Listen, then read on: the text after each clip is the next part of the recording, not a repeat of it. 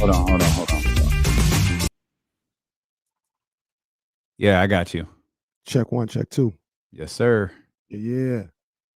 It was getting funky in there. It was getting funky in there first. It's that Odyssey funk music. I even found a knockoff Undertaker song to put in here.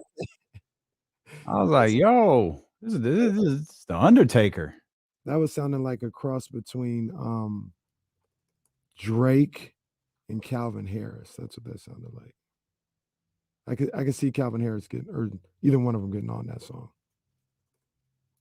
Y'all got to hear this. We got a minute. Y'all got to hear this Undertaker joint. It made me chuckle.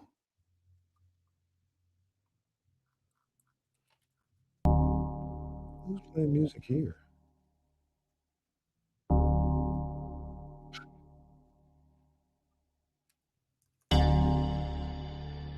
Come on, man. Tell me that don't sound like.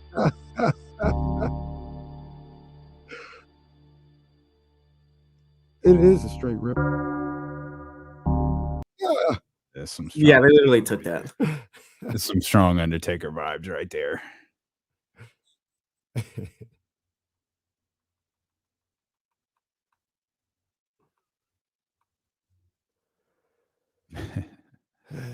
Miss P, what's happening? What's happening? Man, there's a whole lot to talk about. That's what it is, David. David knows the game so well. Knows his game so well. I don't know what happened. You might be a little upset, Damien. I don't know if Mia broke the chair or not. She was sitting on the ground or something. She was messing with the levels, I guess, and I can't get it up. Uh-oh.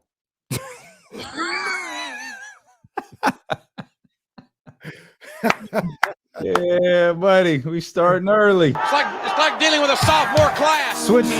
Just switch it out with a different one. I did. This ain't the one. Oh. Pulled this up, but let me. That's all right. I think we got to. I'm gonna show you at the break what it would look like.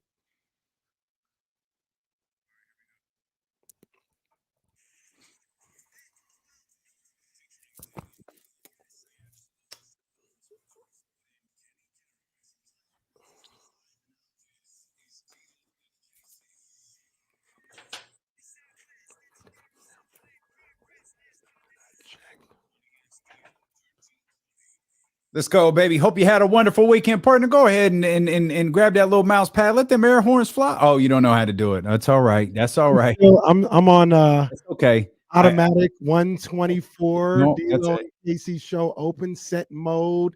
There's no board here. That's okay. I got you. We'll get that worked out, man. We welcome you in here to the Monday, December 5th edition of D'Lo and KC. I'm Damian Barling. Acknowledge me. Acknowledge me. He's Kenny Caraway. Yes, sir. Oh, well. Acknowledge me. It's all right. I would have like a joke and play around. I'm not playing around with this screen.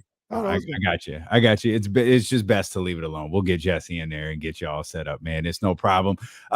We know you had a good weekend. If you here today, we know you had a good weekend, man. And there is so very much. There's so much to talk about.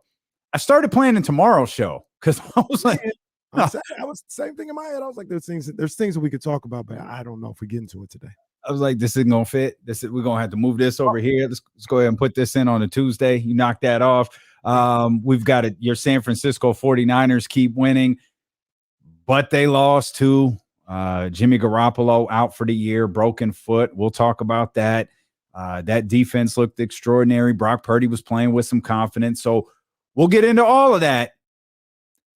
But the Sacramento Kings wins 2 straight games over the weekend, putting their consecutive win total here at 3, putting them 4 games above 500 before entering this monster, a 6-game road trip they got coming up. But they closed things out at the Golden One Center with a tough win over the Chicago Bulls, man. Best they've played on the second night of a back-to-back so far. I think it's their 3rd back-to-back this season.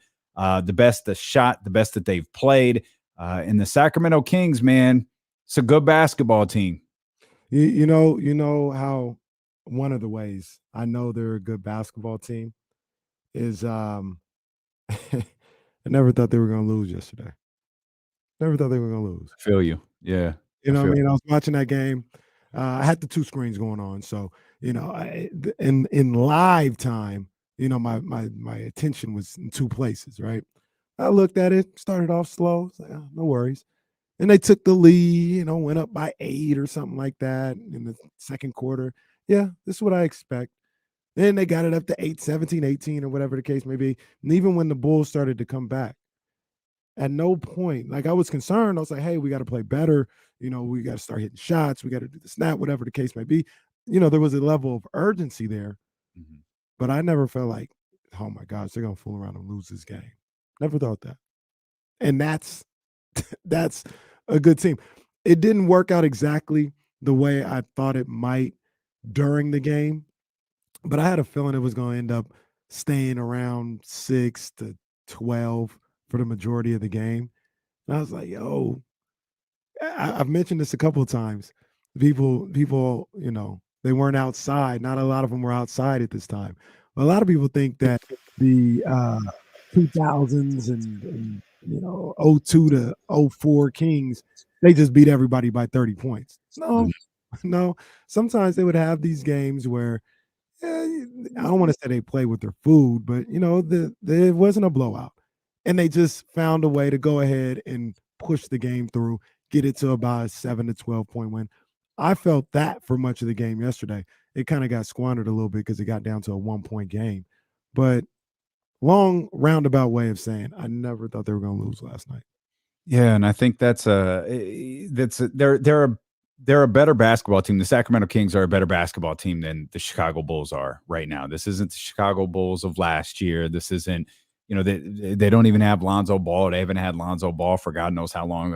God knows when he'll actually be back. The mid-range city of DeMar DeRozan is kind of wore off. Like, this isn't the same team, though we were a little suspect of them last year. This isn't the same team that they were last year. And but still not a bad team. They're not a bad team. I just don't think they're a good team. I don't know. That's fair. That's fair. But the point that I was trying to make is about a week ago. That's fine. That type of stuff happens in the NBA. They're 9-14. Yeah. Well, what I mean by that though is they can is whatever their record is and the talent, they can get you. Okay, that's fine. The point I'm trying to make is the Sacramento Kings are a better basketball team than they are. I agree. And that's why you had those feelings that you had last night. That's why you never felt.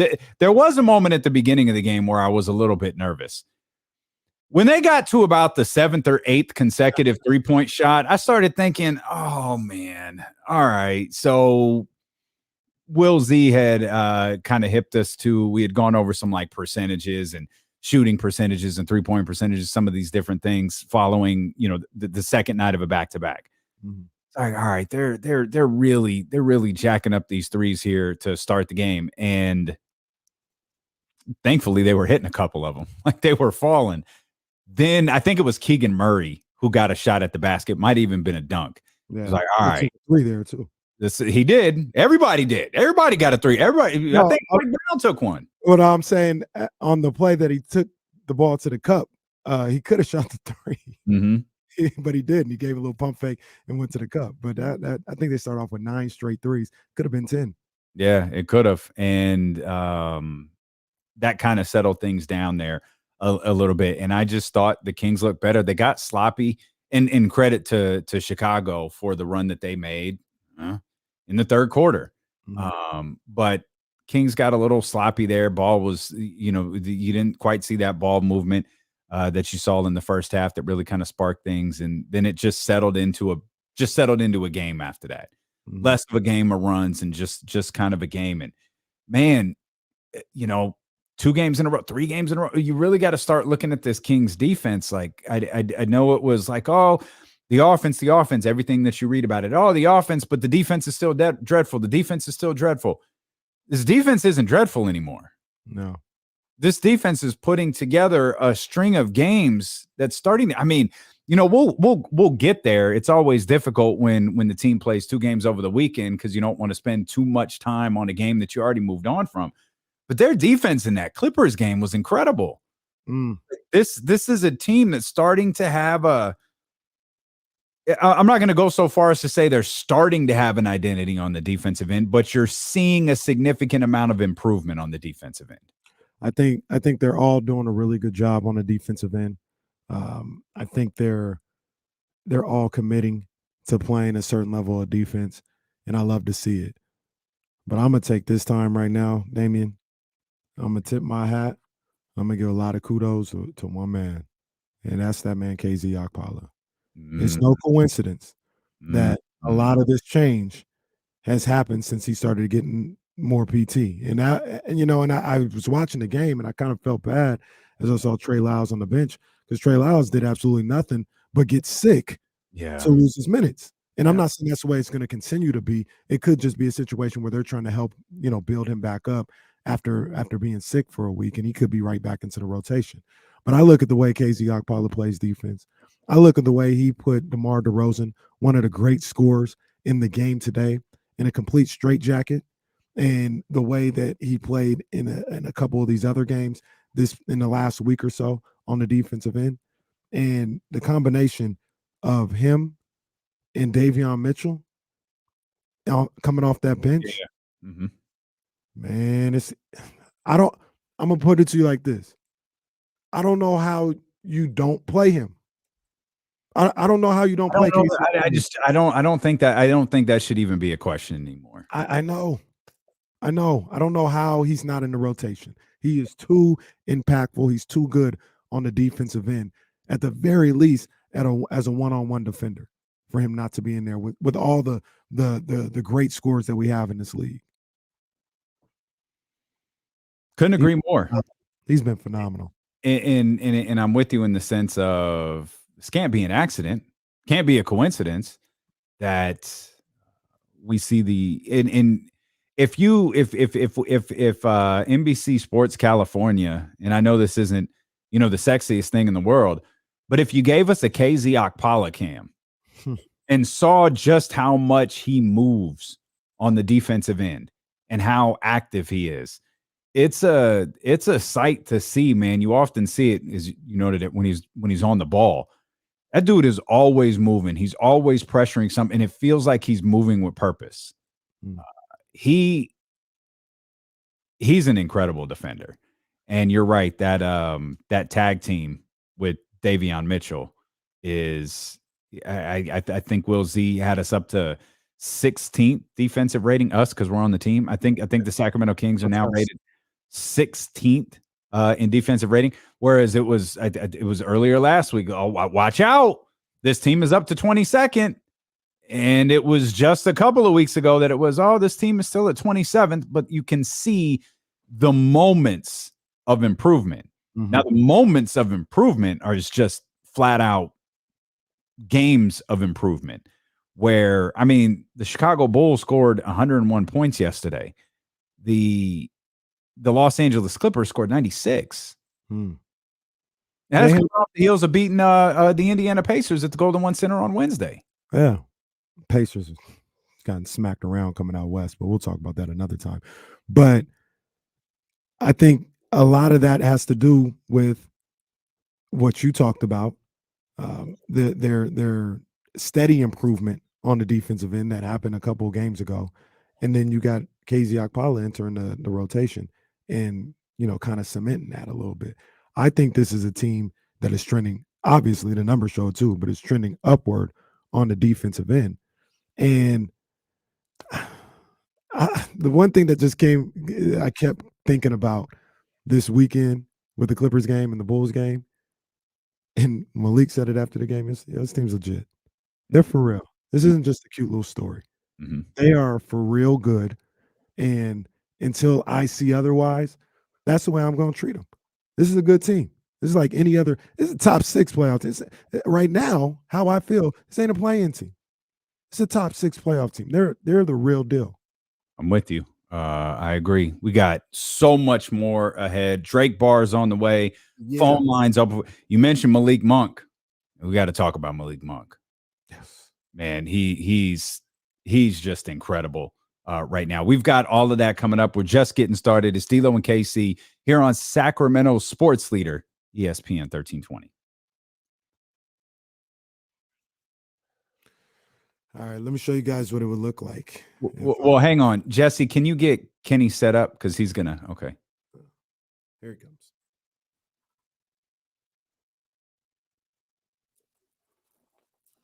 I know that chair sits super low when it don't sit up all the Maybe way. Mia just likes to sit low. I don't know.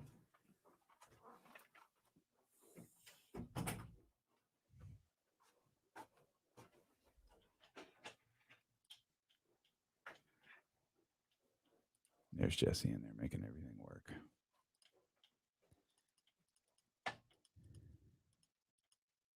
Oh shit! Hold on. Sitting last game. What you mean? What was Chicago?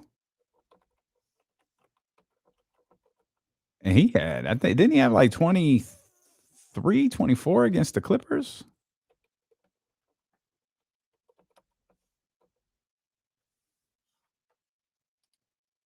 Now we got action. Yeah, man, that's a bad boy right there. Ready to do the show. Oh, Let's go. oh man. Let's go. Oh man, we can't do that. Get through the show. Look, try to lift it up. I can't lift it up, man. Oh, Ready. yeah, You know what I mean? Let's go. I think that's how Mia sits too, but yeah. Yeah, can't do that. You gotta take a picture and show her. I'm telling you, this is how you got me looking out here, Mia.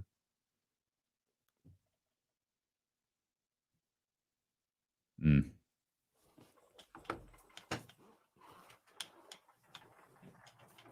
Oh, we got some Will Z numbers. Oh, let me get hold on, let me get the screen share set up because I know we're gonna play some clips here in a minute. Pull up James Ham's account. I know he has some stuff for us. Hang on 1 second. Hammer will be with us in the 3 o'clock hour, but you already knew that.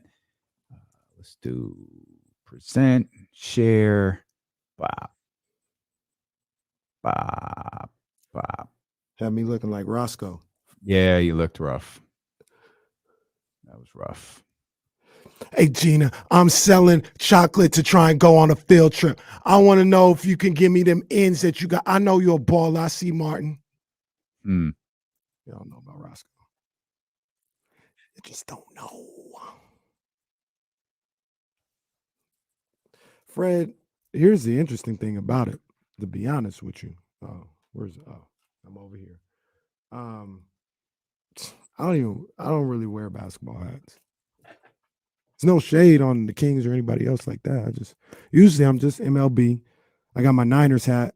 You know what I'm saying? I do that. I got the paper planes hat, but I don't really wear basketball hats. I saw a really dope Kings hat though the other day. Somebody was wearing it on the court side or something like that. So they were behind Mike Brown or something like that. I was like, that's pretty dope. But no, I don't really do basketball hats. It's not really my bag.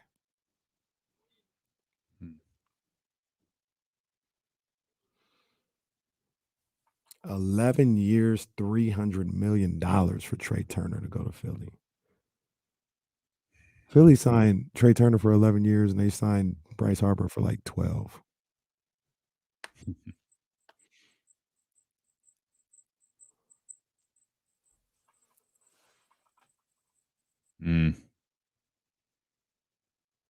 Leave that man alone. He had a bad social media day yesterday.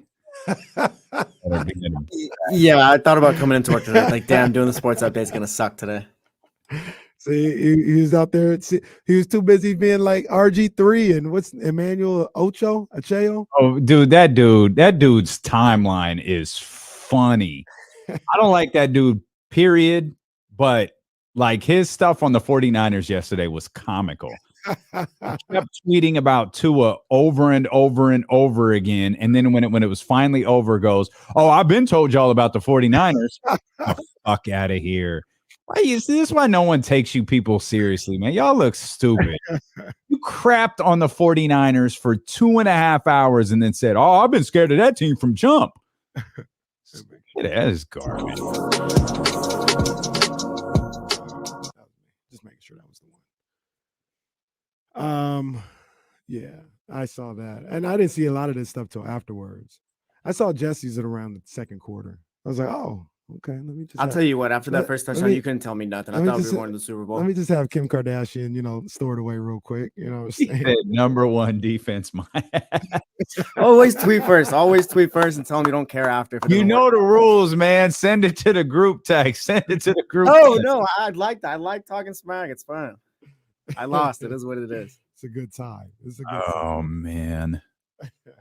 Number one defense, my ass. That was Hey, that was a fire tweet all the time.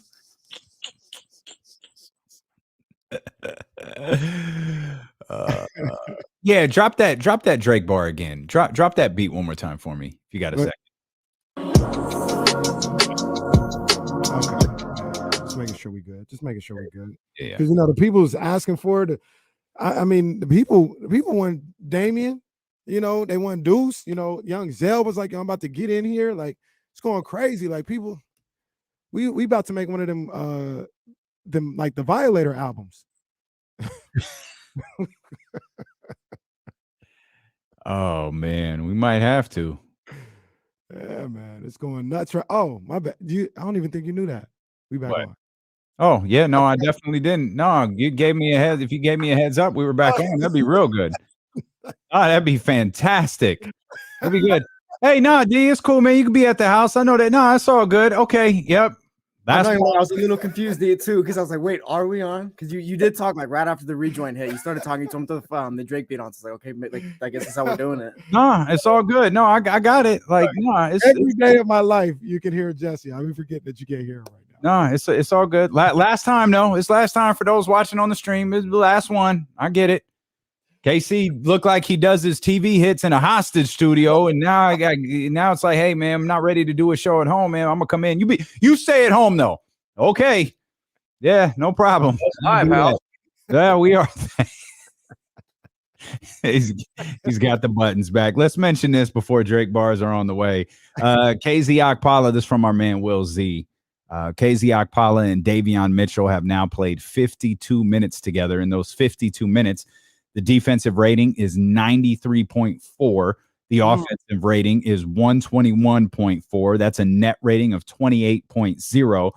That's the 8th best net rating out of the 1,677 two-man combinations that have played at least 50 minutes together. Bro, what the hell? Oh my gosh. These guys are suffocating opponents, and they're scoring at will on top of it. Now, they're a lot of times they play with a guy that's scoring at will. Yes, they're suffocating opponents, and Malik Monk is scoring at will. And quite honestly, Chimezi Metu is having the time of his life the last few weeks. The boy Metu can't miss. We'll get into all that. The phone lines are open for you, 916-909-1320. It is a 49ers Monday brought to you by Gilmore Heating, Air, and Plumbing. You get more with Gilmore's. The 49ers get another victory, but back-to-back Kings wins. Yeah, man. You know what time it is. Let's get it. Hey, shout out to Donna's Dope, doing what they do as always. I'm back in this booth. Shout out Young Zell, Madman, Sean P, Ryan. I love you, mama. Look, Nicole pulled up Jordan 3's True Blue before they dropped like she CKM version of Nunu. But who knew? She played me for a fool, do me dirty. Unlike Super Bowl MVP Brock Purdy, what? Kings win again, I swear this never gets old. Told y'all that man Malik Monk is cold. Not just the score, the man makes plays. Just give him what they say. Get out the way. I said, just give him what I say and get out the way. Yeah. I'm going to tell you one time now. Malik Monk was someone I wanted 6 years ago on this team. Should have listened to me, Vlade. Should have listened. Yeah. How the singing wasn't as painful as it normally is, but hey, y'all hear me call my shot? Who's Nicole? Come on, man. Just random girl. Okay. She had the True Blues, huh? Yeah, the True Blues, you know. She was CK version of Nunu. Okay, yeah, no. Who knew? I'm just trying to make sense of it all. It's fine. Hey, you see me call my shot, though? You hear what I said? What is this? December 5th? December 5th. Mm-hmm. Bookmark it. I want to run this back on like February 13th or whenever that Monday is. I don't know. I heard you. Yeah. Unlike Super Bowl MVP Brock Purdy. Mm-hmm. Now, I know you pretty well. I think you got a little gassed up on the Brock Purdy performance after you saw he was talking trash. Oh, that hyped me up. That did Yeah. hype me up. That did hype me up. Brock was talking that talk. He was talking that talk. I was loving that. Oh, just brutal news for Jimmy Garoppolo yesterday. He leaves the game. We find out, I think Kyle said he even found out at half in the second quarter that he had a broken foot, and he was done yesterday. He's done for the remainder of the season, and Jeez. I guess we're doing this thing all over again where we pose the question, is he done as a San Francisco 49er? It seems like he would be, but stranger things have happened. Well, we'll get into all that. Yeah. But let me just say, just listen. Just stay and listen when I got to say about the 49ers, because business is picking up. I'm going to tell you this right now.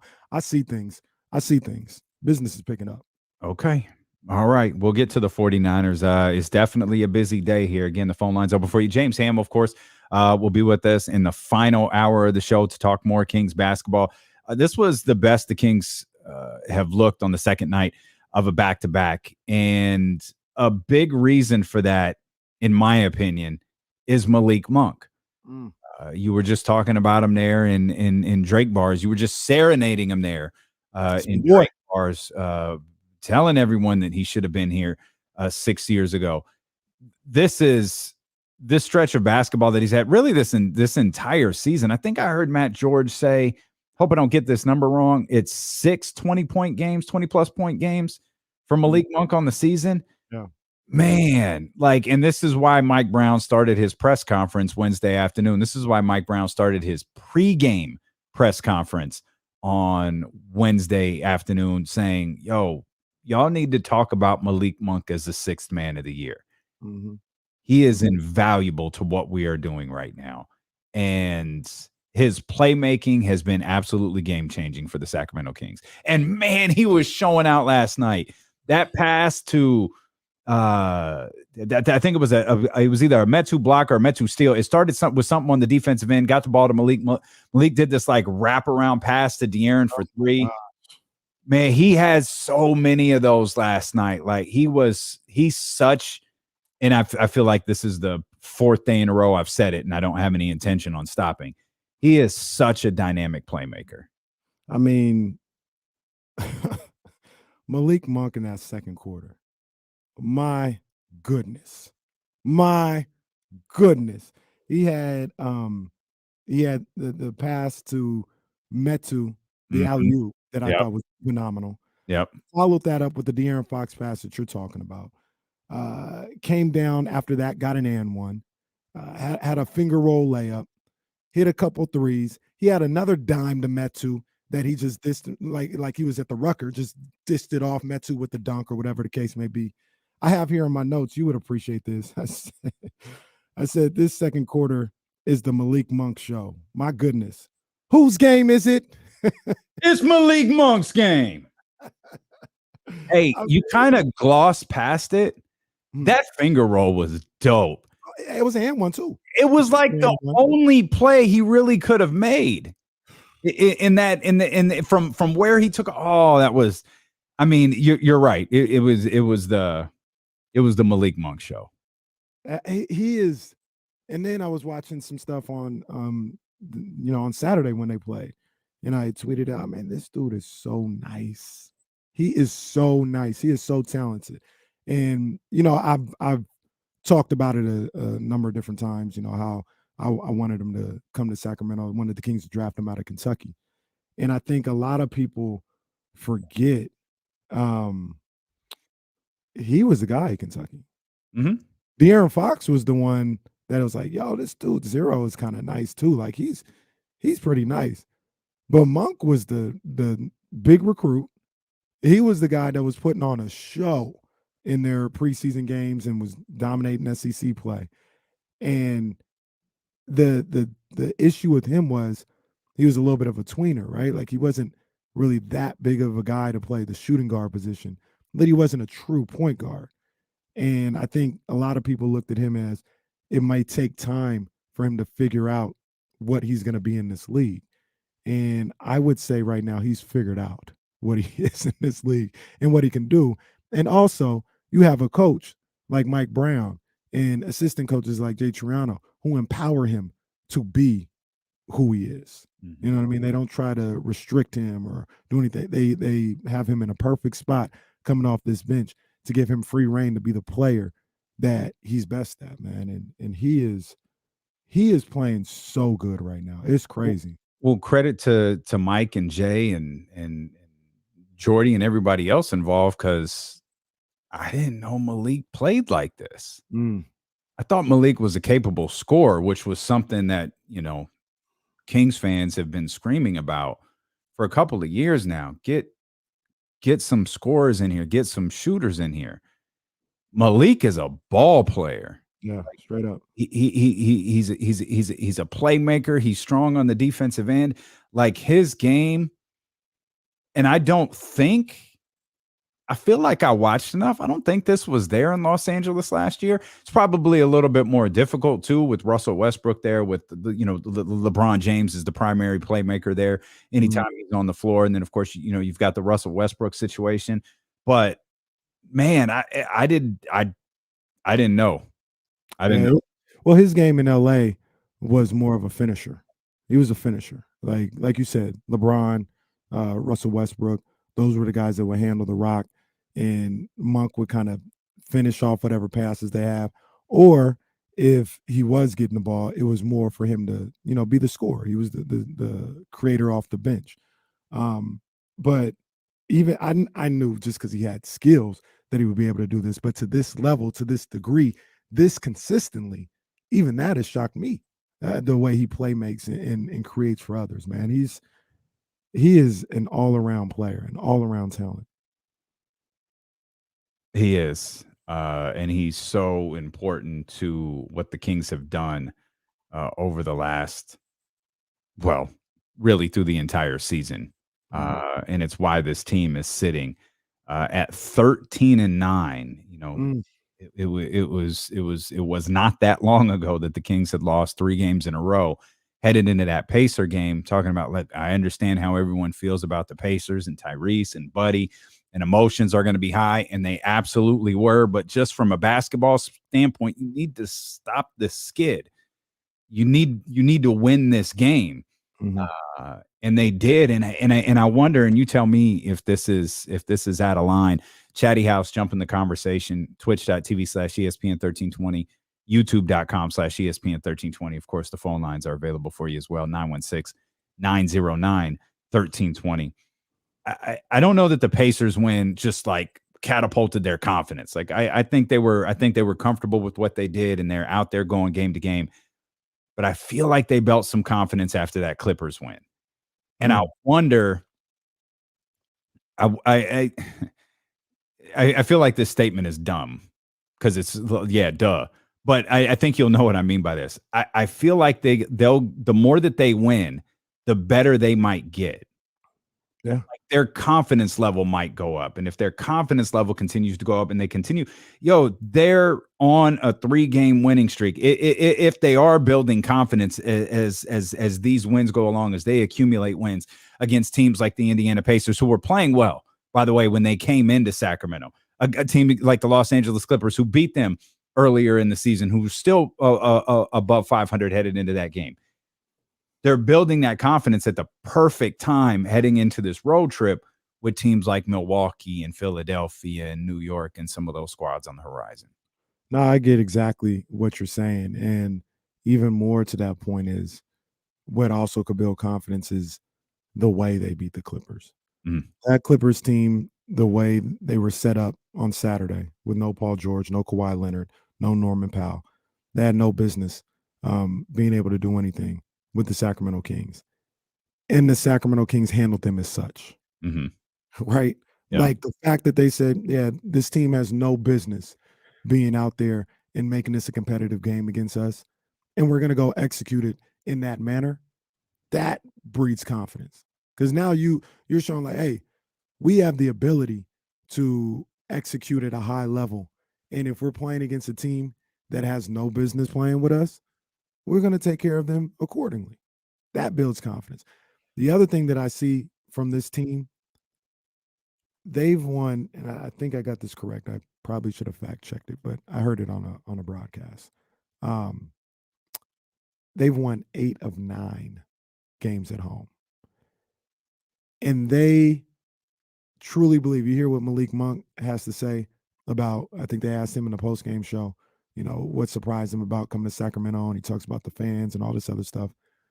I'm telling you, Damien, they don't feel like they should or will ever lose another home game.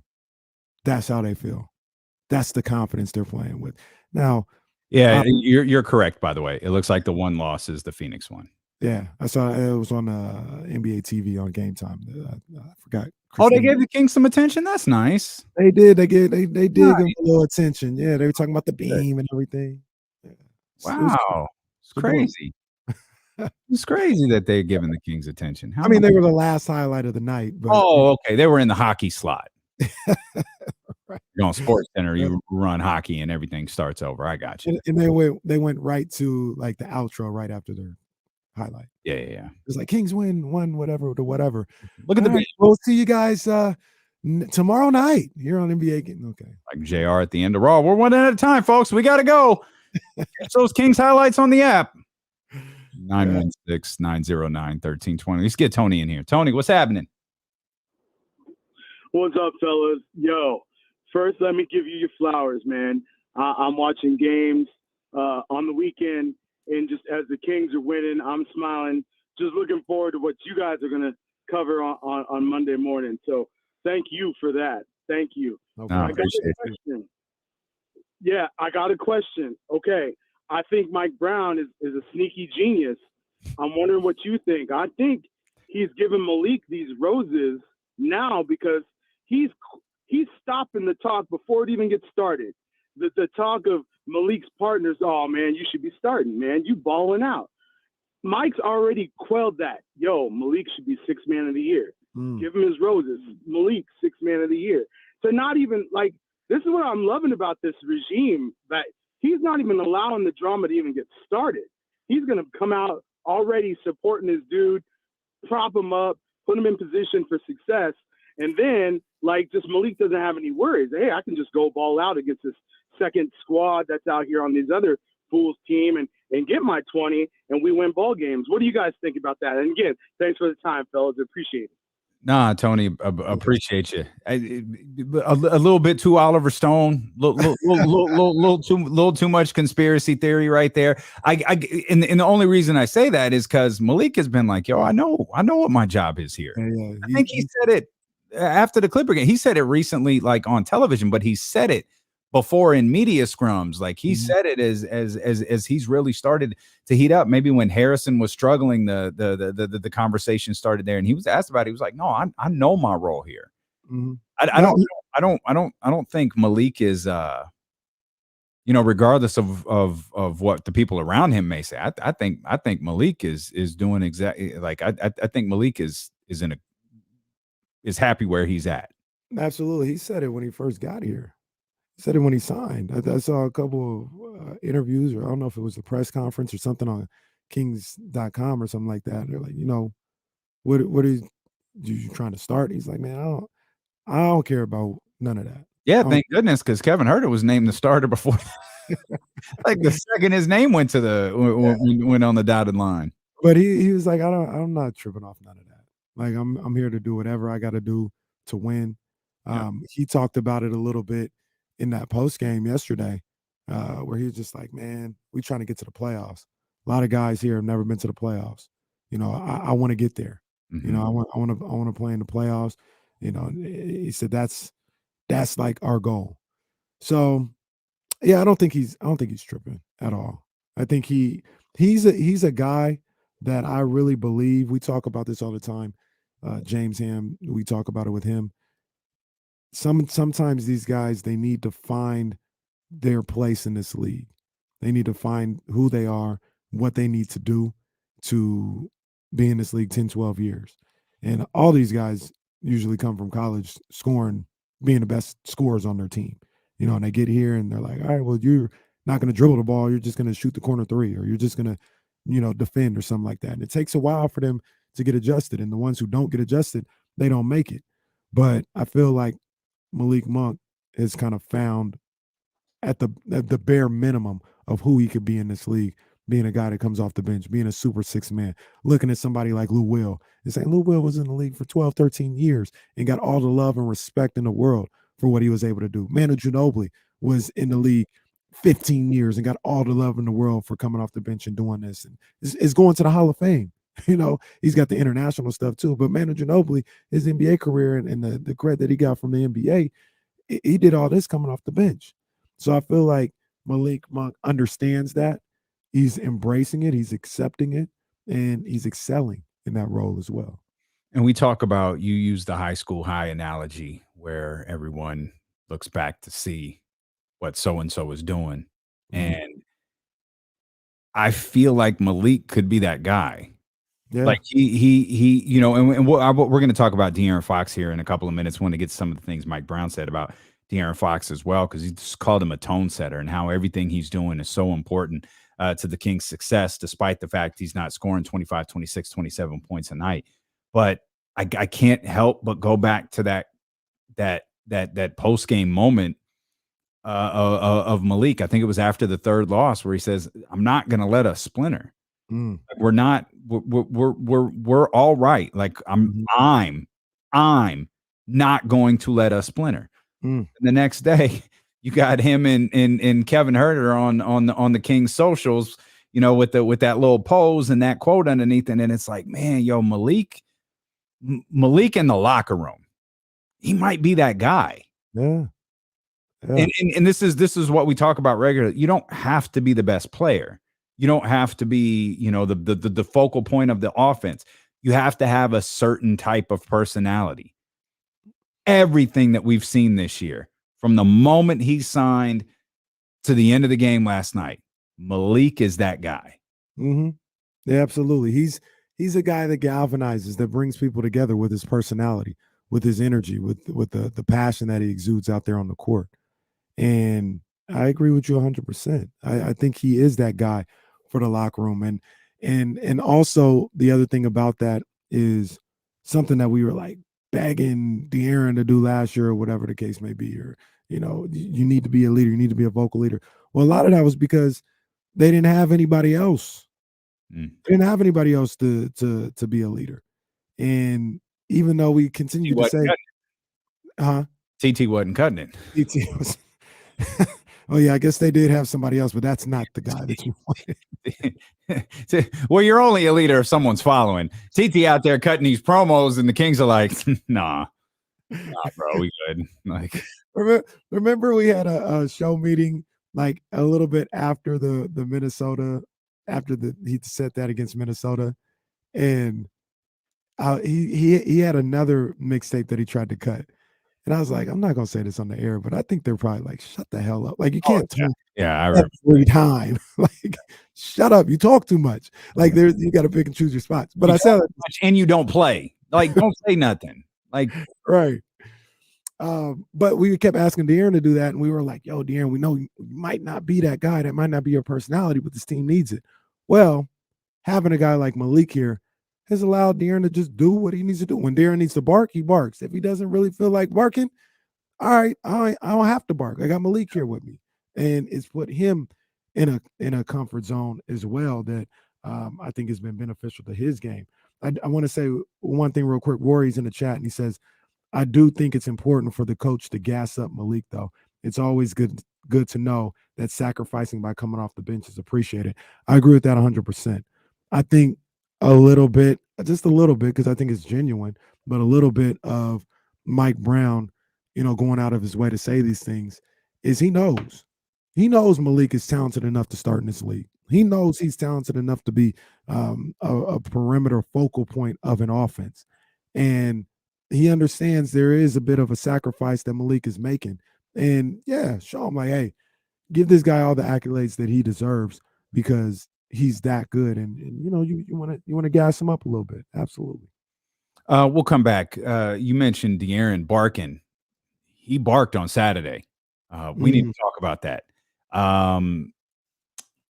And then we'll dive into the 49ers. They win, what is it, their 5th straight game on the strength of their defense. And, man, things are going to look different moving forward. We got all of that coming up. Shout out to the Raiders. They get a victory as well. We'll try to touch on that. We're not going to have a lot of time. What the hell is going on in Atlanta? Oh, my gosh. Oh, my God. I was already having some feelings about a week ago, and now this came out. Well, we will make time for all of this, but we'll start with De'Aaron Fox, and we'll do that when we return here. It's 49ers Monday, brought to you by Gilmore Heating, Air, and Plumbing. You get more with Gilmore, and you get more with Sacramento sports leaders, Stilo and KC on ESPN 1320.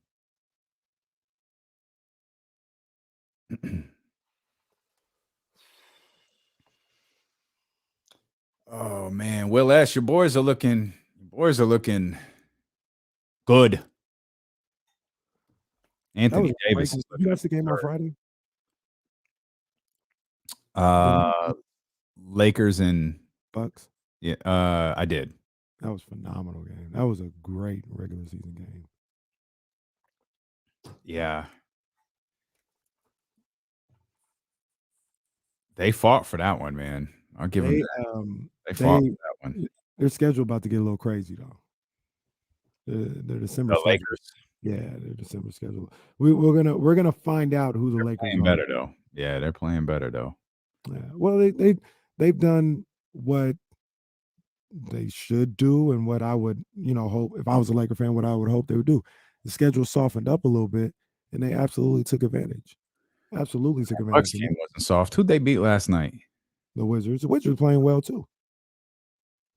I have not watched the Wizards one time this year. The Wizards are playing solid. Now Bradley Beal went out, I think early in that game, but I mean AD lost his mind in that game. Absolutely lost his mind.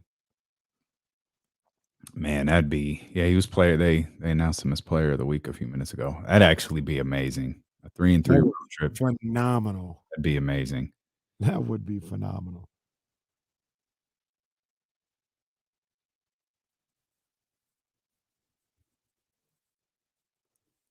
Yeah, they got the Lakers. They got at Cleveland, at Toronto, at Philly, at Detroit, Boston, Denver, Washington, Phoenix, the Kings, at the Kings, and Charlotte at home.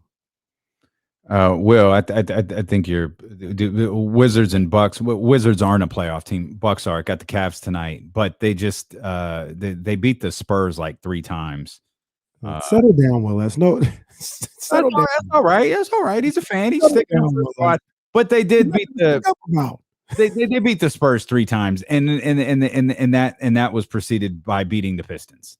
So, yeah, kinda. And they did what they were supposed to do. They did beat the crap out of the Blazers too. Yeah, Blazers. I think that was Dame less. Yeah. Yeah. Who's? Oh, they don't play tonight. Okay. What is tonight? Indiana and Golden State, Boston and Toronto. Indiana came out to the West Coast and got their ass smacked. No, and they got one more. They shouldn't have won the one they won. I think they played the other night without Tyrese, right? Yeah, last night they played without Tyrese. I don't know what that was all about. Well, yeah, I think he got hurt in the game here. Or not hurt. He has a groin issue, but I think it happened here. Sorry? They said, if he played against Utah? Because Utah was after us.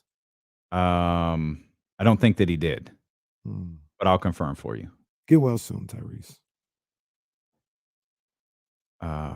There's Portland and Indiana right there. Let me see.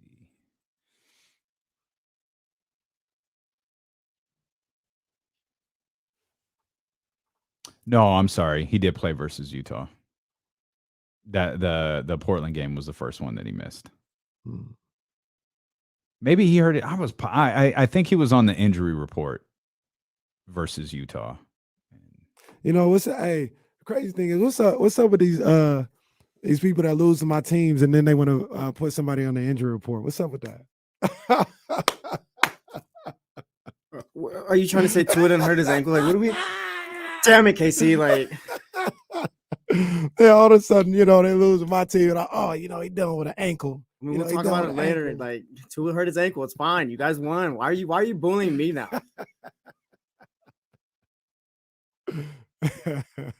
Can y'all hit the thumbs up while you're here, man? There are a lot of people watching. Here we go.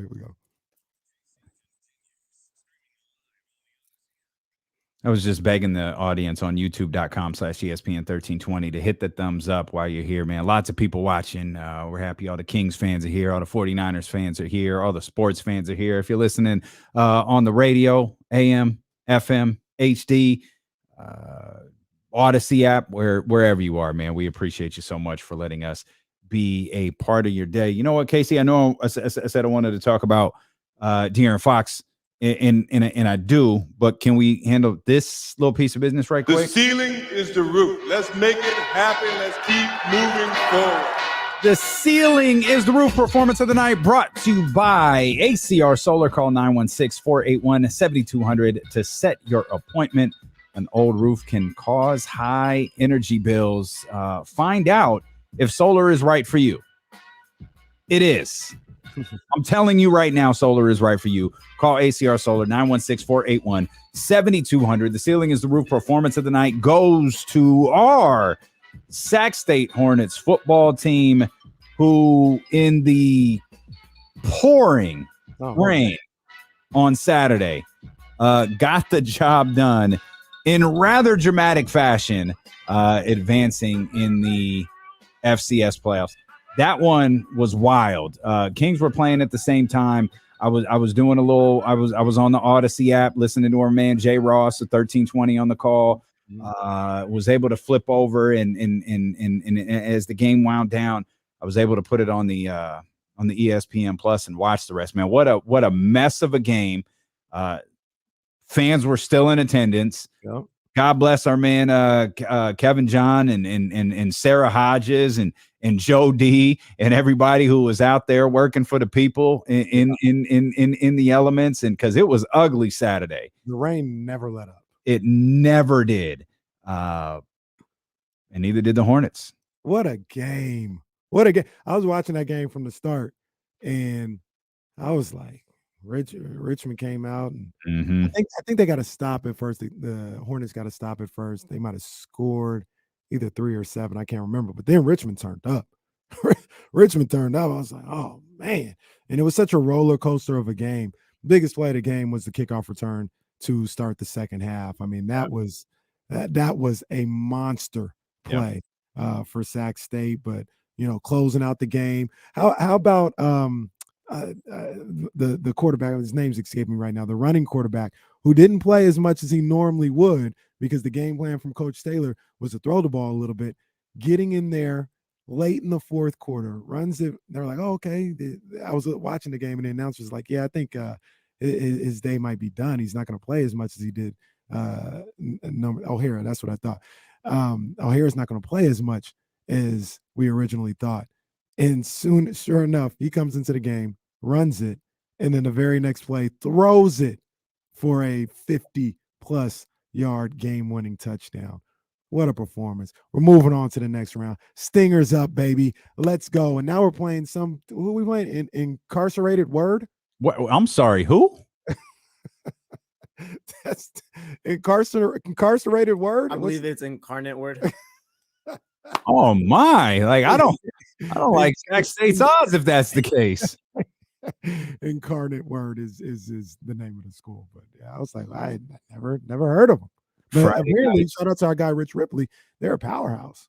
Yeah, Friday night, ESPN 1320. You can catch the Sac State Hornets' quest for a national championship continue. Also, shout out to the women's basketball team who's won 6 straight. They're 6-1 on the season after beating Fresno State on Saturday. Yeah, man, big time win for them. These girls can ball. They're playing. I might try and get out to the Nest on Saturday. I think they're both home. I think there's a men's and women's doubleheader on Saturday afternoon and evening. I might try to get out there, but they're balling. They're absolutely balling. I got to see these girls play. And shout out to Coach Patrick and the men's team. Took a tough loss in Santa Clara, but they've had a tough schedule. They've had a tough schedle. I see they're about to get some games at home finally again. Yeah, they have a tough schedule in which they play everything on the road. Yeah.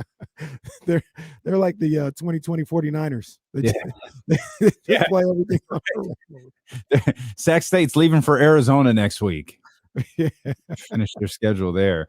We'll talk to Coach Patrick tomorrow about what's going on with the men's basketball team. Let's get back to the Kings, and we'll get to the 49ers too. It's just hard, obviously, because there's just so much to talk about there. Clearly, Baker Mayfield is going to come in and lead the San Francisco 49ers to a Super Bowl. So, all right, just settle down. Just please settle down. I just appreciated the timing of the Carolina Panthers making that move. Need to talk to Sheena and make sure that this is not going to happen. I don't know if we can get Sheena on the line quick enough. It might have already happened. I don't even know that he's actually been waived yet. They said they were going to. I don't know that necessarily means that he has. But let's look. They can do whatever they want. John Lynch, don't do that. They can do whatever they want in Carolina. I ain't worried about that. John Lynch, you know what not to do. You like the idea of Josh Johnson better? Yes. Okay. Jacob Eason, sure. Purdy, we're going to talk about Purdy. I'm just we're going to talk about it. We're going to talk about it. Okay. It's my quarterback. I'm just going to throw Colin Kaepernick's name out there too. Why not? Me and Black Bottles 916, we were talking about it last night through text, and let's throw it out there all the time because it should happen. I'd take Cap over Baker, and I like Baker. But we'll get there. I want to talk about De'Aaron Fox for a second. De'Aaron on Saturday against the Clippers picked up a technical foul. And I actually thought he was going for a second one. I thought he was going to get tossed. He was furious over a non-call, and then they showed the replay. And I completely understand why he was angry about the non-call. That's happening a lot. And I actually really like the fact that he got the technical foul. Because I thought it would, maybe because that doesn't happen with him a lot. Maybe get some attention here. He didn't, and it didn't, as he didn't spend any more time at the foul line on Sunday. But I think I heard Matt George say on the Locked On Kings podcast, 16 foul shots in the last 4 games for De'Aaron Fox. And for a dude who goes to the basket as much as he does, that's pretty ridiculous. To quote DeMarcus Cousins. I like the technical foul. I don't know what De'Aaron has to do to get respect from officials. Did he get one on Sunday, or was that Mike Brown? I think he got another one on Sunday. Oh, did he? Yeah. Oh, I guess I only remember the one Saturday. My bad. Yeah, he got one. Yeah, he did. Fourth quarter. Yeah, I can, because they were going to commercial, so it was hard to tell who got it. And I know Mark Jones was talking about, there was barking going on, but De'Aaron, so De'Aaron got another one on Sunday as well. And it's getting crazy, man. It's getting crazy the way that he's able to play, the level that he's able to play at, and the fact that he still isn't able to get any respect from the referees going to the bucket. I mean, this guy gets held, gets slapped up a lot going to the bucket. And 16 free throw shots in 4 games. I mean, there's a number of different guys who take 16 free throws a game. It feels like a lot of times, and that's unacceptable. That's terrible refereeing. He was fouled like 3 times on the play that he was angry about. Mm-hmm. He was like, "You could have called any one of these, and you didn't call any of them." Yeah, I don't get it, man. Let's get Ramsey in here. 916-909-1320. Ramsey, what's happening, baby? Not too much. I got a story for you, gentlemen, that's related to the Kings. Okay. Saturday night, I just happened to be flipping through the channels on Sirius XM. Came across a show with Coffee Boy and his little boyfriend, Zach Harper. Anyways, I actually called in and asked him why he had so much hate and vitriol towards the Sacramento Kings. He proceeded to continue and like say, "Oh, because they're the joke of the league. They haven't won this, that, and the other." And then he said, "Oh yeah, it's a cool story. They're starting to win games. Kings fans are acting like they're winning the championship." And then he set me off when he said, "Have fun with your little beam." I was done after that. He doesn't need to be allowed back in the Golden One Center. Him and Coffee Boy. Oh, so that was Harper. I thought that was Coffee Boy who was saying that. That was Harper who was saying that. That was Harper, but they're both tied together at the hip. Yeah. So that's funny. Let's appreciate you, Ramsey. Yeah. You're listening to D-Lo and KC on KIFM West Sacramento 98.5 FM KRXQ HD2 Sacramento ESPN 1320, driven by Lasher's Elk Grove Dodge, always live on the free Odyssey app. I love that people are agitated by the beam. Give me more. I absolutely love that. It's like, yeah, our franchise came up with something fun. And y'all are just bitter about it. Like, you're upset that the Kings are actually winning. When you first saw the beam, you wanted this to just kind of blow up in their face and like, look, oh, what do you? And I think it's what Charles said, or it might not even been Charles. It might have been Kenny Smith. Was that the first time they seen the beam all year after they beat the Brooklyn Nets? Yeah. And it's and you mentioned this, and I hadn't even thought of it at the time, but you mentioned this, and you're 100% right. As this thing gets further along, and you know, the Kings got a late season game, against the Lakers, the Warriors.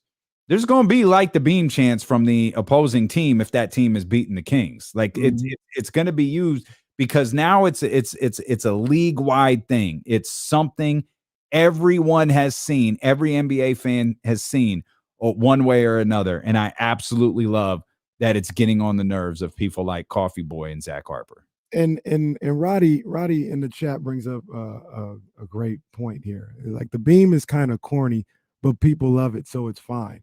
Like, I don't know if Coffee Boy and Zach Harper, like, I'm not trying to disrespect anybody, but I'll just say I don't know if they get it.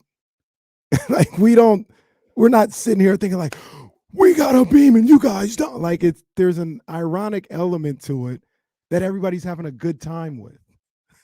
You know what I mean? We're not allowed to have a good time. Yeah, except for people that can't comprehend, or like maybe I don't know what their issue is, but it's fun. It's fun. It is a fun thing. It is a lot of fun to say light the beam, to chant light the beam, to be able to do that. It is fun. Like, it's not, I don't know what's wrong with these people. I really don't. But for someone who's lost as much as Coffee Boy has in his life, you would think he'd get the idea of, they're creating something fun there. Why not go along with that? Of course, there's nothing fun about Coffee Boy, so he just lives in life in perpetual misery. But you know what I always love, and those two say it, and you know, I'm not gonna go at I like JJ Redick. You know, I don't have no problem with him, but I love the fake appreciation. You know, it's really cool that you're doing. I'm happy for you guys doing good, but no, you're not happy. Just say that you're kind of miserable because we having a good time. We coming back at you. Like, me personally, I said this when we brought it up, when they had the whole light the beam thing and it started to gain traction. I said, look, it's going to come back around. Mm-hmm. Like, when you lose, or if you're, like you mentioned, you're in an opposing arena, hell, if you get to the playoffs and you're in an opposing arena, the fans are going to scream, you chant light the beam. Mm-hmm. All right. We saw it. I don't know if you saw it. The Hawks, after they beat the Kings, their Twitter account tweeted something about like, oh, it's frozen over or something like that, talking about the beam. It happens. You got to be able to take it. Guys like Coffee Boy, like Zach Harper, and even like JJ Redick, they can dish it out. They can't take it. They can't. Because the second somebody's in their mentions talking about something, they want to get defensive. And it's cute that you're having a great little start. No, you just a little, in your feelings, because somebody is coming back at you, with the same energy that you put out. That's funny. Man up. that reminds Stop me. weakening the knees. That reminds me of the John Hollinger posted something, an article. I don't remember, Friday, Saturday. I'm sure it was late last week, and it was something along the lines of trying to make I think the title of the article was "Does anyone want to win the West?" And he was like, it's really tough to get a feel for the Western Conference because some of these early season successes that haven't gone away yet, like Utah and Portland and San Antonio and Sacramento, haven't gone away yet. And once they do, you'll be able to figure out and that just screams to me like, and this is true for JJ, and I think JJ acknowledged as much, and we know it's true for Coffee Boy. It doesn't feel like it's as true for Zach Harper because I do believe he actually watches, but I don't think Zach Harper watches. You don't think so? I've listened to him enough. He don't watch. I think obviously JJ does. He's got some good researchers then on his articles because he types fake tough. Maybe he does. I've listened to him before, and I don't listen to him. I've never come away from hearing him talk saying like, like I do with our guy Ryan Russillo or Zach Lowe. Like I come away saying like, yo, these guys watch and they know what they're talking about. I never felt that way about Zach Harper. JJ and John Hollinger haven't watched the Kings, and that's super clear because there's no reason other than the name on their jersey to look at this team and go, "Oh, they're just an early season success. They're going to fade away." Tell me one thing, just one thing the Sacramento Kings have done that's not sustainable. They had a 3-point shooter earlier in the season who was shooting like 56%. And everyone said he's not going to keep doing that. He's not going to keep doing that. He's not going to keep doing that. He was like 1 of 11 the other day. And you know what? They won. Mm-hmm. So at some point, you got to point, you know what? Maybe we're wrong about this team. This isn't the Dave Yeager squad that was scoring 130 and giving up 128. Right. It's not the same team. The only reason you believe that this isn't sustainable is because of the name on the jersey. There's no other reason that you could actually sit down and watch the Sacramento Kings play basketball and say the way that they're playing isn't sustainable. Yeah. And look, if you're one of those guys like a Hollinger or Coffee Boy or Zach Harper who doesn't feel like, you want to wait and see, that's perfectly fine. I get it. But say what it really is. Say, hey, it has nothing to do with how they're playing right now because they're playing great. I just need to see it from the Sacramento Kings. That's perfectly fair. I understand that. But to sit up here and just act like this is like the way they're playing right now, seeing them is a fluke and they can't hold up to this based on their play right now, I think that's kind of ridiculous. If you want to bring a history argument into this whole thing about they haven't been good for 16 years, so I'll believe it when I see it. I mean, that would also be a little stupid because none of these guys were around. Nothing to do with nothing. Half of these guys weren't around last year, let alone 16 years. But look, we do it with other teams, right? We do it in football with the Raiders. Raiders look good on paper, but I need to see it first before they actually. We do it all the time. Well, yeah, but there's a big difference there. Like Derek Carr is still your main, right? How much goes through the quarterback? True. Everything goes through the quarterback. As long as the quarterback is in question, the conversation is never going to change. True. Very true. We do it with Aaron Rodgers. When Aaron Rodgers gets to the Super Bowl, I'll believe it. Until then, I don't care about you.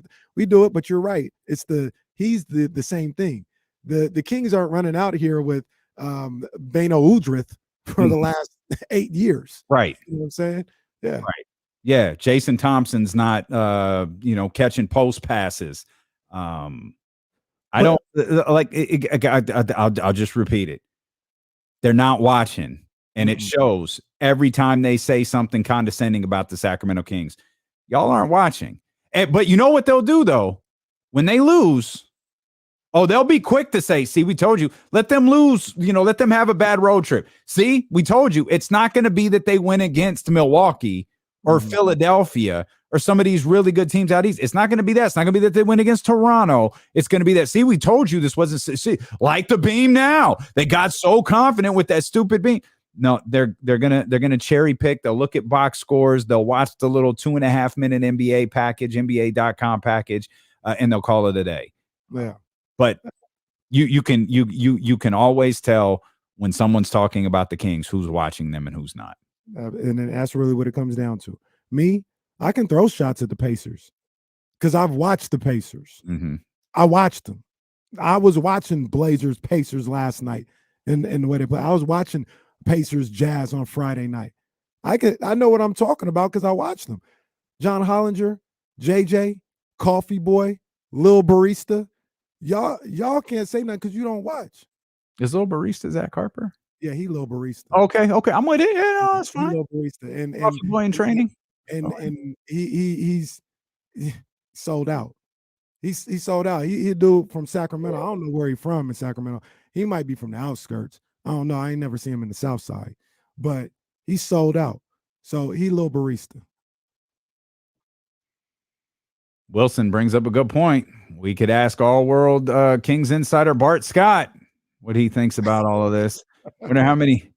Has anyone told Bart Scott that Vlade? I actually have to tune into the Bart Scott show just to hear if Vlade did a good job turning this thing around. Hear if he says that. You know, every time I think about, somebody selling out, I think about that awful WWF storyline. Awful. I didn't know it at the time. Little 9-year-old Kenny didn't understand the awfulness of that storyline. Which Luger and Tatanka? Oh. Come on, man. Yeah. At the time, I was like, yo, this is crazy. As I got older and I started to read more books. That's just awful that was a storyline. Worse than the black manservant? Worse than Virgil? No? Okay. They're on par. They're right there. They're so, yeah. Late 80s, early 90s WWE, there's so many things wrong with it. So many things wrong with it. And look, they had the people mad at Tatanka. They tried to turn him into a heel. No, they did. Come on, man. Come on. Yeah. Not good. Jeez. Not good. The Kings are winning. The beam was up both Saturday and Sunday night. I'm sorry. Now I'm thinking of how Virgil revolted against the $1 Million Man with the backing of Roddy Piper, the guy who painted himself half black when he fought Bad News Brown at WrestleMania. Man, come on, man. You can't bring up wrestling without just terrible things running through my mind. And forgive me if I'm wrong on this one. Wasn't no pun intended, wasn't Piper the face? Yeah. That helped Virgil get over. No, yeah. I mean against Bad News Brown. Oh, for sure. Come on, man. Come on, man. And so every time he turned to the camera where that side was painted black, he'd start like doing like a weird dance. And referencing Michael Jackson or something. Is that still on the network? Oh, I don't know. I haven't looked. Come on, man. Come on. I don't remember. Come on, man. You gotta get that off. You mentioned the beam was lit both nights. It looked pretty freaking dope in the rain. Oh yeah. Oh, that was fire. Yeah. On Saturday. And had a little cloud cover, a little fog cover, or whatever it was. Talk about the basketball gods being with you. Everyone was concerned about the beam being lit in the day. Mother Nature said, no. I'm a Kings fan. You're going to make it rain all day and have dark cloud. That way, about 3:30, 4 o'clock, when it's time to light that beam up, oh, it'll look perfect. Come on, man. Hey, do you have any thoughts on the crowd starting to chant earlier and earlier? As long as the game is in hand, I'm fine with it. We didn't even talk about crypto.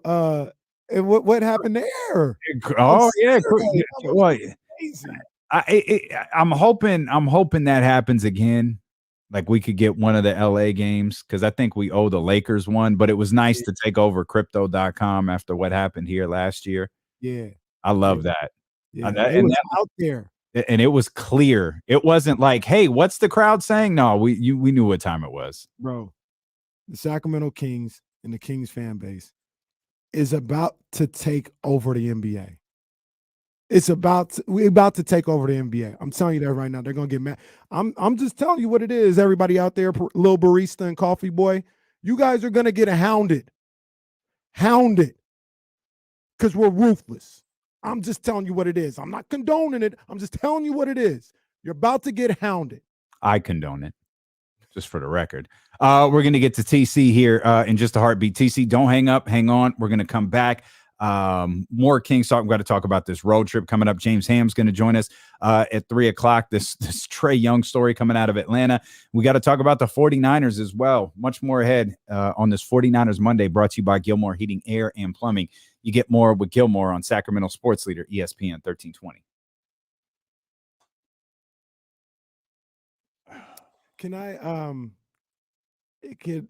Can I mention something about college football, or do you want to still just save any talk of it till? I'd really like to hold off onto it till tomorrow, because I feel like if you say it, we'll start talking, and I think there's a lot of meat on that bone. Okay. No, yeah. It's just I was gonna say it now, not on the show. Sensitive anymore, huh? I was gonna say it now, not on the show, but oh yeah, you can say it now.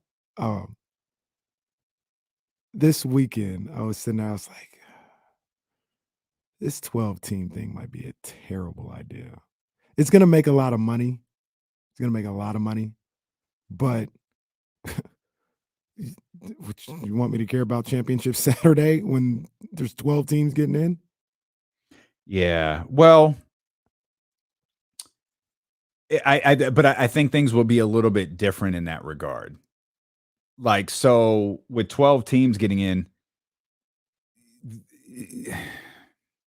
Championship Saturday and Friday in this case. Yeah, it's not what it'll mean though is if they do seeding too, I think the who's the best team, because this was something I heard the commissioner talking about yesterday, and I think he's full of shit. Ohio State's better than TCU, but I get why you put them at 4, because an idle team jumping a team that played in their conference championship, it's their only loss of the year. Obviously, they felt good enough to leave them in. They weren't going to move Ohio State up to 3. I also think they wanted to avoid the Michigan-Ohio State rematch in the semis. I don't think they wanted that in the semis.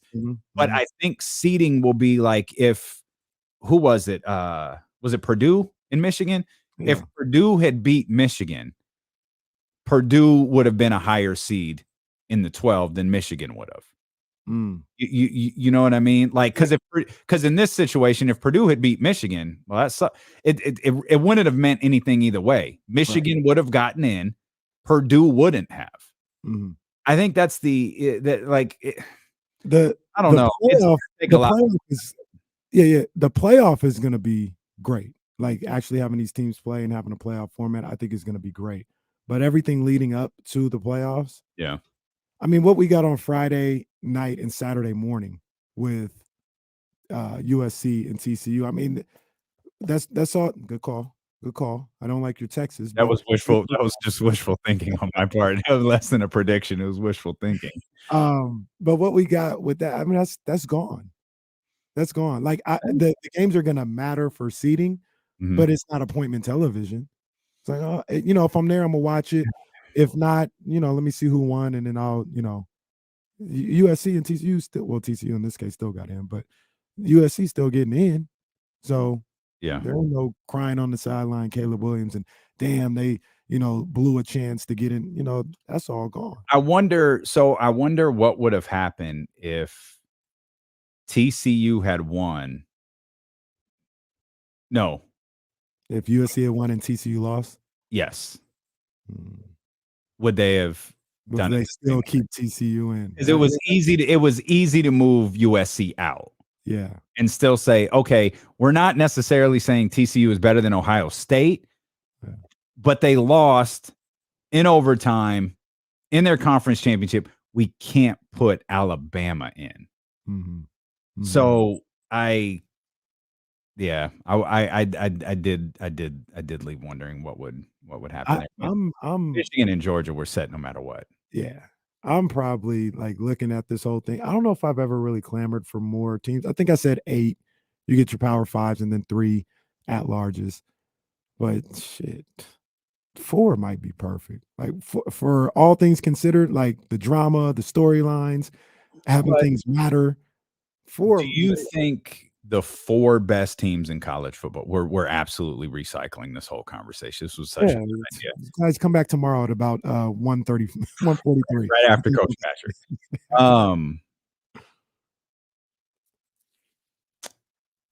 I forgot what I was going to say. The 4 best teams get in. Oh yeah, do you think the 4 best teams got in? Maybe not, but that almost shouldn't matter, right? Like if it's the 4 best teams, like you can make the argument Alabama's one of the 4 best teams. Mm-hmm. But the resume and what you do during the season or don't do during the season should matter, or we shouldn't play a season.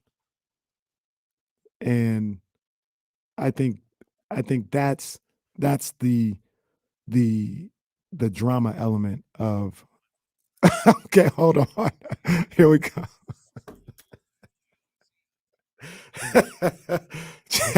Jesse hit me with the all right, Paul Feinbaum, we're coming back. Nobody knows the SEC like Casey does. We appreciate you so much for being with us. If you're watching on YouTube, hit the thumbs up. I want to get to TC here. 916-909-1320. TC, what's up, baby? What's up with my 2 brothers? What up, big dog?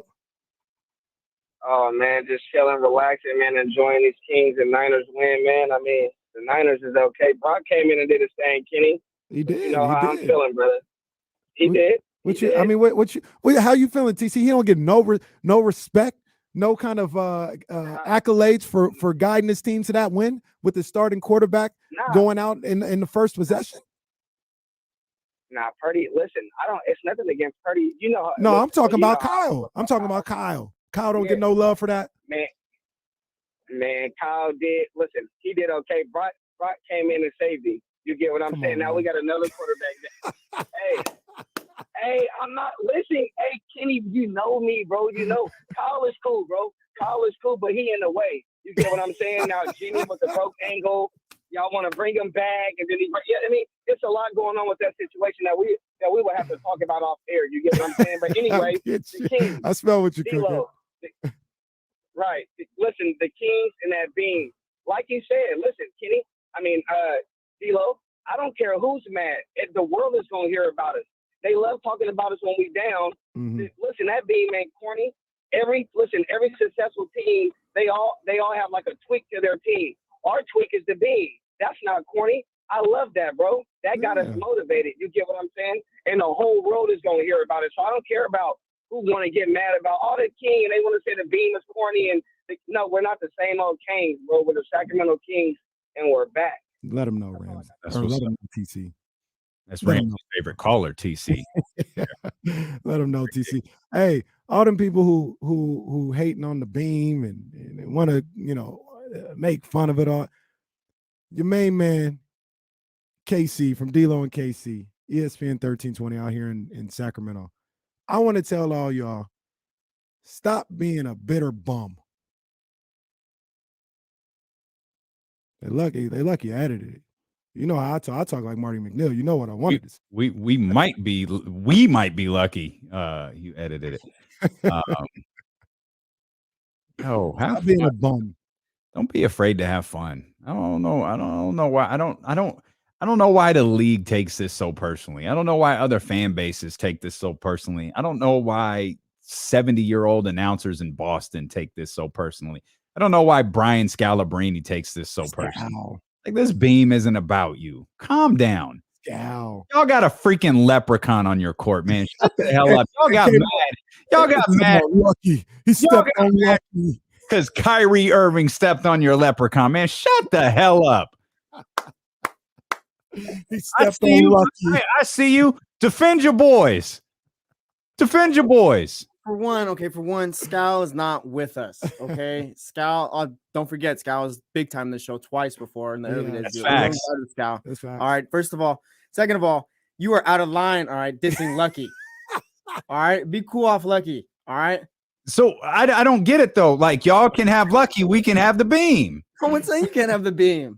I'm Jesse, just saying, you're announcers. I His speak boy- for Celtics fans. Brian Scalabrine doesn't. I speak for the Celtics. All right, me from Modesto, California. I'm the Boston Celtics spokesperson here in Okay. Sacramento. Okay, We are fine with the beam. We have no issues with the Kings. got you. All Well, right. Scal, All right. stop being a bitter bum, and worry about Lucky. Lucky, I love that they're bothered. he by stepped on Lucky. it. Although there's like 90,000 steps on Lucky throughout the entire game. But Yeah, but you can't do it after the game, Kenny. Yeah, that's the best. Like some do stuff on a stupid logo. Like, oh You my do it god, after what the is this on game. record for? they play on the logo. There's blood, sweat, and tears on Lucky, but you can't step on him after the game, Kenny, with your stupid beam. Hey, that boy Kyrie stepped on Lucky. That dude pissed off a whole city by stepping on a basketball court. He stepped on Lucky. He ain't gonna be doing it at Nikes no more. But he stepped Oh, on Lucky. Oh, R.I.P. It's so funny. I feel like the relationship between Kyrie and Nike has ended like 7 times. I guess they put out an announcement that they weren't going to re-sign him, and then that was just that. They were going to finish the deal. Mhm. But then they suspended him, and then now they've terminated him. It's been a roller coaster with Kyrie and Nike over the last year. Yeah, roller coaster. Teams with the best odds to sign Baker Mayfield. Hmm. Jackson's in third best odds, plus 800. Rams, Colts, plus 600. The San Francisco 49ers lead the way, Come on, man. plus 200. Hey, man. I was thinking about this today, and I was like, the 49ers signing Baker would be the equivalent of the Kings trading or signing Draymond Green for me. And I was like, well, maybe it's a little worse Yikes. because I actually look at Draymond, and like I've always said, he does things to help teams on the floor. You know, he does. I think it's a little overblown. He's always kind of running his mouth, whatever the case may be. But he's a good defender. He's a good rebounder. He's a good facilitator of the offense and things that he does good things to help your team win. The hell does Baker Mayfield do? Yeah, I don't know. And I like Baker. And I don't even know why. I think I like his commercials more than I like him. Now that is what he does do very well. His commercials are A1. Let's get Brandon in here. 916-909-1320. Brandon from all the way in Arkansas. B, what's good? Hey, Lil Rock, stand up. What's going on, baby? I was just going to talk a little bit about Malik. He grew up about 20 miles from where I live, and Austin Reeves grew up about 20 miles from where I live. Both these guys are in the NBA now, and they're doing something. And we hadn't had anybody in this area since D'Angelo Williams for the NFL to like represent Northeast Arkansas and play like they play. I want to ask you guys, if you see what I see, do you see Malik being an all-star someday? I'm gonna check out. Well, and we appreciate you checking in, man, all the way out. That's dope, man. Big love. So there's 2 things that go on for me. Talent-wise, he has the capability, talent-wise. Mm-hmm. His role in the league, I don't know if they match up with his talent. Like, I don't know if he's ever going to have the role that will match up with his ability. You know, if that makes any sense. Like, I think would have to amplify. His role would have to amplify, and I'm not sure, you know, if he's going to ever get that opportunity because he is a bit of a tool. He's not your point guard. There's a belief that he's too small to be a shooting guard. So to have him out there 37 minutes a night, you know, playing, you know, your starting position, I think that's been the hang up with a lot of people with him in this league is I don't think they don't think he's capable of that, but maybe I'm the wrong person to ask. I think he's got the skill to, you know, be able to do it. And you have to play out of this world to make the all-star team from a bench role. Mm-hmm. It's certainly not unheard of. It's just really, really difficult. Who was the last guy to do that? I'm sure somebody has, but if anybody knows out there, last primarily bench player to make the All-Star team. Yeah, I I remember there was some buzz about Lou Williams and Jamal Crawford, during the height of how they played. I don't think it ever happened. Oh, the chat saying Manu. Was that really the last one, or is that just the first one that's coming to everyone's mind? Because I obviously thought Manu was like, wait, was Manu really the last one? Was James Harden an All-Star in OKC? Oh, that's a good question. Part of me feels like he might have made it. Everybody just hang tight. I'm Googling. Hang tight. Hey, Rory's back in here again. And didn't Barry Horowitz all the time. Didn't I say this was my concern when he signed? Rory says the bigger question is, will the Kings be able to re-sign Monk? They won't have full bird rights since he signed a 2-year deal. And I remember before the season started, I was like, you know what?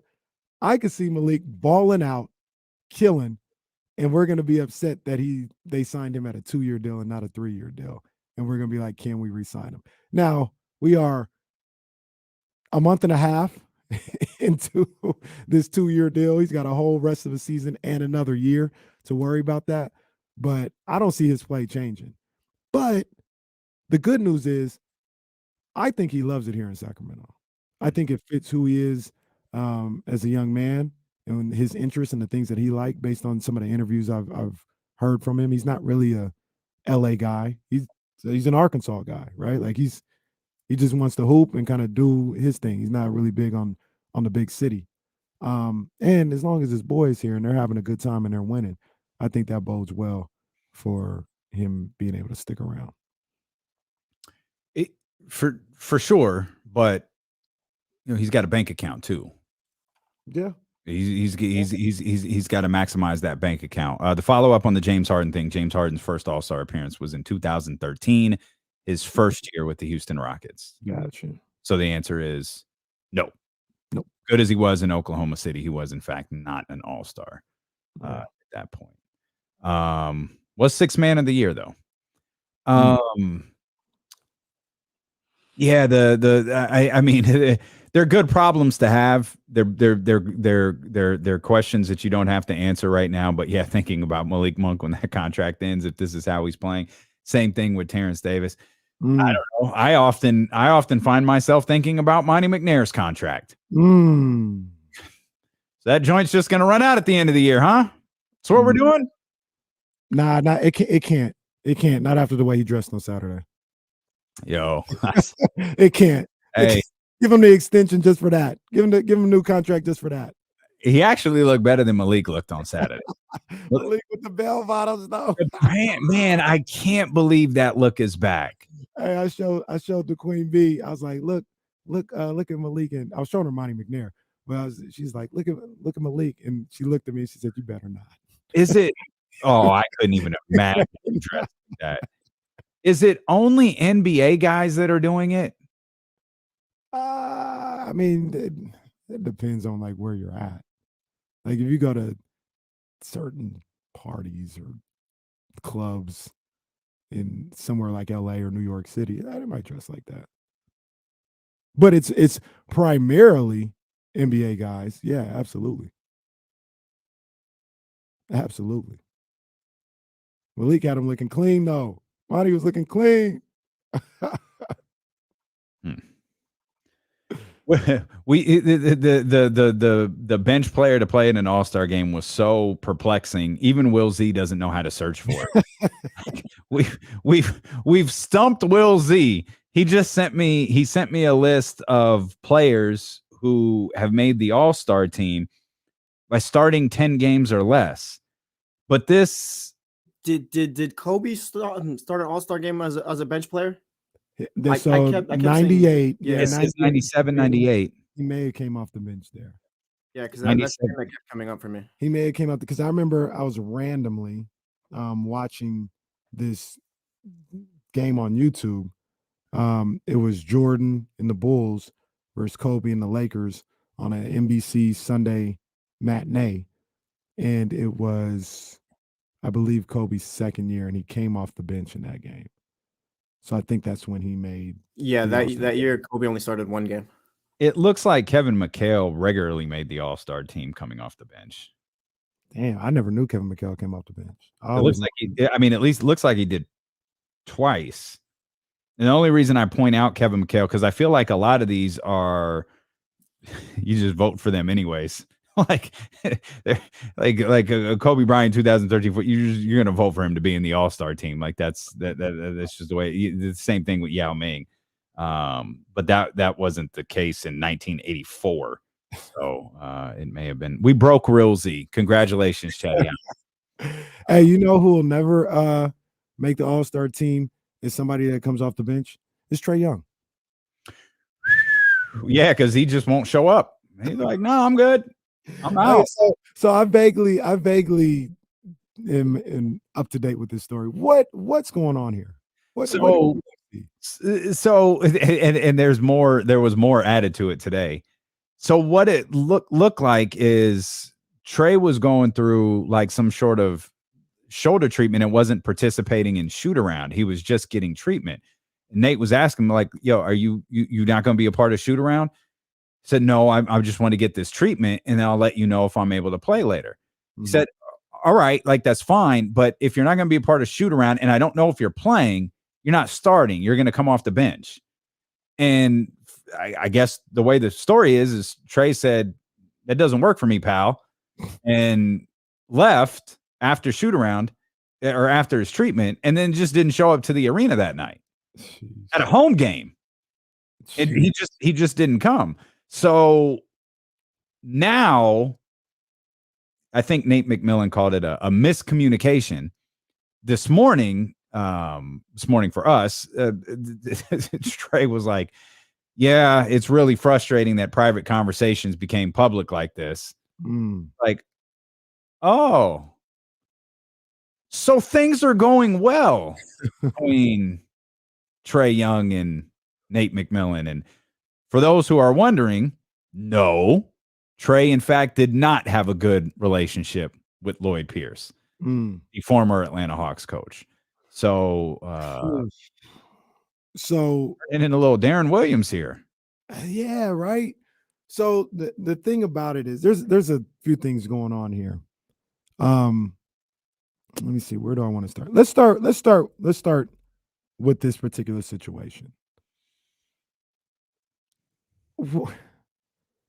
Do you think Nate was doing a little too much? The situation in itself.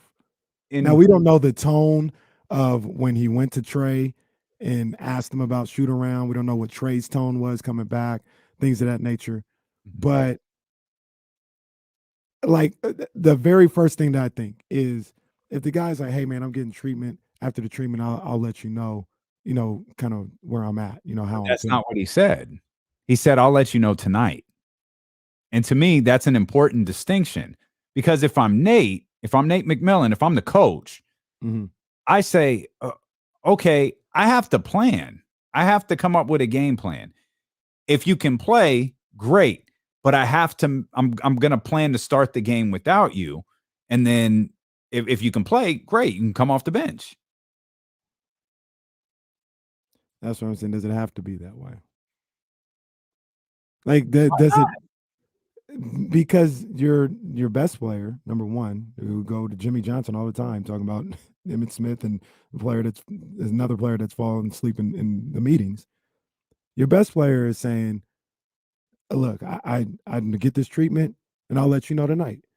If I'm Nate, and here's the other thing: we don't know how many times this has happened, but if this is one of the first times that it's happened, that's a caveat that's important as well. I'm gonna be like, all right. And I'm going to just really figure out two different ways. If he plays, he's starting, and this is how we'll go about it. If he's not playing, such and such is starting, and this is how we'll go about it.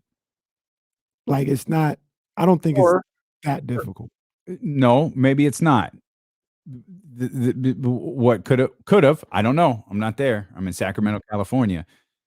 Maybe Nate McMillan's like, dude, you're a jackass. I'm not dealing with you anymore. You're either going to play or you're not. I'm saying, Like, like if you're not going to play, like, fine. If you don't know, cool. But like, I have to plan. My job is to win games. Mm-hmm. And I'm going to put together a plan that you're not a part of. If you're here, great. It's easy to get you involved. Mm-hmm. It doesn't sound like this is, again, reading the tone of the Athletic article. This didn't feel like it was new. Mm-hmm. It wasn't like, oh, we're stunned to hear about Trae's interactions with Nate McMillan. No, it was like, oh, okay, it's bubbled over now. Right. And that's the caveat. That's the caveat that I talked about. If this was a first time, second time thing, then maybe you handle a little different if you're Nate. If this has kind of been brewing and he's been big time in the situation, in the past, I absolutely can understand Nate saying, I'm not doing this dance with you no more. Like, I'm not. So I get that. So there's that. The other thing about this is, when did Trae, and even more notably, DeJounte Murray, when did they become so unlikable? Because I got to be honest with you. I root against those guys. And, I like Trae Young. DeJounte Murray has just been an ass. Yeah, DeJounte seemed to have flipped the script the second he took off his Spurs uniform. My goodness. Did you remember see Summer League? Was it Summer League with him and Paolo? Yeah. Did you see what he did the other night with the Rockets? No. The guy, DeJounte Murray, who was the player? It's not important. But DeJounte Murray goes up for a three and holds the follow through up. Guy contests the shot. And after he contests the shot, he's standing right in front of DeJounte as he's holding his follow through up. DeJounte makes the shot and slaps the defender on the top of the head. Oh, I did see that. I said, what the hell? I did see that. The hell is this? Mm-hmm. And then they were yapping the whole time. The funny thing about it was they end up blowing a lead and losing a game to the Rockets. Uh-oh. But them and crazy Kevin Porter Jr. and Jalen Green and Trae Young and DeJounte were getting into it. Like, they got into it during that game or whatever. And I'm sitting here, I'm like, yo, I would take it old school. I'm not gonna lie. These are the things you don't like. I know. But if I was the big man for the Rockets and DeJounte did that, I'd tell Jalen Green, I'd be like, hey, when you guard DeJounte, let him go by you real quick. I'm gonna meet him at the rim. Oh, you could hit him with a clothesline from hell, like what happened to Domantas Sabonis yesterday. That was crazy. Sabonis caught a straight clothesline from hell, like he was in the ring with Ron Simmons. The APA close. Like, how is that a thing? Yeah, but no, DeJounte, they just become so unlikable. And then now you got this story right now with Trae Young and Nate McMillan. And damn, I don't know when they became so unlikable, but line from the Athletic here, KC. For the Hawks, this issue was a microcosm of tension that exists among Young, McMillan, and the locker room. The Hawks have held multiple team meetings early this season to resolve various conflicts. Sources with knowledge of the situation say. Sam goes on to reference Young's strained relationship with Lloyd Pierce, and then notes it's the latest sensitive situation that has caused many people with the Hawks to question Young's leadership approach. It's all coming back to me now. So, okay. I should have known something was up with Trae Young when he said it was hard for him to get up for a regular season game. So my question to you was, who are you, sir? Was Trae ever really likable?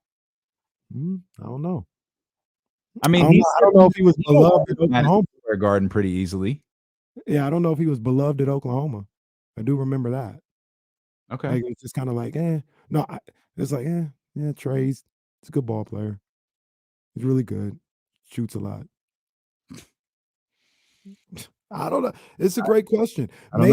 Maybe the comparison that we always do is more apt than we even know.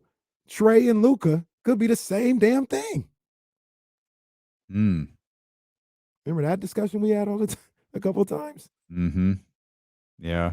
They could be the same damn thing. Yeah, but I don't like the Hawks, man. I don't like the way. Well, I don't like the way Trae Young and Kevin are going about things. Kevin Herter kind of subtly said something Mm. early this season about, he never mentioned Atlanta or Trae or anything like that, but it was something about playing with a ball dominant guy and the difference in him being able to play without a ball dominant guy. Mm-hmm. I wonder who he was talking about. Mm.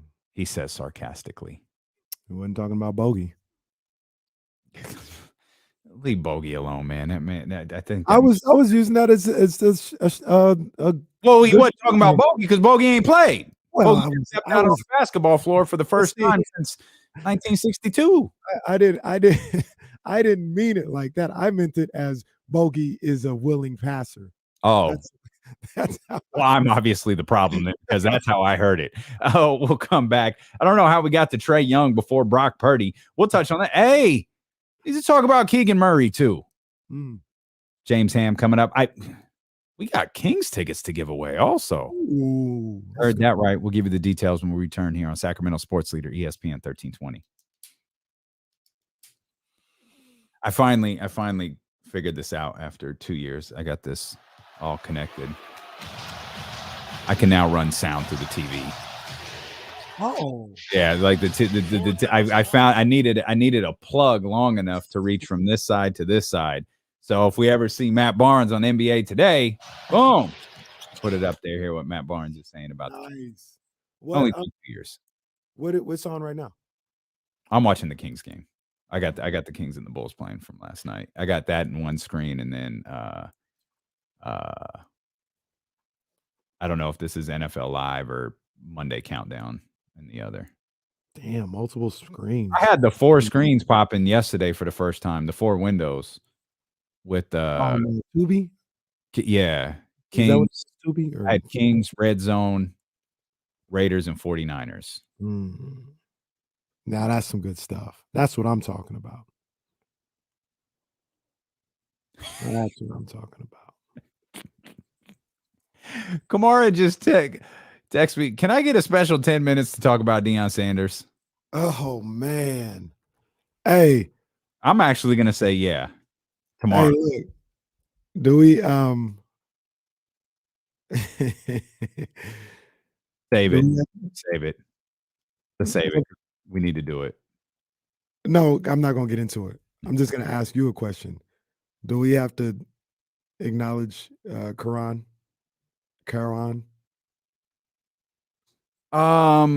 You yeah, sure. He said this was gonna happen from the first day. He did. He did. I just don't understand why it's that big of a deal. I get both sides. Like we'll talk about tomorrow, but I get both sides.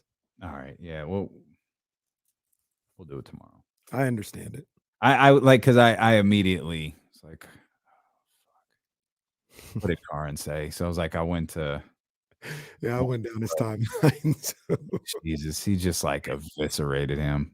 He was taking that victory lap. Which he does regularly, but yeah, he won't take the victory lap on. When I told his ass Kevin Herter would love it here. Seems like Kevin loves it here. No, ain't said nothing since. I put this game on. Never really looked at it. Do we have a call of the day? Jesse, yep, we're good to go. Okay.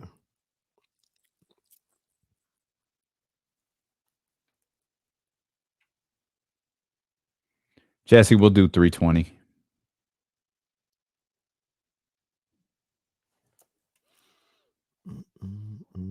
Good to know there's tickets available for that, because that's the one I'm going to have to find 8 of them to. That's the game I'm going to have to find 8 tickets to. Who they playing? Wizards.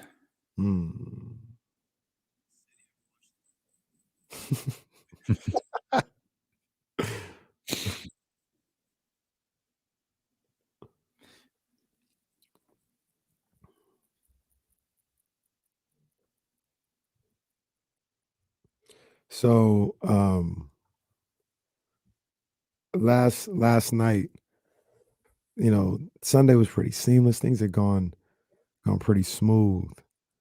And it was about, I'd say about 10:30 or so.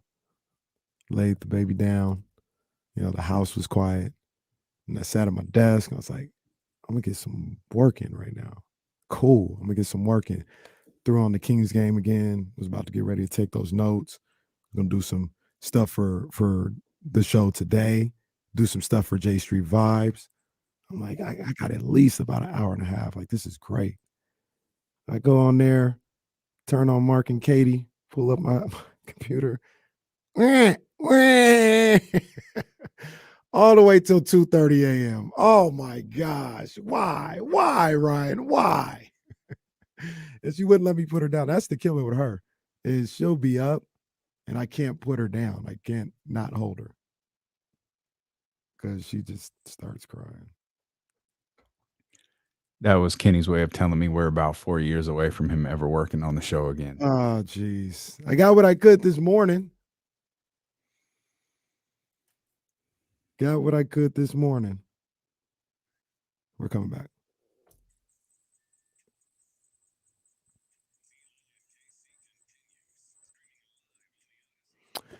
Hey, real quick, can I give a little announcement? Just something good going on in the community and with the Sacramento Kings. I came across my timeline.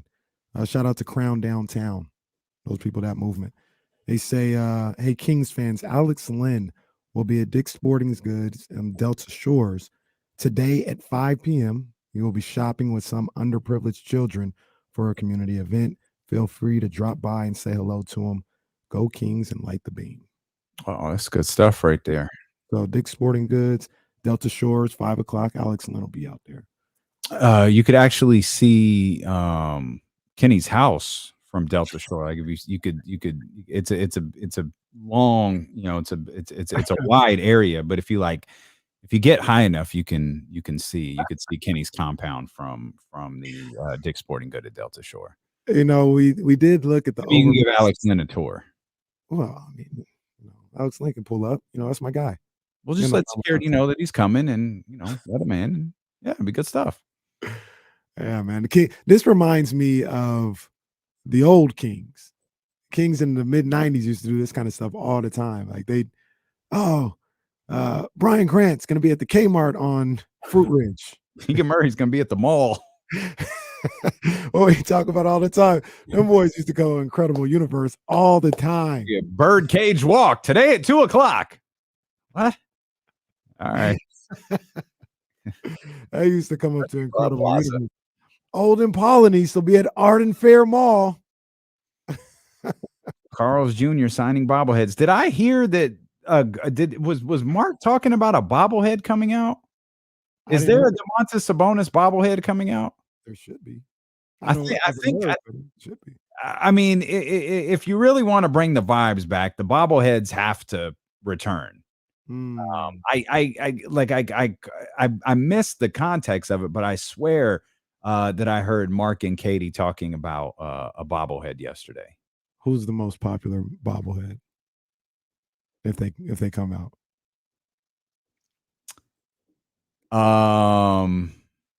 man, it might be Malik. I was saying the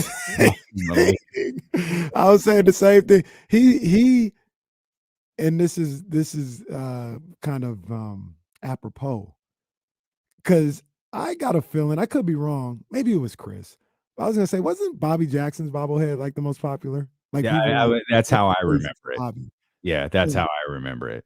And no shade to Chris, Mike, and it's not to say he was the best on the team, but they loved Bobby. They still do to this day. And I feel like Malik is growing that right now. Good call from Jesse. Throw a Band-Aid on the Malik Monk bobblehead. It's over. It's over. I also sneaky remember the bobblehead actually looking like Bobby. Yeah. You go back and you look at the other bobbleheads, it's like, who the hell is that? But then you looked at, oh, there's Bobby. I know that's Bobby. I don't know what the hell the rest of this is. But that's Bobby right there. You're like, well, why did they have a bobblehead for Patrick Mahomes? Oh, that's a bonus. Now, Patrick Mahomes in the Kings uniform is weird. 916-909-1320. Oh, let's get our man Mitch in here. Mitch, what's happening? Hey. Oh, how we doing, Damon? Wait, let me take the mask off. I think you're safe. Yes. Let me take the mask off. Oh, okay. You're being safe. You're being safe. I got you. Damon, how you doing? I'm good. I'm good, Mitch. How are you? Pretty good. Casey? I'm good, man. Niners won, man. So I'm good. You guys lost Trae yeah, Turner too, so that's great too. Well, I know. Judge hasn't signed with the Dodgers, but now with the Giants, so I guess that's good. You said something before, a bench play. There's some hope. And that's a Joe's concern. There's hope. Oh, is it Jimmy Cagney too? That 1%, not even. That a bench player can become a Hall of Famer. Yeah, it's good. Yeah, those are good points.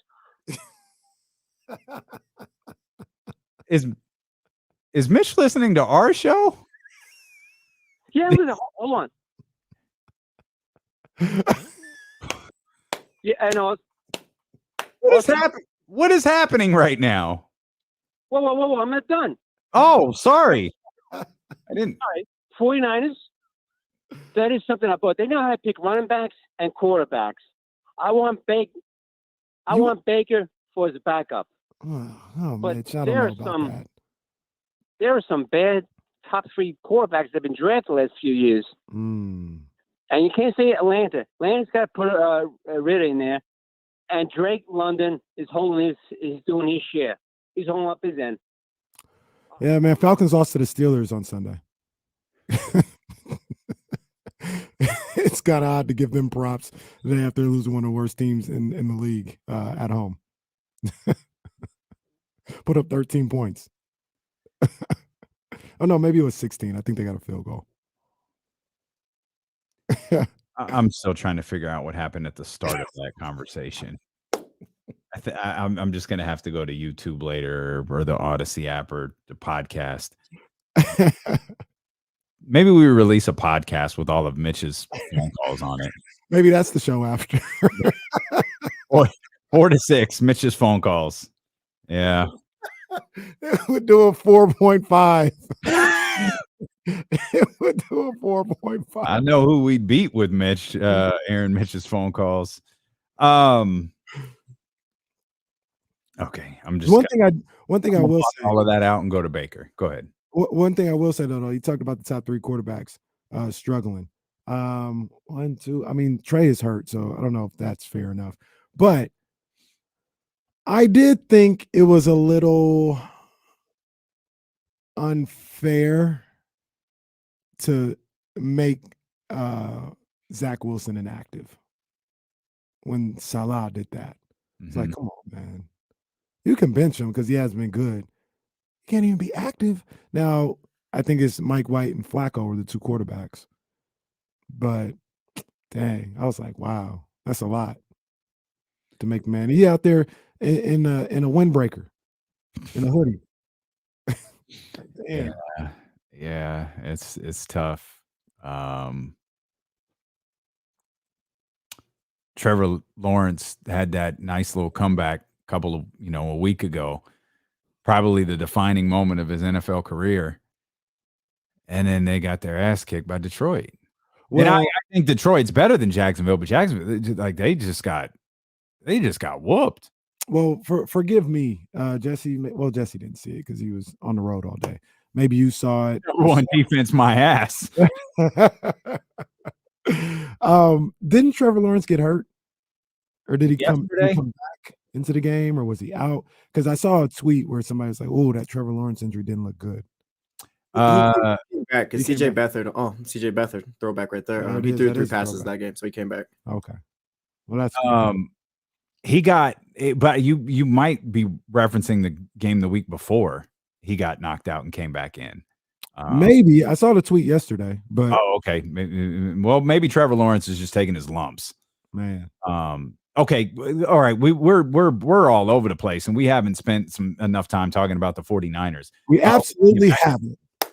We're absolutely. I want to talk about Keegan Murray. I want to talk about because Mark and Katie were talking about this yesterday. The decision for Mike Brown to leave Keegan Murray in the Clippers game on Saturday, and what that may have done. So I want to talk Keegan Murray. I want to talk about more about De'Aaron Fox as well. Write down for me because I thought I had the notepad in front of me, but I don't. When Nothing's we in front of you in that room, but a bunch of machines. Mm-hmm. Trade. Just say trade. Kings trade. Oh my! Oh, there's a tease. All right, got it.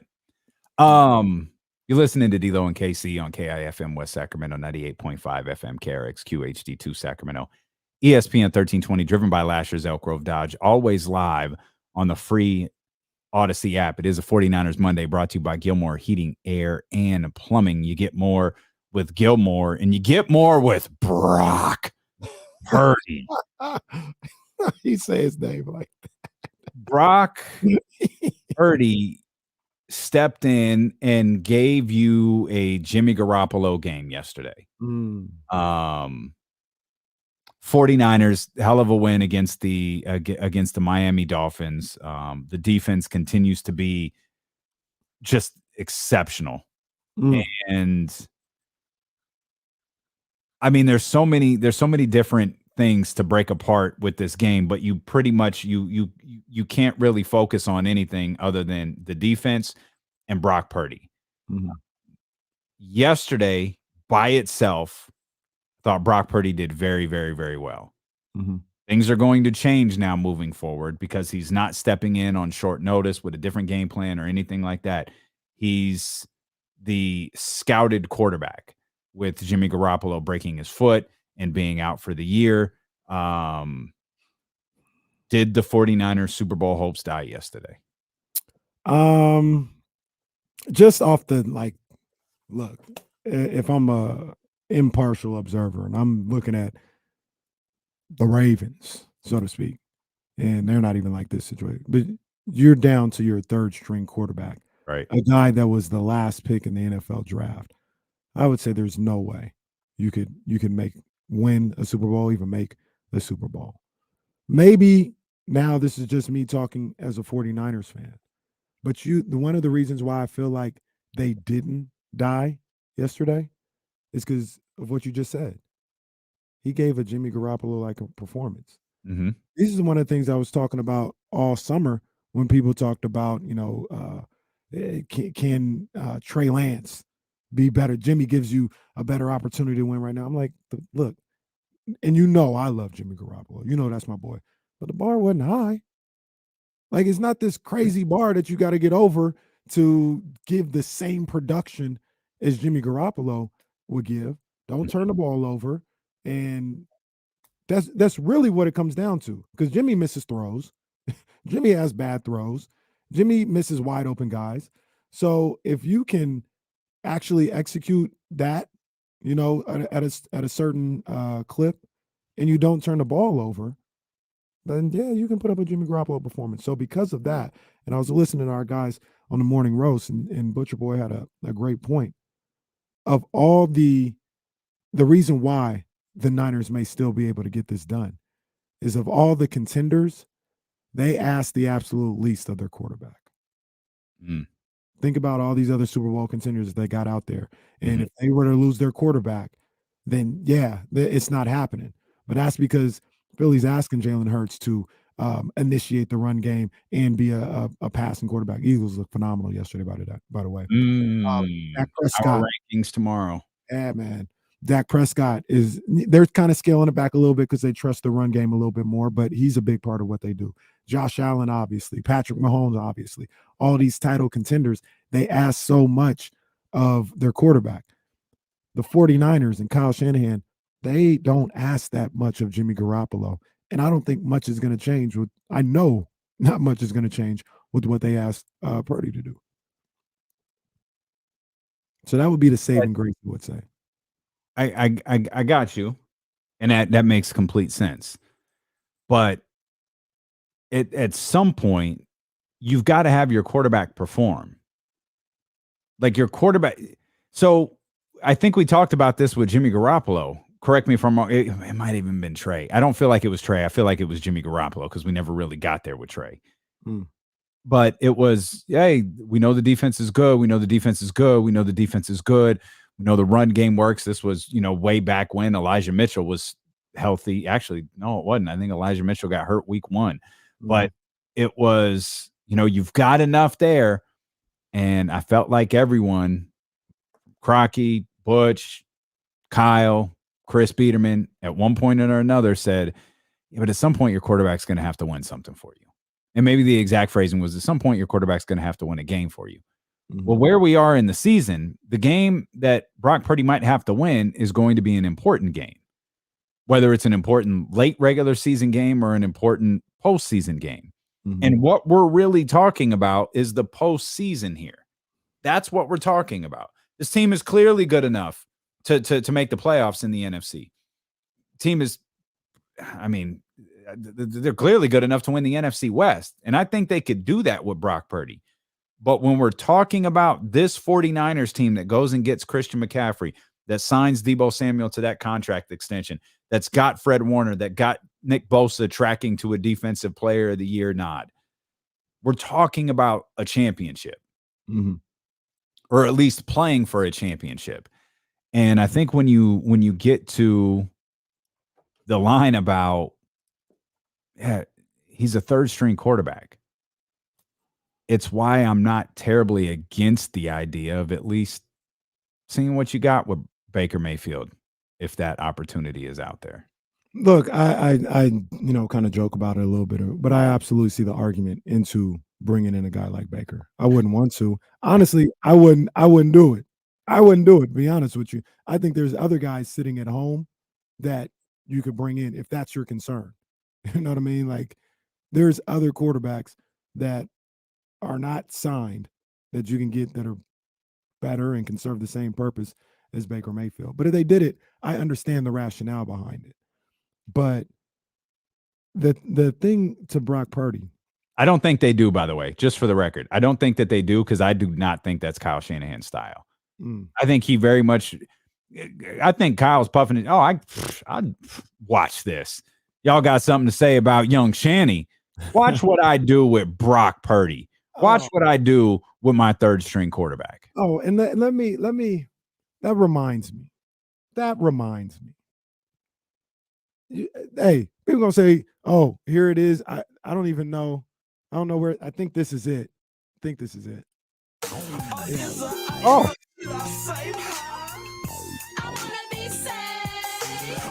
People are gonna say, "Here I come, saving Kyle Shanahan." And maybe I am. But I remember all the ridiculous takes that we heard after week 2 about how Kyle Shanahan had coaching malpractice with running Trey Lance. And he didn't care about Trey Lance. He was going to run him into the ground. And Kyle Shanahan got him hurt. And I remember we played the clip of him in the postgame that game. And he kind of went at, whoever, because, that was a lot. He was like, yo, you need to watch Josh Allen. They do this all the time. Or, watch more football, essentially is what he hit him with. And he was very defensive about maybe the most defensive we've ever seen Kyle Shanahan. I also don't think he particularly liked that individual who asked the question. Well, there's that too. If memory serves me correctly. There's that too. But it was going everywhere, from your wake up shows, the radio show. Kyle Shanahan got Trey Lance hurt. It was malpractice, yada, yada, yada. First of all, Jimmy Garoppolo was a pocket passer, broke his foot. I thought he had broke his ankle. Either way, but, he was in the pocket. There was no running play there. There's that. And then, I don't know, Jesse, I don't know if you saw it. If you're like me, you wouldn't have seen the highlights at all from last night. So maybe you didn't see it. Damien, I don't know if you saw it. Did you guys see what happened to Tua on the fumble touchdown? Oh, my God. if luckily nothing happened to him. He's fine. He's not hurt or whatever. I can't believe he's not hurt. That was vicious. Bosa comes in, strips the balls, diving at his legs. I think it's Embucom comes in from the top and just they fold him like this. Oh, bad. And the only reason we're not talking about, thank God, I'm glad we're not talking about it in this way is because he didn't get hurt. But that could have been that's tough to watch, and I know he didn't get hurt. Yeah. So I say all that to say, all that Pilates, right. yoga. I say all that to say all the talk. I just thought it was so reckless and ridiculous from people who are respected to sit up here and accuse Kyle Shanahan of getting this guy hurt. It's football. It's the game of football. Football is extremely violent. We sat down there on the sidelines at the Sac State game, and we saw the way these guys hit, these college guys hit. And we said, look, when they invented football, they didn't invent it for these guys to play like this. This is the game. And that's just something that went through my head really after the Tua play, because that was, I don't even want to look at it, and I know he didn't get hurt. But that, I thought it was so out of pocket for people to put that on Kyle Shanahan when Trey Lance got hurt. And now Jimmy's hurt, and we see it all the time. The play where Tua didn't, where Bosa got the personal foul for roughing the passer, that was dangerous. And these things happen all the time, every play. So what's sparking this reaction from you? The Tua play? Yeah, the Tua play kind of hit me because that could have been. And so to sum up your point is it's just football. This is what happens in football. Didn't get Trey Lance. Right. We didn't say that. No. And I think we were pretty adamant from jump. That's a bit ridiculous. When you're taking advantage, and I think that's what when I started my backing of Kyle Shanahan, which I feel like I've done a lot this year. It's your boy. It very well may be, because it was like, isn't that what you drafted him for? Isn't this what you like? Isn't this what you need in your offense? Like, how are you taking advantage of his skill set and getting him hurt? I don't quite understand. That was a rant. Thank you for letting me rant, but that's all that was. But we can get back to the game. Well, no, it was all part of the game, and the fact is, a second starting quarterback went out injured. I think it is football, but man, it feels like this version of the 49ers team over the last couple of years, they suffer massive injuries on the regular, and I mean, I don't know that there's any warm-up routine that Jimmy Garoppolo could have done that would have resulted in his foot not being broken. But man, it feels like this team suffers catastrophic injuries regularly. Yeah, man. Yeah, it's tough. It's tough. I tell my buddy all the time, man, I hate football. I hate football, man. I can't ever just go out there with the team that's been assembled and just play. Somebody always got to get hurt, and obviously, I'm just a fan watching. I feel bad for these guys who continue to go down. And I feel bad for Jimmy.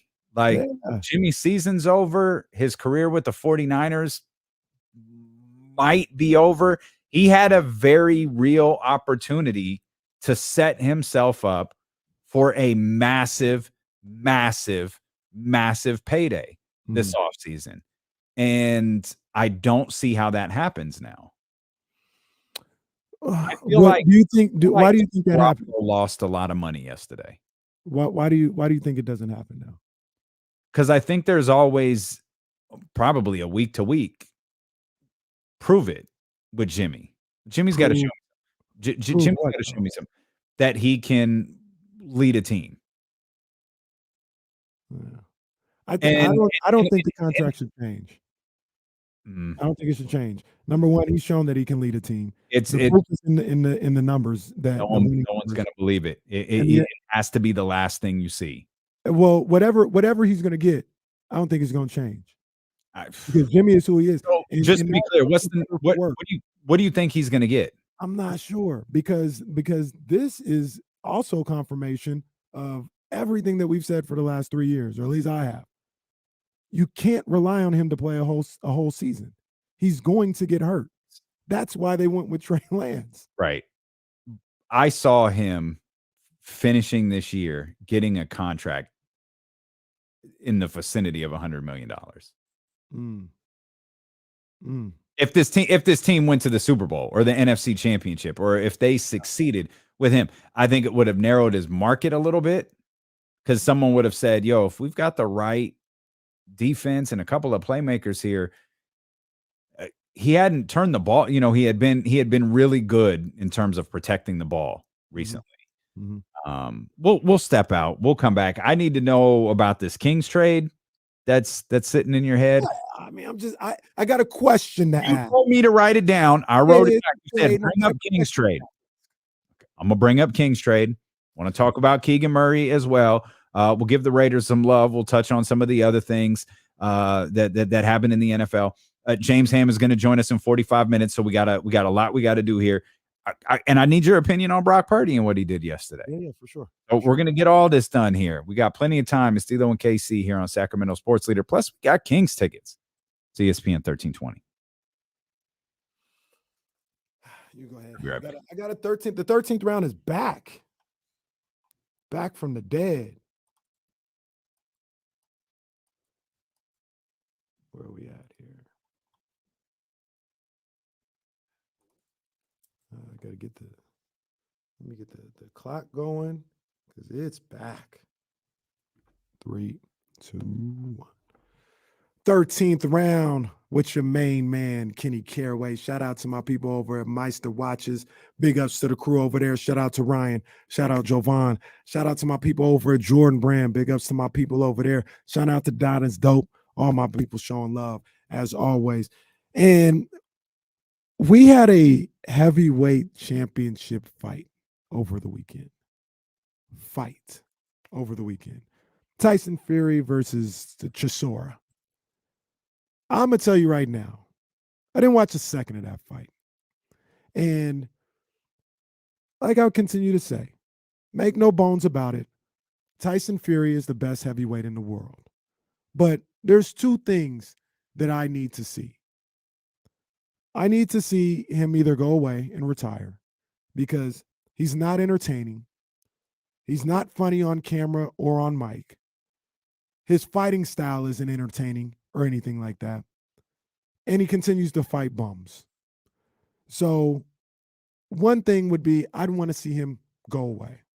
I don't like Tyson Fury. Once again, not disputing his greatness as a boxer. Those things are not mutually related. They're exclusive of each other. He's a great fighter, but I don't like him. And I'm sick of him being around here running his mouth in all his fights. The other thing that came about this weekend, and I was kind of thinking about it, and I was against this for a lot of the time, but why not Fury Wilder 4? Now, I don't believe that Deontay Wilder can beat Tyson Fury. I think it's a bad matchup for him. But when I thought about it a little bit more, one of the great moments in all of boxing that we've ever had was a fourth fight from Juan Manuel Marquez and Manny Pacquiao. And Deontay Wilder has shown that he can get to Fury, hurt him. Can he keep him down? We don't know. But if he's going to stick around, I definitely don't want to see him fighting no Tresoras anytime soon. I don't even want to see him fighting Usyk. I really don't even care about AJ. It's either Wilder or go away. And that's the 13th round.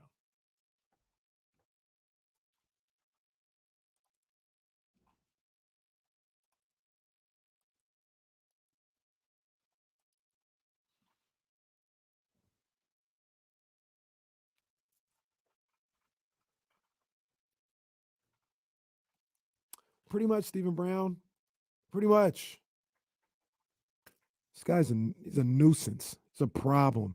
Get him the hell out of here.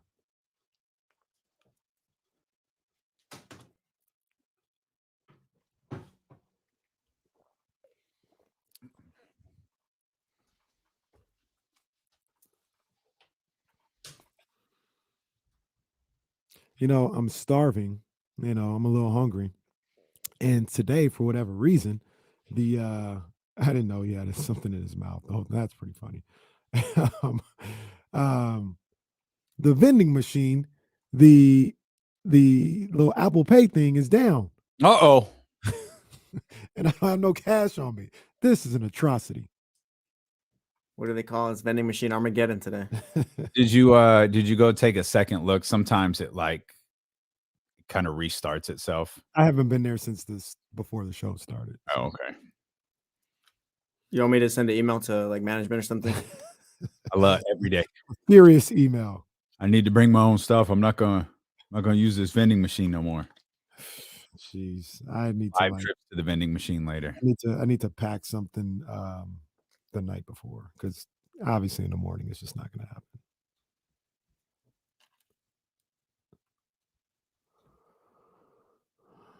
It's a good question, Damien. This is for you. Oh man, I don't like it. Not a fan. It's a good call. It's a good call. Eddie Hearn could kick rocks.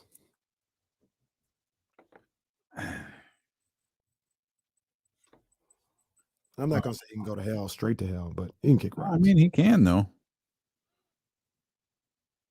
He can.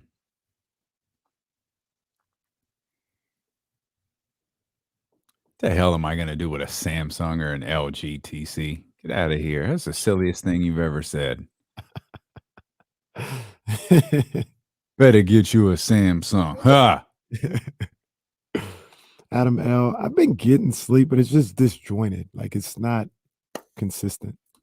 It's all over the place.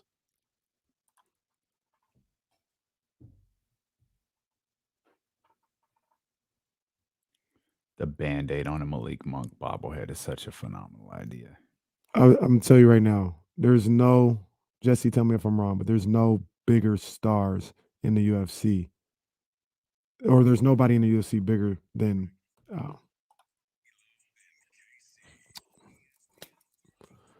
I'll finish that off because Damien doesn't know when we're coming back. So I just heard the rejoiner, man. What are you talking about?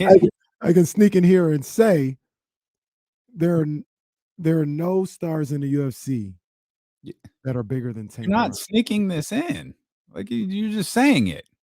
There's no bigger stars in the UFC bigger than Tank and Ryan Garcia. Okay. Sounds right, yeah. That's fine. There's a lot of stuff that happened this weekend that we didn't get the opportunity, and we aren't going to get the opportunity to discuss today because we've got Kings tickets that we're giving away 1 hour from right now. The Kings in Washington take on the whole District of Columbia, and we've got those tickets coming up in an hour. We got James Ham set to join us in about 40 minutes. We're not going to get an opportunity to talk the college football playoff today. We will tomorrow. Mm-hmm. Coach David Patrick's going to join us, and we got to talk about Deion Sanders as well. We're going to dive into all of those things tomorrow. But we're coming off a weekend where the Kings win a couple of games. The San Francisco 49ers, they win again. I think this is their 5th straight. Of course, they lose Jimmy Garoppolo for the season. Before we, Keegan Murray, De'Aaron Fox, this Kings trade. These are all things that I want to get to. But as we kind of wrap things up on the 49ers, how did you think Brock did yesterday? I thought Brock did really well. I really did. And I was critical of him, critical of people in the preseason who were like, "Yo, I kind of like this guy, Brock Purdy," and I was like, Brock Purdy. No, wasn't impressed. And to be fair, he didn't do anything bad in the preseason, but I didn't see anything that made me be like, "Yo, I want to see more from this guy." He was just kind of there, and I think I have a tweet at one of his first drives where I was like, "Yo, his arm strength is already in question. Like, looked like he was throwing soft out there." Somebody brought up a good point. I wish I remember who it was. It's like, like he doesn't have a strong arm, but I think it's more of a fact that he's throwing the ball late more than anything. And as the game went along and he got more comfortable, he made some really good throws. Mm-hmm. He made some really good throws. That drive at the end of the half to get them into the end zone, man, he made some big time throws in that one. I am interested in Purdy. I'm not gonna just completely write off everything that comes with him as far as like I said, if I was just on the outside looking in and talking about Brock, I was like, yo, the last pick of the draft, third stringer. Like, I'm not going to just act like that doesn't matter. But I will go off of what I saw. And that's all I can go off of. I don't know if he's going to be able to play like that or if it's going to be way worse moving forward. If he plays better, I don't know. But if he plays like he played yesterday, they can win a Super Bowl. I will tell you that. Is he capable of doing that? I don't know. But if he plays the way he played yesterday, 49ers absolutely can still win a Super Bowl. He looked really comfortable yesterday, which is, probably the most positive thing I can say about him. He looked really, really comfortable, and he fit seamlessly. Like it worked. It didn't even look like there was a drop off. I wonder how different it'll be next week when, like, I have never been in this situation, but I'm going to guess he didn't even have time to get nervous. It was like, Jimmy's down. Oh, Jimmy's like down. Hey, get your helmet. Go throw the ball 3 times to somebody and run in because we need you right now. You don't even have time to be worried at that point. You've got to run out there. You got to play football. You got to remember the calls. You're in the flow of a game already. Now you got press conferences. You've got practice.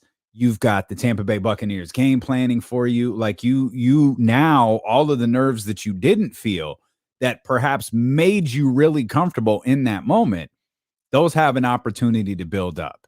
And I don't think he's going to start that Tampa Bay game the same way he started this one. I think he could settle in and play the same way that he played. And I agree with you. If that was a Jimmy Garoppolo game yesterday, that's a Jimmy Garoppolo stat line. That's and I think this is your morning roast line.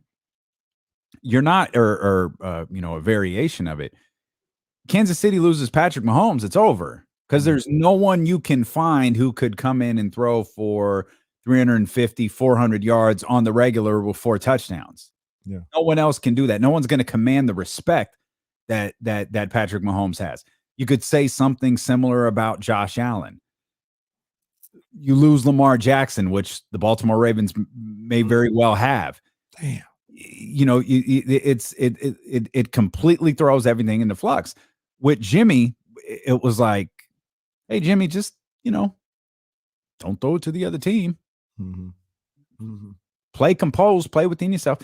You do the same thing with Brock Purdy. Again, and I think it's an insult to Jimmy Garoppolo to think that Brock Purdy can do that, by the way. Brock Purdy's a third string quarterback for a reason. And so if he can do that on a week-to-week basis, you're right. The thing is, I don't think he can. Just based off of he's a third quarterback. Like if your argument, and I believe it has been, is that Jimmy Garoppolo is at worst a middle tier quarterback, like right smack dab in the middle, 14, 15, 16, somewhere around there. If you're ranking quarterbacks, that's where Jimmy Garoppolo is. To think, and he's a backup, to think that his backup can step in and be 14th, 15th, or 16th is crazy. See, I don't. What was the kid's name who played for Dak Prescott for a minute? And it looked really cute for like 2 games. And then it wasn't anymore. And it was like, well, okay. Cooper Rush, is that what? Is that it? That's who it was. Yeah. Is there a quarterback controversy? And then by the 3rd game, it was like, no, there's not. There's very much not. I think, that was a big win for the 49ers and for the Dolphins. I don't know that carries. I don't know how far that carries over. I really don't think it carries over into the postseason. Well, the thing about that, though, with Cooper Rush is, number one, I think Kyle Shanahan is a better coach than Mike McCarthy.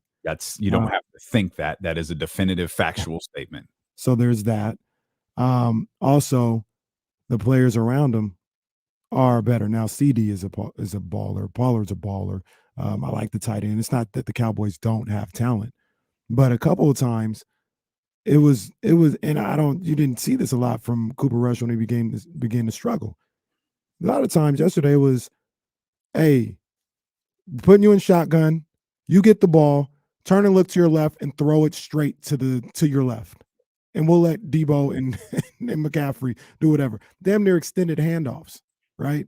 It wasn't, and I think there'll be a lot of that, right? There'll be a lot of that. Or, we'll scheme some stuff to get you some one-on-ones and things of that nature.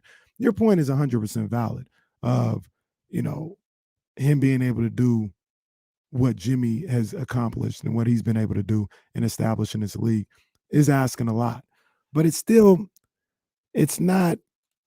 a lot. It's really not a lot. Just don't turn the ball over. We're going to do what we can to get you to 3rd and 3 a lot of the times. And just make sure you don't flip the field. Like, make sure you don't give the defense a short field.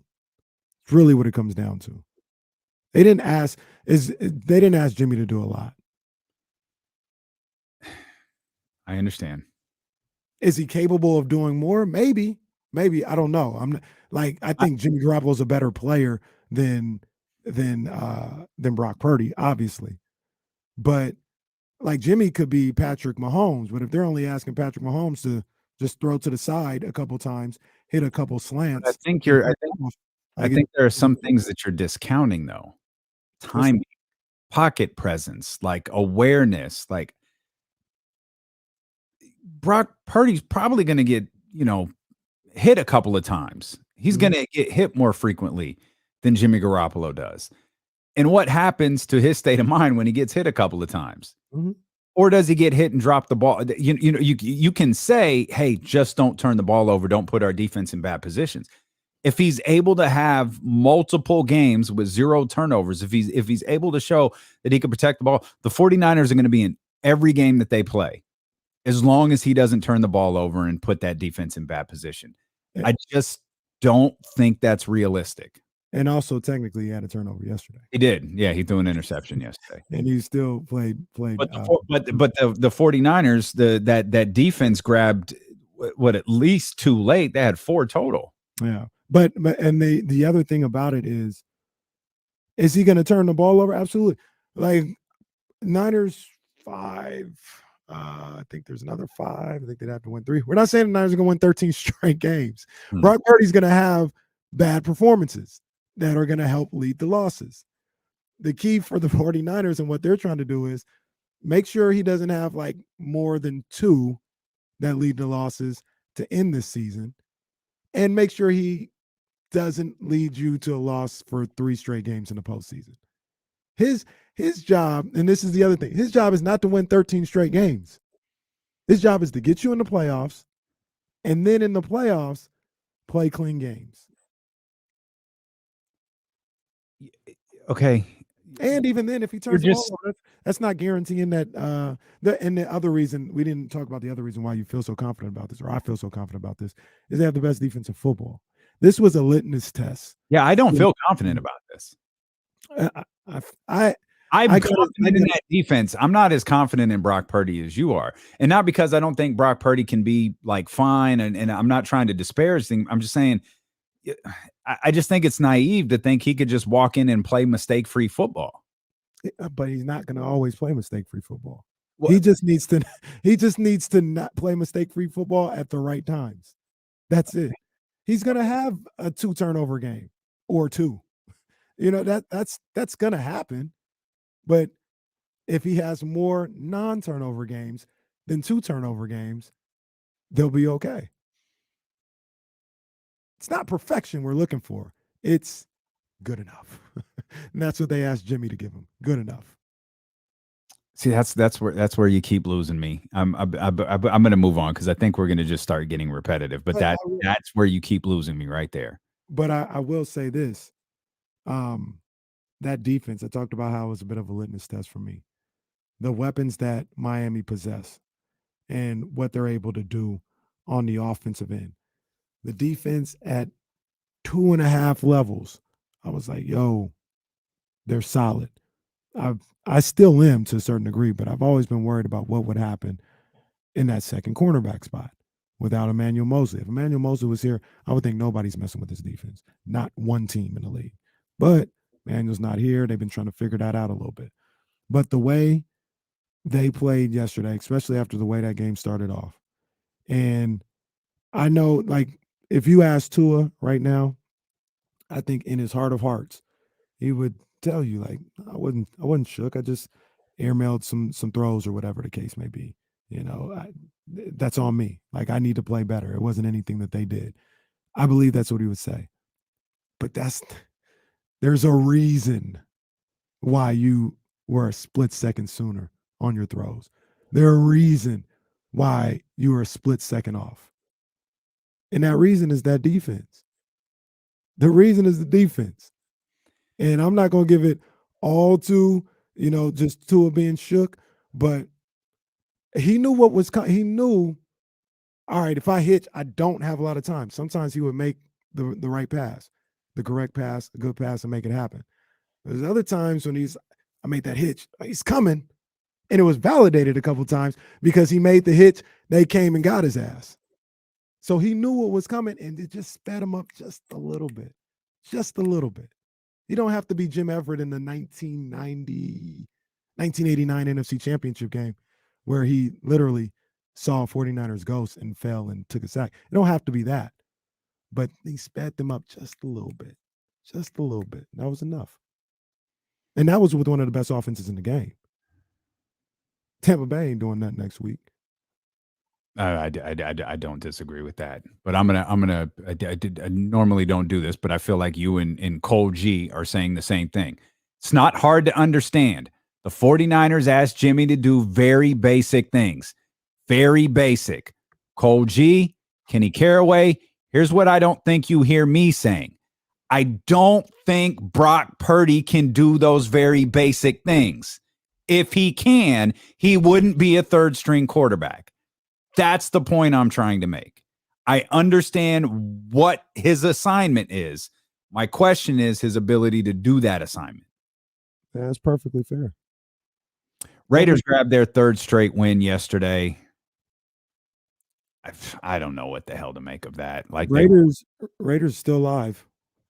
They are. I looked at the schedule. They are. They better get something cooking before those 2 weeks, those last 2 weeks of the season. If they were in the NFC, I would think 9-8 can get them in, so they'd have room for one loss.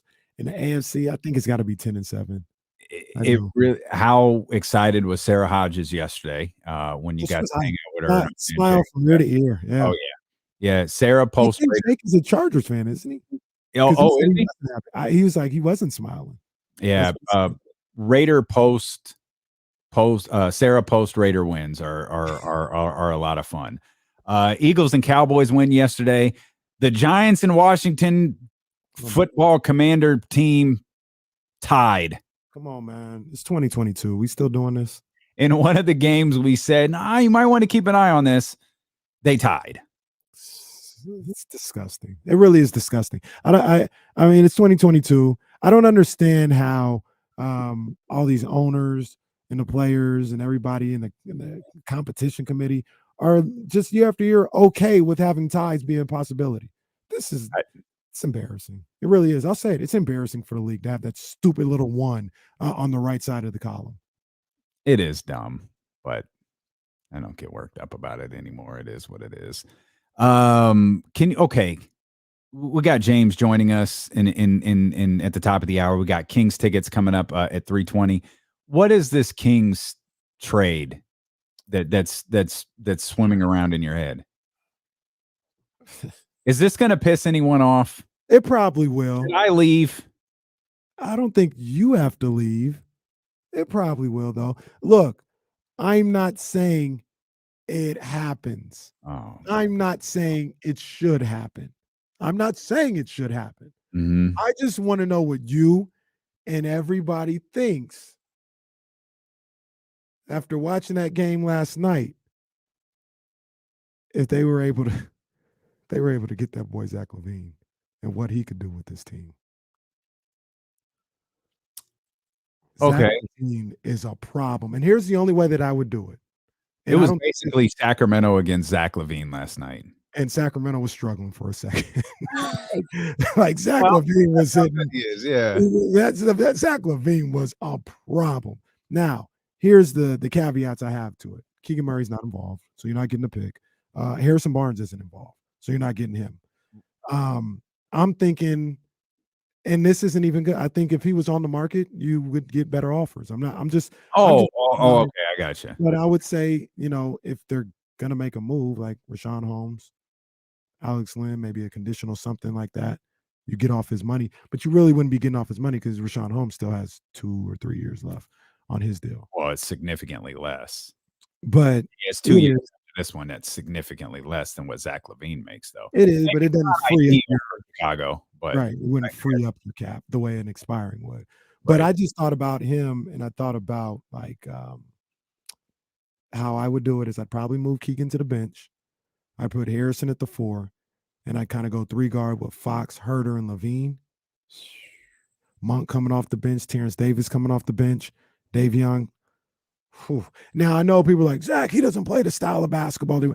I understand that, but isn't that like what you pay a coach for too? Like, I know you play a certain way, Zach, but this is how we play, and I'm going to implement you into this and bring out your strengths. So if you were to come here, it wouldn't be like, well, he just likes to dribble the ball out the whole time. Like, no, he would get acclimated to how things are going. I don't know. It was just watching the game, and I was just thinking about it. Okay. Oh, no, Victor, you go away. Victor wasn't a fan of the trade. Don't tell me on my show, terrible trade, please go away. No, Victor, you go away. And it's weird how that worked because Victor is now gone. He is, in fact, gone away. Victor, we hardly knew you. Oh, man. Oh, sad day for Victor. So I did. The only reason I find that trade interesting is that I think Chicago's probably going to do something at some point. Maybe not this year, which is, I don't think they're going to do something this year. I think they'll probably do it in the off season or before the next trade deadline. I don't think they're going to give up on everything before February. Some people would say they probably should, and they very well might. I mean, if it's not bad enough yet, but if it gets bad enough, yeah. Like if I was a Bulls fan, Manny, you get Michael Jordan part 2 if you do this right. Right, and I was and I know the prize is Victor, but I was me and Reese, we were watching some Scoot highlights last night. Oh my gosh, yeah. Oh my gosh, Scooter Henderson is. Yeah. Oh my goodness. But like if I'm the Bulls, I'm like, well, okay, say we start playing a little better. What is that gonna do for us? Like nothing. Yeah, it would have to be a moving Zach LaVine for expirings is an acknowledgement that we're done. Mm-hmm. I don't know where are they right now? 9-14. It's not that far away. I mean, it's just. But once again, what you gonna do this to get to 9? Well, what I mean is though, but I mean, so is the idea just get as bad as you can and hope the lottery balls bounce your way because you might not get to the bottom. I mean, San Antonio hasn't won a game in a very, very long time, and they don't plan on winning one anytime soon. In Houston stinks. So I don't know. When was the last time San Antonio won a basketball game? November 11th. Are you for real? Oh my God. It's December 5th. And this is crazy. They beat Milwaukee. Oh my gosh. Come on, man. Come on. The San Antonio Spurs have won one basketball game since November 2nd. Jeez. They've won one basketball game since November 2nd. Dang. And it was against the Bucks. It was a 111-93. Wow. Got him good too. It's crazy. I need like the story of this game. Now, Okay, so there's no Giannis. No Middleton, obviously. No Middleton. Yeah. Okay. Yeah. Yeah. Javon Carter led the team in scoring. Javon Carter actually like scores and starts, and it's crazy. I did not even know that was how he was getting down, but yeah, he's doing that. But to this whole thing, this was not a trade proposal. I was watching Zach LaVine lose his mind and be unguardable last night. And I was like, damn. Because everybody always talking about Kings got another deal to make. James will say it again today. If the Kings want to go to guaranteeing themselves, they got a deal they got to make. And I was like, damn, this guy may be available. I don't think they have the assets, the realistic assets, because I don't want to give up Harrison or Keegan or anything like that to get a Zach LaVine. But yeah, you wouldn't do that if a team is trying to, like, if they make that move before February, they're doing it to stink. That's why they're doing it. So they're not going to have prime offers either. The question is, could they get more expirings that didn't include a deal that had $20 million left on it, or 20 and some change they left? probably could. I think if they look, for instance, I think if they talk to the Knicks yeah. We'll come back. I want to talk about De'Aaron Fox. We got call of the game coming up as well. Oh, I got my guess. Yep. Sure. I know what it is. It involves Malik Monk. There's like 3 possibilities, but it involves Malik Monk. James Ham joins us. Kings tickets on the way. It's D'Lo and KC here on Sacramento Sports Leader, ESPN 1320. I'll be right back. Try that vending machine again. Gonna try it. Hit that thumbs up while you're here. Let me get it. I think we were approaching 200 last time I checked. And we got 4+ in here. We should be at 3. Oh, we're approaching 3. Let's go. Let's get 30 right quick, because we at 270 right now. If we can get to 300+, maybe post show gets us to 400. Maybe we get some new subscribers. Tried to make a pretty, trying to work on my Photoshop game. Make these little banners a little bit prettier. I don't know how to make moving banners like Do Some Mo God, but hey, I'll take this one. Y'all can hit the thumbs up, become subscribers, man. We appreciate it. Except Victor. Sorry about that, Victor. I can't override my partner. If you said you got to go, you got to go. Those are just the rules of the game. But yeah, let's see if we can get to 300 here real quick before the commercial break. Damn, Jesse legit just told me to shut up. I need to shut up.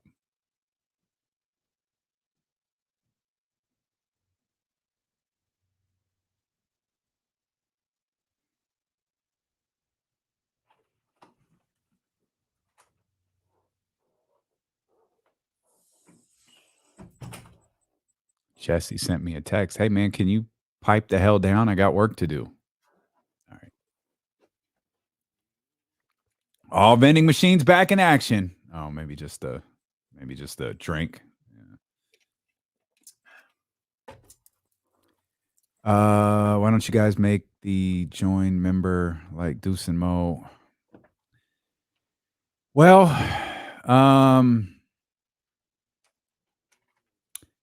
that's the thing that cost, right? Because we're a radio station, man. Like, our company's paying us. We don't want you to be a member. We want you to buy hoodies and T-shirts and stuff like that. Can we make the Caraway cooler thing? I'm up for that. I like that idea. The Caraway cooler. What's in the Caraway cooler today? I need a cooler here. I did see that. I've been reading a lot about that. I was so surprised. Regal? Huh? William Regal? Yeah. Where's he at? He's with AEW? He's with AEW. Yeah, that is Triple H's guy. Yeah, that's Triple H's guy. Orange Crush and Luke Barely. I made some mimosas yesterday. I hadn't done that in a while. Fancy on a Sunday. Yeah, it's been a while. I think Black Bottle's birthday's coming up. Yeah. Okay. Oh, word? I think Black Bottle's birthday's Wednesday. Oh yeah, I gotta definitely holler at him, man. We was talking last night after this Niners situation.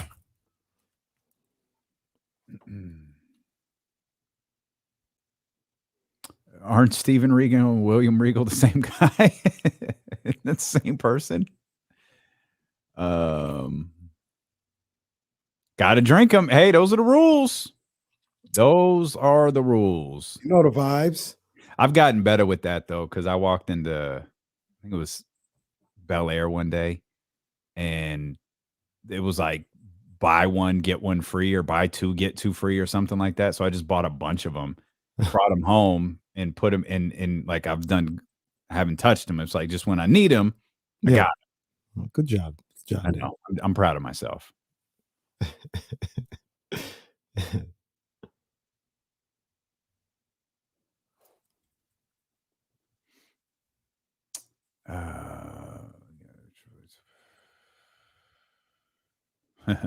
Yeah, probably true. Probably true. I appreciate you, Fred. Thanks, my man. Thank you, my man.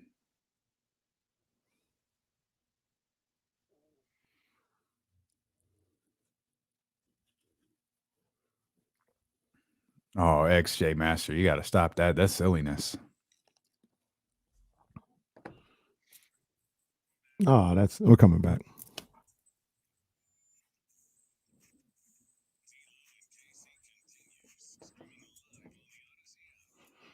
That's a terrible take. Yeah, that's a bad one. You two, some of our friends, some in the chatty house have had some bad takes today. R.I.P. Victor. The funny thing is, I didn't even mean to block him. I meant to put him in timeout, but can't take it back. So he's in there with the with all of our friends that have 6 and 9 in their username. So it's talking Takashi. It's going to be real tough to find Victor in that block list to get him out of there. Vic, we'll see if we can rescue you after the show, man. It's gonna be tough, but we'll see if we can rescue you after the show. Meant to put the man in timeout. I didn't mean to block him. It's way funnier that you blocked them. It's way funnier. James Ham's going to join us in 10 minutes, and we've got tickets for when the Kings take on Washington. It's going to be December 23rd. That's setting up to be the D'Lo family outing. Oh, I might have to pull up. They want to see the beam. I might have to pull up, man. They want to see the beam. See if you can get a pass to come out the house, and I'm gonna have to beg everyone I know for tickets because they really want to see that beam on December 23rd. So we've got your tickets. You can come hang out with us and the family. We'll have those for you coming up at 3:20. Right now, we got the call of the night. I'm going, oh, man. Pass to Fox, pass to Metu. It's the dunk. I'm going, it's a Malik Monk play. If you're not doing a Malik Monk play, you're thinking too far outside of the box. So it's a Malik Monk play, and I'm gonna go the dunk. I'm gonna go the dunk. Damien's going with the dunk. Anybody in the chat have any guesses? Anybody outside of Malik? Davion Mitchell had a nice little a layup in transition that sent the crowd buzzing. Keegan block to Metu 3. I thought that was a Keegan block to a Metu dunk. That was pretty good in the fourth quarter. Davion chase now. Is it the Davion block that he was called for a foul on? That was a pretty incredible, or it was not really. Maybe it was more of like a strip. He did foul him though.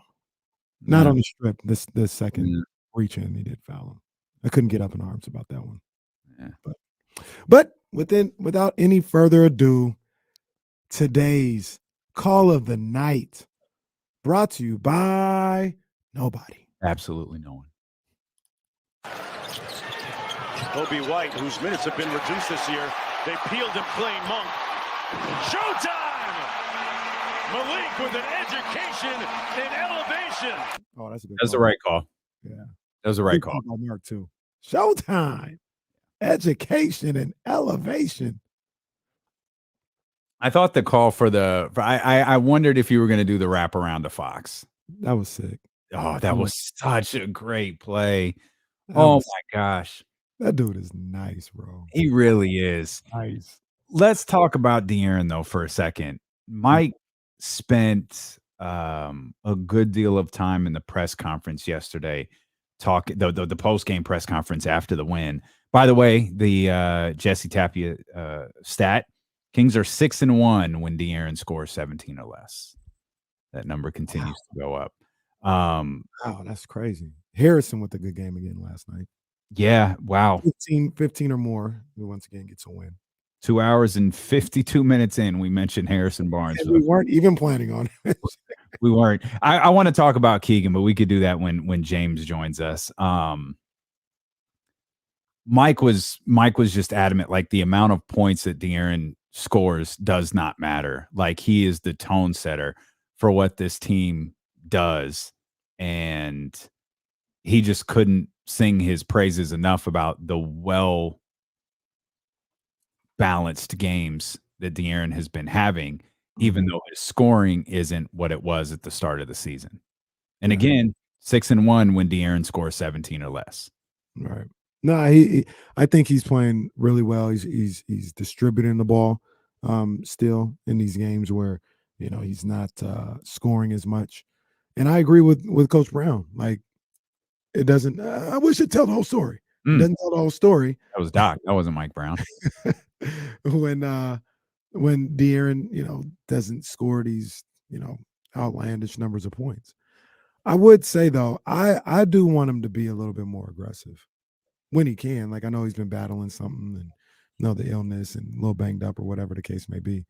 But I want to see him be a little bit more aggressive. But to the whole dynamic of what Coach Brown is talking about, what De'Aaron has talked about, they're winning games. You know, whatever it's calling for to win the game that night, that's what you do. If it's calling for him to start to shoot the ball more in the fourth quarter and be more aggressive, then that's what he'll need to do.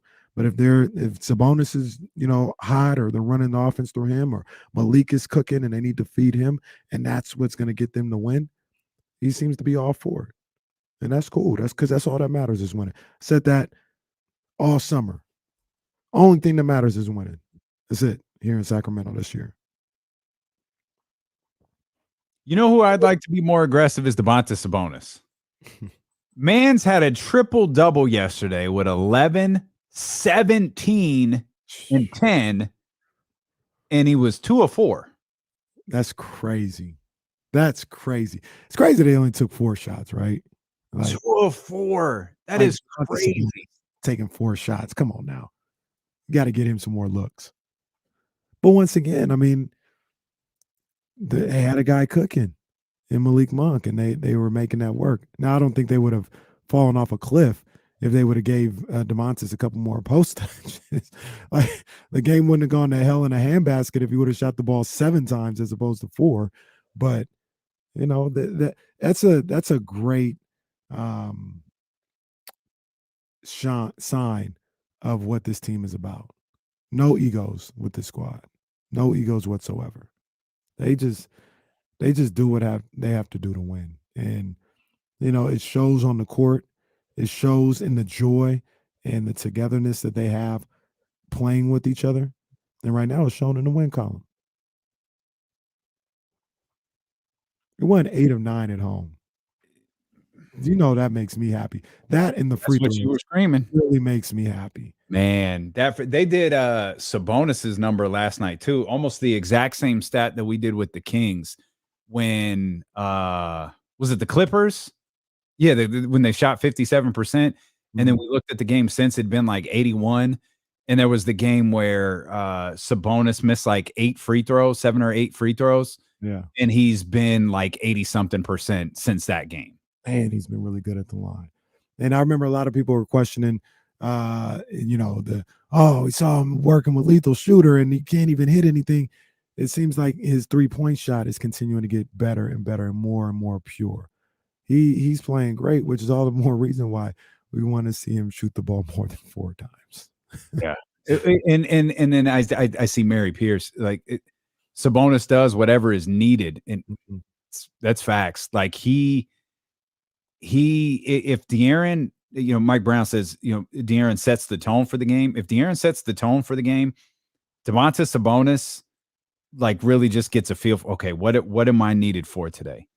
Do I need to be aggressive at the basket, which we've seen him do? Do I need to be a facilitator, which 10 assists we saw him do? Bro, you know who had a rough night was the scorers table.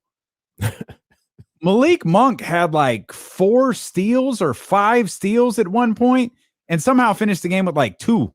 Right. I was positive Sabonis ended the game 1 assist short of a triple-double. And then I checked to put together a graphic and saw that he had gotten it. He had got. I don't know if he got the. I don't know if the assist for lighting the beam went to him. I'm not. The scorers table, boy, they were doing some reviewing after that game and making some changes. Yeah, they made some major changes. How you go from 5 to 2 steps? Like, what? That's the one I couldn't figure out. I started thinking that was just a typo. Like they messed up and didn't realize they had put they just must have been a typo. Well, got to get it right though, man. They're dedicated to getting it right. James Ham is going to join us here in a heartbeat. Before he does, I want to play this. This is De'Aaron Fox talking about the contributions of everyone. How nice is it that you have sort of these guys in the second unit that are finding their niche with the team? Dave Young, the defensive side, KZ, even Trey Lyles and Shemezi, not just the big score guys, but the guys that are doing the other stuff. Yeah, I mean, I feel like, that's what makes a team. You know, it's not always only about, the best 2-3 guys on the team. Whenever you have guys that come in and, guys haven't played for a while and they come in, they know exactly what they need to do. That's part of just being a professional. You don't go out and you don't play outside of yourself. You go in there, you do what you know you can do. You do what the coach is asking you to do, and you do what the players expect you to do. For sure. De'Aaron Fox talking about the contributions everyone is making when the Sacramento Kings take the floor.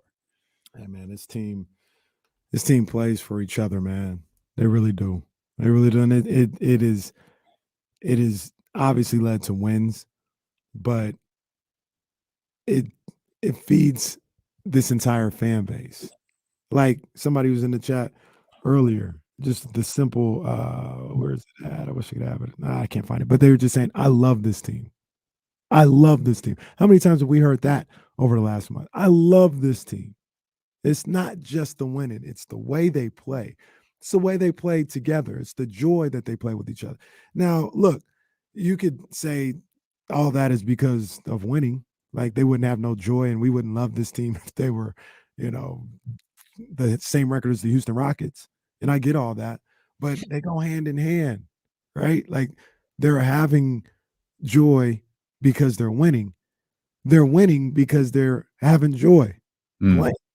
Like the chicken and the egg, right? Like which comes first, and they're intertwined with each other, man. We welcome in 32. Oh, look at that face. Look at that.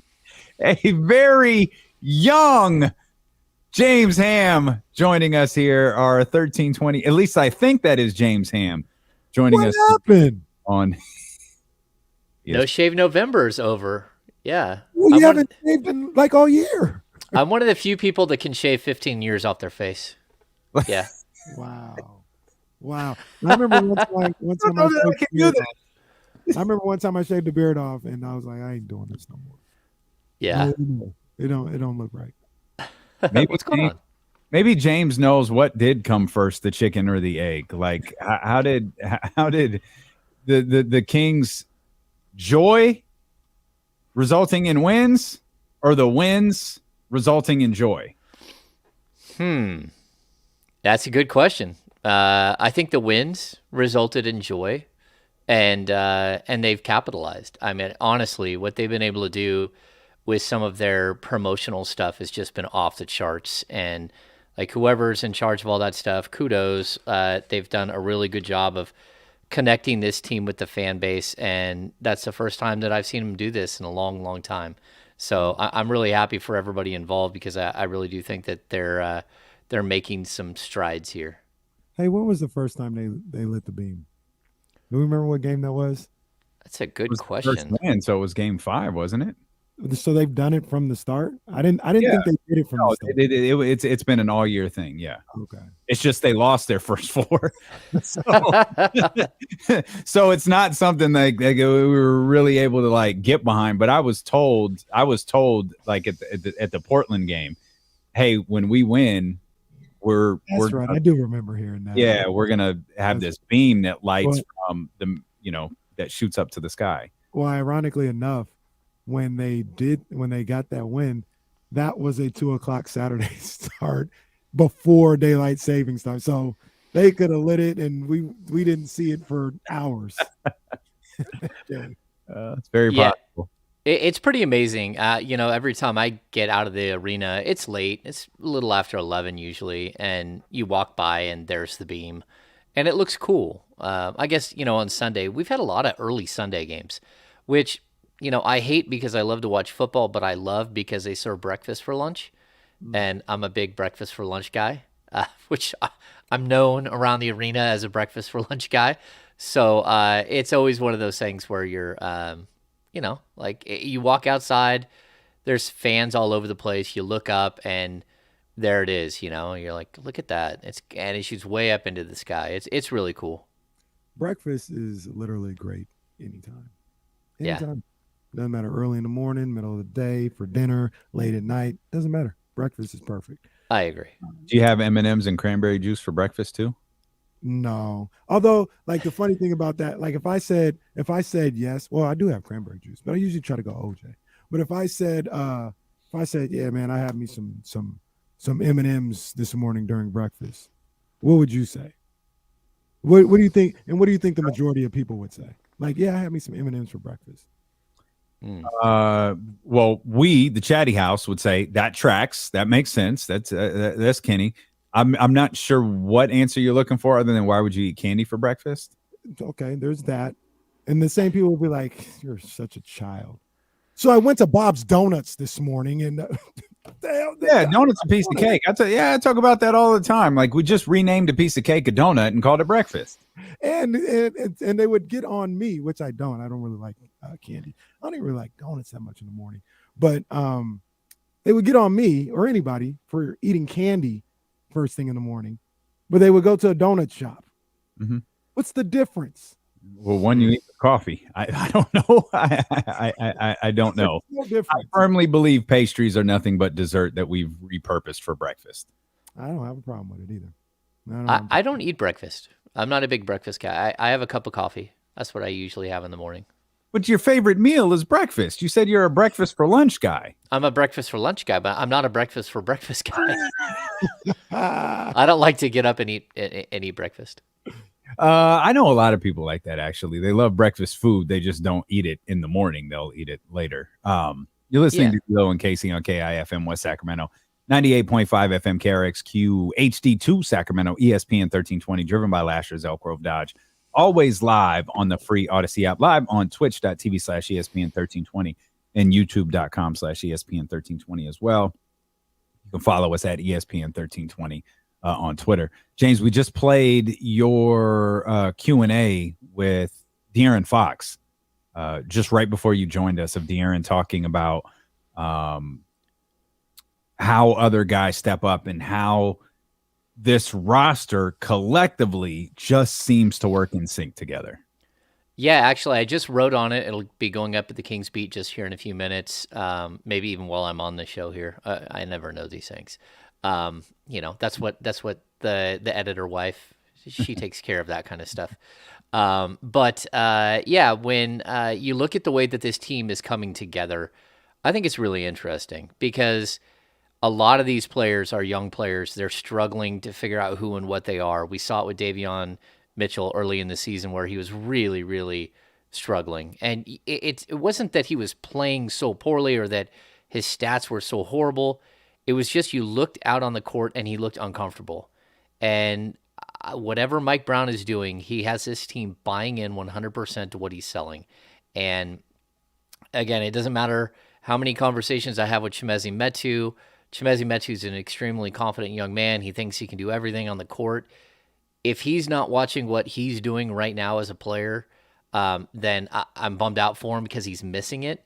He's turning from a player who is still trying to tell everybody that he can average 20 and 10 to a player who is a functional NBA player that will stay in the league a long time. And that's what you hope for young players, that this epiphany goes off at some point. And right now, it feels like it's happening for KZ. It feels like it's happening for Terrence Davis when he gets a shot. It feels like it's happening for Davion and for Chimezie. And it's a good thing. It's a good thing to watch this happen, because this team can't win with just 6 players.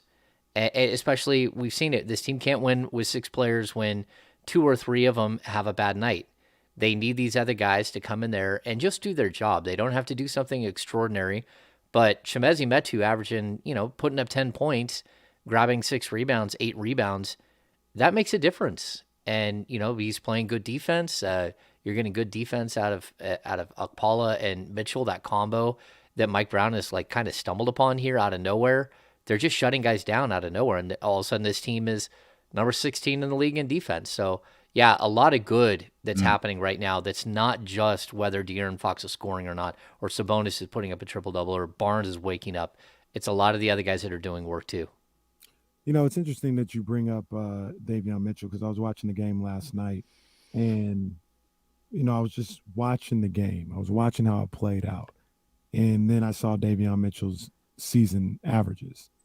And he's averaging 6.7 points, 2.3 assists a night, compared to last year, 11.5 points, 4.2 assists. Now this year he's playing 19 minutes as opposed to 27 minutes a night last year. But I say all this to say, I think people will look at the numbers and feel like Davion has been down or fallen off a cliff this year. And like you just said, it may have taken a little while, but you talk about the last 10, 12 games or whatever. I really like what he's providing this team. I think he's trending upward. I think he's playing well. And I think it kind of goes beyond the numbers, what he's doing and falling into a rhythm and a role with this team. I absolutely like the way he's been playing. Do you kind of feel the same way about his game as of late, or does he need to pick it up a little bit more? No, with him, you take the numbers, you crumple them up, and you throw them away. I don't care. I think he of course could shoot the ball a little bit better, but outside of that, I don't care what his assist and scoring numbers are. He's coming in and doing an incredible job against top-notch players and trying to slow things down. And that's what this team needs. He is filling a void. And I think what he even said it last night, what he's learning very quickly is if he wants to stay on the court, that's what he does. He doesn't have to go score points. And the same thing, look, KZ Okpala is one of those guys that, we don't expect anything offensively from him at all. And that works if the other 4 guys are scoring on the court with him. But all of a sudden we're seeing him being a sneaky good little take advantage player. You have to guard him. He makes really, really hard cuts. He's ready to fire when the ball comes to him. And he's had a couple of nice layups. He scored in I think the last 4 or 5 games, he scored in every game. And it doesn't mean that he's scoring 8 points or 10 points or 20, but just the fact that you have to defend him and you have to stick with him. And then you can throw him on Devin Booker. You can throw him on DeMar DeRozan. You can throw him on Buddy Hield or Tyrese Halliburton. You can throw him on anyone that you want, because he can defend 1 through 4 without any problems. And it's really impressive. You just needed that other little ingredient where he's moving and being active, and the players around him are so active that it doesn't matter if he's scoring or not. And so, again, I think it's really impressive for all these guys to kind of get in the flow and to sacrifice for each other, because that's what a lot of this is. Yeah, it doesn't feel like there is an ego on this team. And if there is, it's not showing itself on the basketball floor at all. I mean, Domantas Sabonis, he shot the ball 4 times yesterday, James. 4. That's insane. It's insane, but he posted his first triple-double of the season, which is a really weird thing because he had got to 10 assists. They took an assist away. The game ends. The final box all of a sudden magically has an extra assist, and we have to go back and, make corrections in post-game. Just really, really impressive the way that he impacts a game without having to do that. I mean, what do you have, 17 rebounds? Yeah. He's just a workhorse, and every night you're going to need something different from these guys. And I'll also point out too, like we talk about all of the little things that keep happening with this team. And I heard it on Twitter when the Kings were blowing. Who did they blow out the game before? The Clippers. Oh yeah, the Clippers, right? Someone kept saying, "Why is Keegan Murray shooting?" And I said, "He's got to shoot because if he doesn't shoot, it destroys the whole flow of everything, right? He has it, even if he's not hitting, he's got to keep shooting." And then people are, why is he still in the game in the fourth quarter? Well, because he found himself, and all of a sudden his confidence is there. Like it just takes sometimes that little bit, that an extra 4 or 5 minutes on the court for someone to go, okay, I'm back. I feel the confidence back. And all of a sudden you start seeing him firing. We've forgotten about, the milk carton games from Harrison Barnes. He's looking like he's back and going. Kevin Huerter's having a little downturn. De'Aaron Fox is having a little downturn, but it doesn't matter because this team is built with, 8 to 10 guys who are really, everyone is contributing and everyone's doing something to help the team win. I was telling Damian earlier, I watched that game last night, was following the game last night. I never once thought they were going to lose. And that's such a far cry from recent years, right? At least how many times did we see the Kings, get out to a good lead and still end up find a way to blow in the game? I never not once thought they were going to win that game. Did you have that feeling last night? No, I never thought they were going to lose. Like I'm really impressed by the fact that I don't think this time this point in this season they've lost to anyone that they should not have lost to. They've beat every single time you go up against a team that you think, okay, the Kings should get this game. Well, that was fool's gold the last 5 years. Every time you thought, oh man, they've got this one in the bag, we can let off the gas a little bit. That's exactly what the team did, and they got beat. This year, they walk into every single game. They're competitive against the teams that maybe they shouldn't beat, and then the teams that they should beat, they're beating them. They're putting them away. They're finding ways, and that's one of the most impressive things about this run is they've had a very difficult schedule. There's not even that many games like that on the schedule so far, and you got the 6-game road trip coming up that could just demolish anybody. Like, it doesn't matter what team it is in the league. It's just absolutely brutal. What, Milwaukee, Cleveland, New York, Philadelphia, Toronto, and Detroit, right? Like, if you get into that, there might be 2 of those games where we say, oh, that's a team you should beat. But they're like right in the middle of a crazy stretch, and the last game of a 6-game road trip is Detroit. So even those games, you crumple up and throw the what should and could and all that stuff out the window. And I think the impressive thing is going into that first game in Milwaukee, this team thinks they can win. Going into the next game, they think they can win, and they haven't backed down. So yeah, I like what's happening so far. And I think one of the great things about this road trip coming up is I feel like they can compete with anyone. I think that's what this season has shown us so far is they're capable of competing with, and they're capable of beating anybody. That doesn't mean they're better than the Milwaukee Bucks. It doesn't mean that they're better than the Philadelphia 76ers, but they can beat the Milwaukee Bucks. We just noted the San Antonio Spurs' last win was November 11th. Jeez. Against the Bucks. Like, even without Giannis Antetokounmpo and Chris Middleton, the Bucks are still better than the San Antonio Spurs. But like, if the Kings are capable of winning games, they're capable of beating good teams. And it's a tough road trip. I know everyone wants to, set records and, what's the worst that they can come back with? What would you be happy with? Go out there and compete, because they've shown they're not going to fold. If this road trip doesn't go well, it's not like they're going to fold when they get home. Like they're in a good place right now. Yeah, they're kind of built for that, right? They're kind of like it because you don't have one player who's scoring 30-something a night and you're completely reliant on one player's scoring ability, then you can win in all kinds of different ways. And this team has at least, man, what do they have? 6 guys that can put up 30 on you at any time? Like, that's scary when you're game planning for a team like the Kings, and especially if Fox takes a step back scoring-wise for 2 weeks, he still has the potential to burn you for 35 at any moment. And so you have to game plan for him. But if you're going to game plan for him, what do you do about Sabonis? What do you do about Murray? What do you do about Malik Monk off the bench, who's just been so incredibly tremendous? There's all of these different avenues that this team can beat you. And, they haven't even had one of those games where every single player has an incredible night. And I'll even point back, what was the big blowout against Brooklyn? Terrence Davis had 32 points, right? No other player scored 20. Like that's the soul of this team all of a sudden, where they got 6, 7, 8 guys that can, at least score in double figures on you. And so you can't track with everybody. And we're going to see some downtimes, like we are. Like I talked to Jay Triano just a little while ago for a piece I'm going to write while they're on the road. And like he's been the architect of this offense, and he hasn't really had a player like Sabonis before. He did really good things in Charlotte the last couple of years where that offense was super fun, right? Mm-hmm. Well, they never played any defense at all, and so they weren't a big-time winner. But the offense itself was really scary and super fun.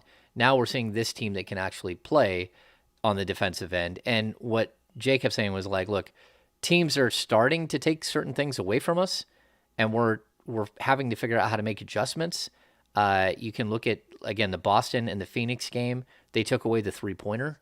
And then we get to the Bulls game. The Bulls try to take away the interior.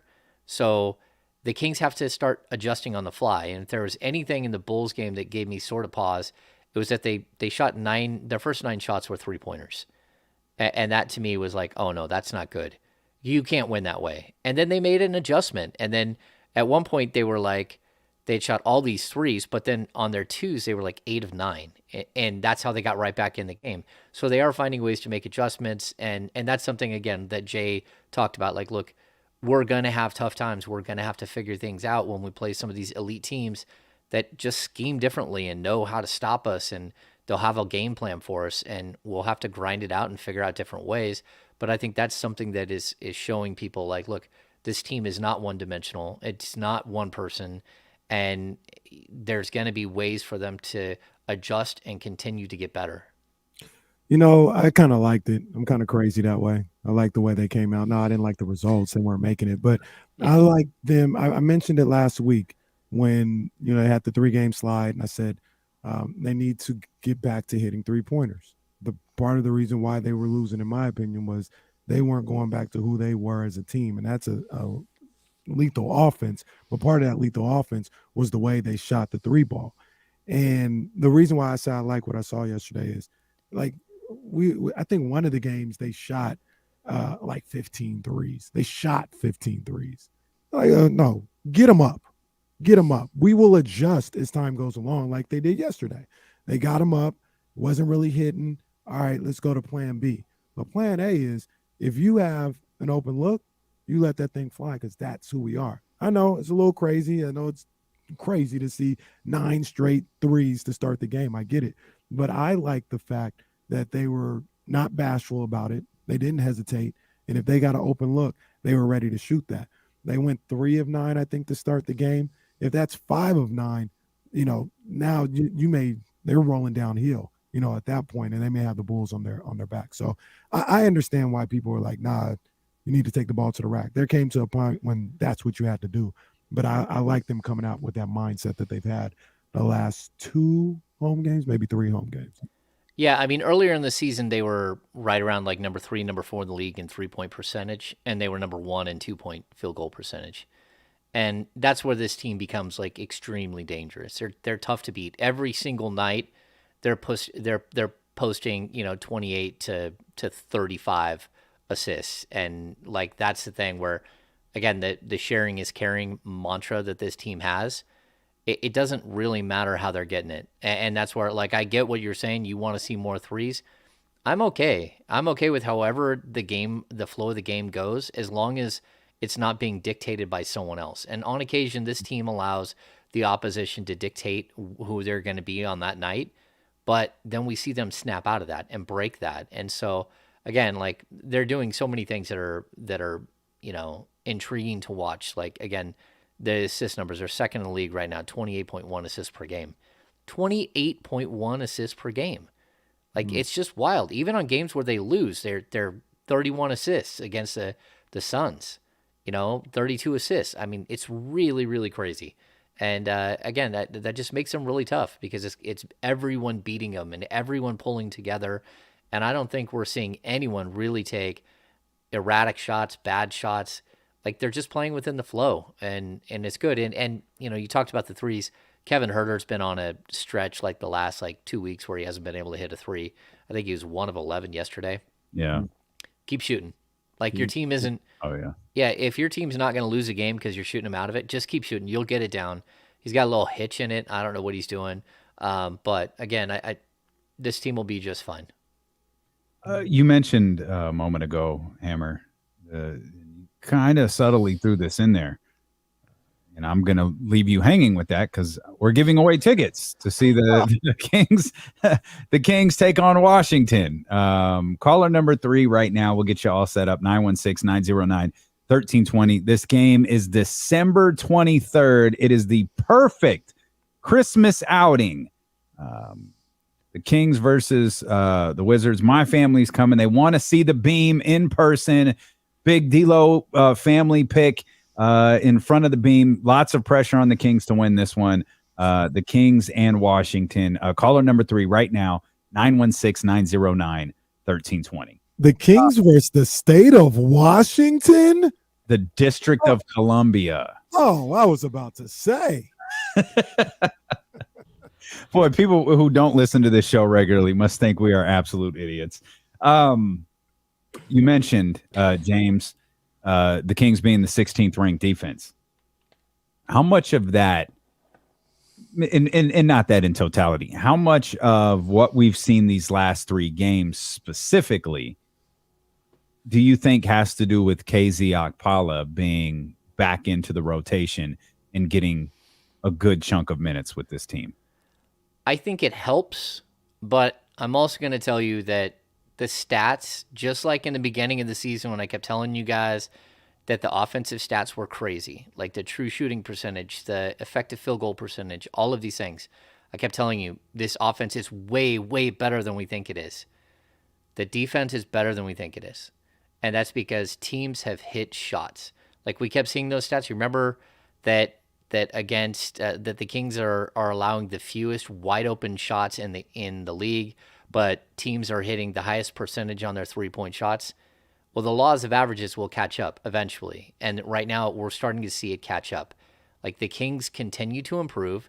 We're seeing big time improvements by not just KZ, who is earning his way onto the court, but by guys like Keegan Murray, who is literally improving every single day as a defender. You're seeing it.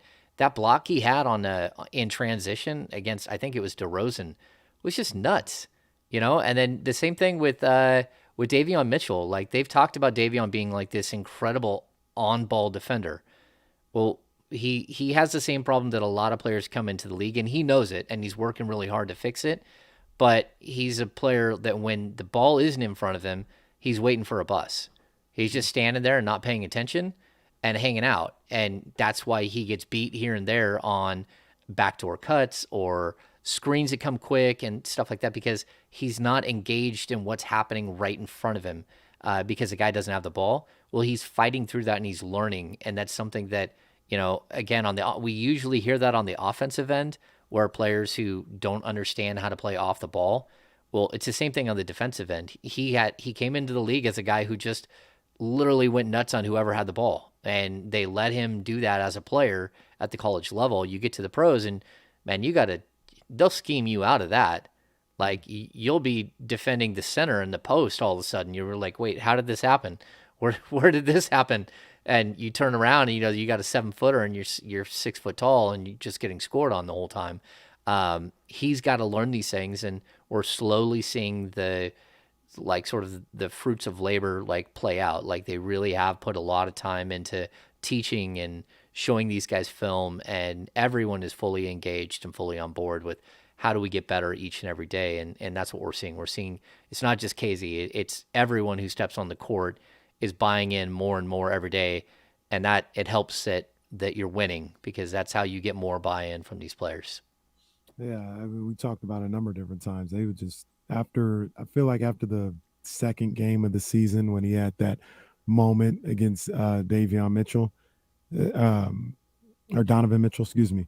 The rest of the league just like, all right, well, we're never gonna have a ball handler go one-on-one against him. We'll just screen and roll. And he never got an opportunity to guard somebody one-on-one. So now it was, what are you going to do from there? How are you going to still be effective defensively now that they never let you have your best defensive opportunity, which is going one-on-one with somebody? We'll talk more about where the Kings are defensively, offensively, where they are headed into this road trip that begins on Wednesday in Milwaukee, and what these wins this weekend may have done for them in the long term. And we'll do that with our 1320 Kings insider and creator of the Kings Beat, James Ham, when we return here on Sacramento Sports Leader, ESPN 1320.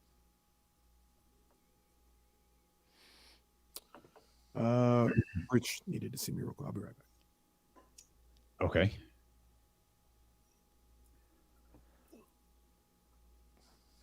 Why the hell anyone coming to see you during the show? Oh, is he in studio? Oh yeah. Studio, yeah. His crying baby at home. His home studio isn't. He's kind of moving it around a little bit. So. Oh, gotcha. But I was like, it's Monday. It's my home day. I'm still staying home. Yeah. It's been fun to watch this team, man. It's fun to watch them grow. Yeah. It's fun to watch their confidence. This was a fun weekend. Like they, beat up on the Clippers without all of those guys, which I know every Kings fan was praying for because we've seen it go the other way so many times. I'm with my man Michigan Wolverines here too. I really love the quick timeouts by Mike Brown because I feel like they accomplish something. I don't ever feel like they're for show or I feel like they accomplish something every time he does it. Yeah. No, I totally agree. And he's sick and tired of the bad starts to the first quarter or the third quarter. Sick and tired of it. Like, yeah. I bet. Tyler asked if Fox's defense is the best he's ever been. Yeah, I think so. I mean, it's the most sustained that he's been. But, I think we can say that for a couple of these players. Again, I don't want to overstate it, but and for me, it's kind of a bummer that every time, like, Chimezie Metu can't take a compliment. And so, like, all of a sudden he's become like this rebounding like genius, and he's using all of his athleticism and strength to go up and get rebounds. And it's like, oh no, that's kind of what I do. It's like, okay, well, like that's not what the stats say. Like, that's really not who you've been. Like, how many times I've seen you, I mean, in his career, I think he's got 5 games with 10 rebounds.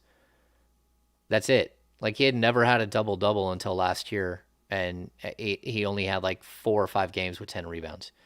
And so, like, you just keep waiting for someone to go, yeah, I'm working on it. Thank you for noticing. But no, it's like, oh, no, that's what I do. It's like, okay. Well, I'll tell you, like, in 14 minutes per game, you are being extremely productive. And that's a really, really good sign for this team. So, I don't care whose name is on the back of the jersey. It's whose name and whose city's on the front of the jersey. And if you're going to do the job that needs to be done, I don't care if it says Holmes and I don't care if it says Metu. Just go out there. I don't care if it says Lynn. Just go out there and do the job needs to be done. And so many times we see guys that like just make excuses for why it didn't get done or whatever. And that's just not who this team is right now. So it's fun. Did you guys know that Bronny was in Fresno? Bronny and Sierra Canyon were in Fresno this weekend. Really? Yeah, for a little day tournament or something like that. I was that made me even more upset. Who do I need to talk to in this city? Because we need a college basketball tournament out here. And Fresno can get Bronny. Like, yeah. Like a preseason tournament? Yeah. That'd be cool. Yeah. I had it all structured out a couple weeks ago when I was at the hospital, just sitting there waiting. It could be an all West Coast California tournament, about 4 teams. You rotate them between Sac State will always be in there, but Sac State, and then someone from the Big West, someone from the West Coast Conference, and someone from the WAC. You got like 8 teams that you can choose from, like your San Jose States, your Fresno States, your Cal. See, obviously, Cal, Stanford, but I don't think the Pac-12 teams would play in that tournament because they would lose, and they don't want to do that. They would lose to San Diego State. Yeah. So they're invited, but I don't think they would come. I like the preseason tournament stuff. I mean, you got to do it at Golden One, though. You can't go anywhere else. So yeah, I think they get a good turnout if they had that at Golden One. St. Mary's could get involved every now and then. UOP. Oh yeah, see, yeah, that makes sense. Yeah. Huh. Cal basketball is hot trash this season. Oh my gosh. That's what somebody says in Chatty House. Yeah, they are garbage. Those are young men, but they're not having a good season. They're not very good.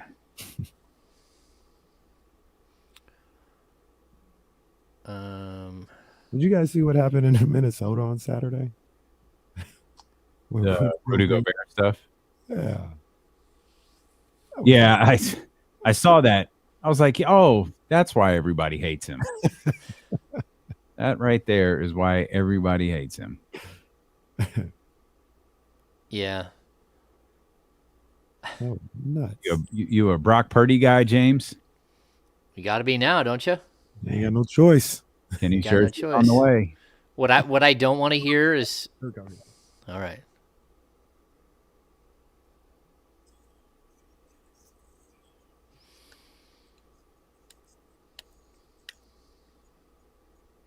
James, you wanna finish that Brock Purdy thought? Yeah, the Brock Purdy thought. What I don't want to hear from Kenny is that this is another championship that the 49ers just lost because Jimmy Garoppolo got hurt. This is another one that we can just put up there. It's just another trophy. I usually don't. I don't. It's so crazy. I don't even count the ones that don't include a playoff loss. But I mean, when you are looking like you're one of, if not the best team in the league, and now you have to go to the third string quarterback. This may classify. This may classify. I think we're all sleeping on the Eagles. I don't know why. You know, James, you might be right. Might be right. Eagles look really good. Yesterday can go. Yesterday was the first time where I was like, oh, okay, this team, I think they're a little bit different than I thought. The Eagles can go. Jalen Hurts might actually be the MVP. Yeah. He may be the MVP. Yeah, especially if Patrick Mahomes keeps losing to the Bengals. Yeah. Hey, I'm taking this Niner defense anywhere against anybody. You don't have to. That pass rush for the Cowboys is good too. It is. I hate to say it, but man, they're starting to piece things together. They've got a big time pass rush.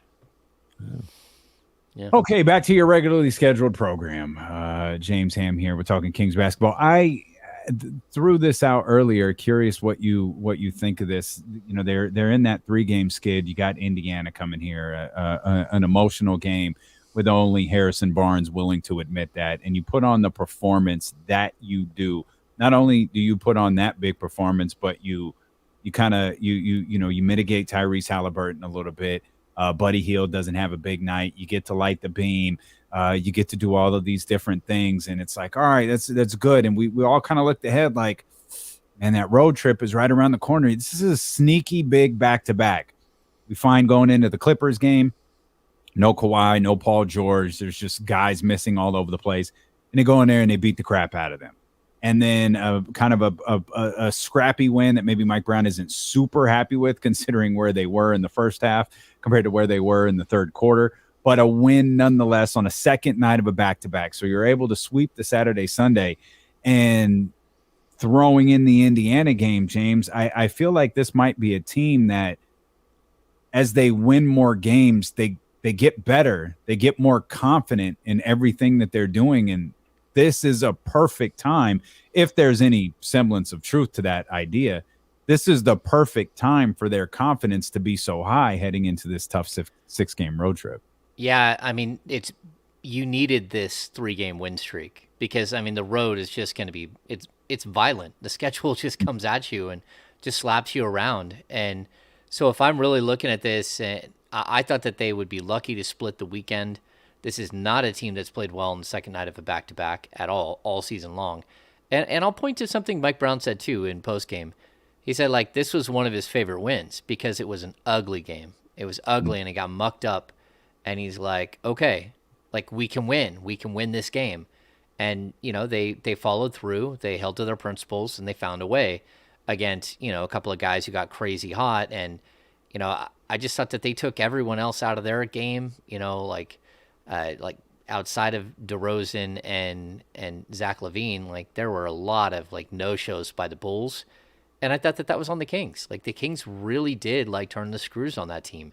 And when they needed to get stops against those guys, they went and got stops against them late and really kind of slowed things down with guys like KZ Okpala and Davion Mitchell. So like you got to win like 82 game schedule. You're going to have a handful of blowouts each way. You're going to have a handful of, or maybe 20 games that are decided by 3 or 4 points. Then you're going to have maybe 10 games that are just flat out ugly, and you hope that you survive. And so the Kings are finding out different ways to win each and every type of these games, and they're finding ways to stay in the other games.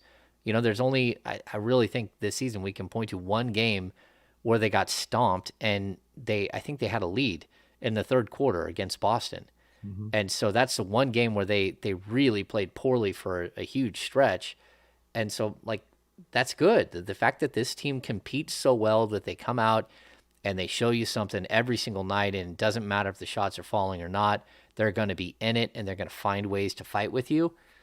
I think it's really interesting to watch, especially, like, again, like, look at Sabonis. You talked about he had 4 shots, and we talk about Herter going 1 of 11. Like, 40% of your starting lineup had a bad game, and you won, and you won pretty convincingly.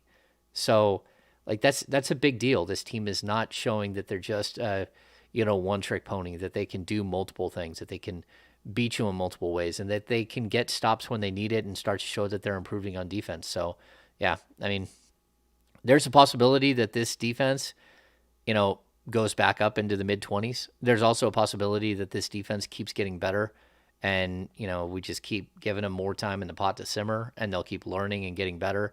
And then I fully expect Monty McNair to still be surfing and waiting for that one moment to pounce and go get that extra piece that they might need to get them over the hump.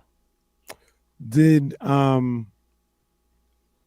this weekend with that Clippers game and that Bulls game, and especially the Clippers, the way they had to put the roster out with no Paul George and Kawhi Leonard, the thing that really impressed me and I was happy to see from this Kings team is they did what they were supposed to do. Like, beat the hell out of him. Don't even, it's the NBA and these guys. Nah, man. Like, you guys, we're good. You guys, as currently put together, are not good enough to play in the same game as us. We're gonna smack you from the start. And even with the Bulls, the reason why I asked you the question about whether you thought they were gonna lose or not is because the Bulls, they're better than the Bulls, and they play like yesterday. They handle business, and that's just a really good sign for this team moving forward. You hear Malik Monk after the game talk about we're legit. They're doing everything right now that a legit team does, not just winning games, but if you're going up against teams that you should handle, they're handling them. And aside from maybe, I guess, Detroit, they're handling them relatively easily. Yeah. I mean, look, there are going to be times where this team gets smacked around. It's going to happen. I mean, it's a long season, and we just saw a 3-game losing streak, and the fact that this team has the intestinal fortitude to survive a 3-game losing streak and bounce right back, that to me is showing the resiliency that this team has lacked for 15, 16 years. That's what it is. They have resiliency. They have a common goal, and they push forward together. So I really do believe that, like, the one good thing about this team is that they just have this fire, this competitive fire to get better together, and to pull this thing together. They have a common goal, which is to snap the playoff streak, the playoff drought. And I know a lot of teams here in Sacramento have had that, but this just feels different for the first time. And Like, I hope they can hold it together all season long. It makes things more interesting for all of us to cover and to talk about. But at the same time, like, this is step one of what should be like a multi-level process of like getting better in one season. We've already seen them show that they can compete. We've seen them learn how to win close games. We've seen them fight through adversity when the tough times hit. We've seen them come through and all of a sudden show up. That we've seen them do things that we haven't seen in years, which is beat a team like the Clippers who are missing their 2 stars. Like, these are things that are signs of growth for me as someone who's covered this team forever that we just haven't got to see forever in a long, long time. So it is good to see sort of the building process that we're seeing. Is there anything that you've seen at all that makes you believe this isn't sustainable? The way that they're winning these games, the way that they're competing in the games, like we just talked about KZ Okpala and Davion Mitchell and the growth that we've seen, within just the defensive side of the ball during the year. All of that feels sustainable to me. No, I think so too. Like, I think it feels sustainable, and the other thing I'll keep saying, it feels like they're just hitting like the tip of the iceberg on where they can be.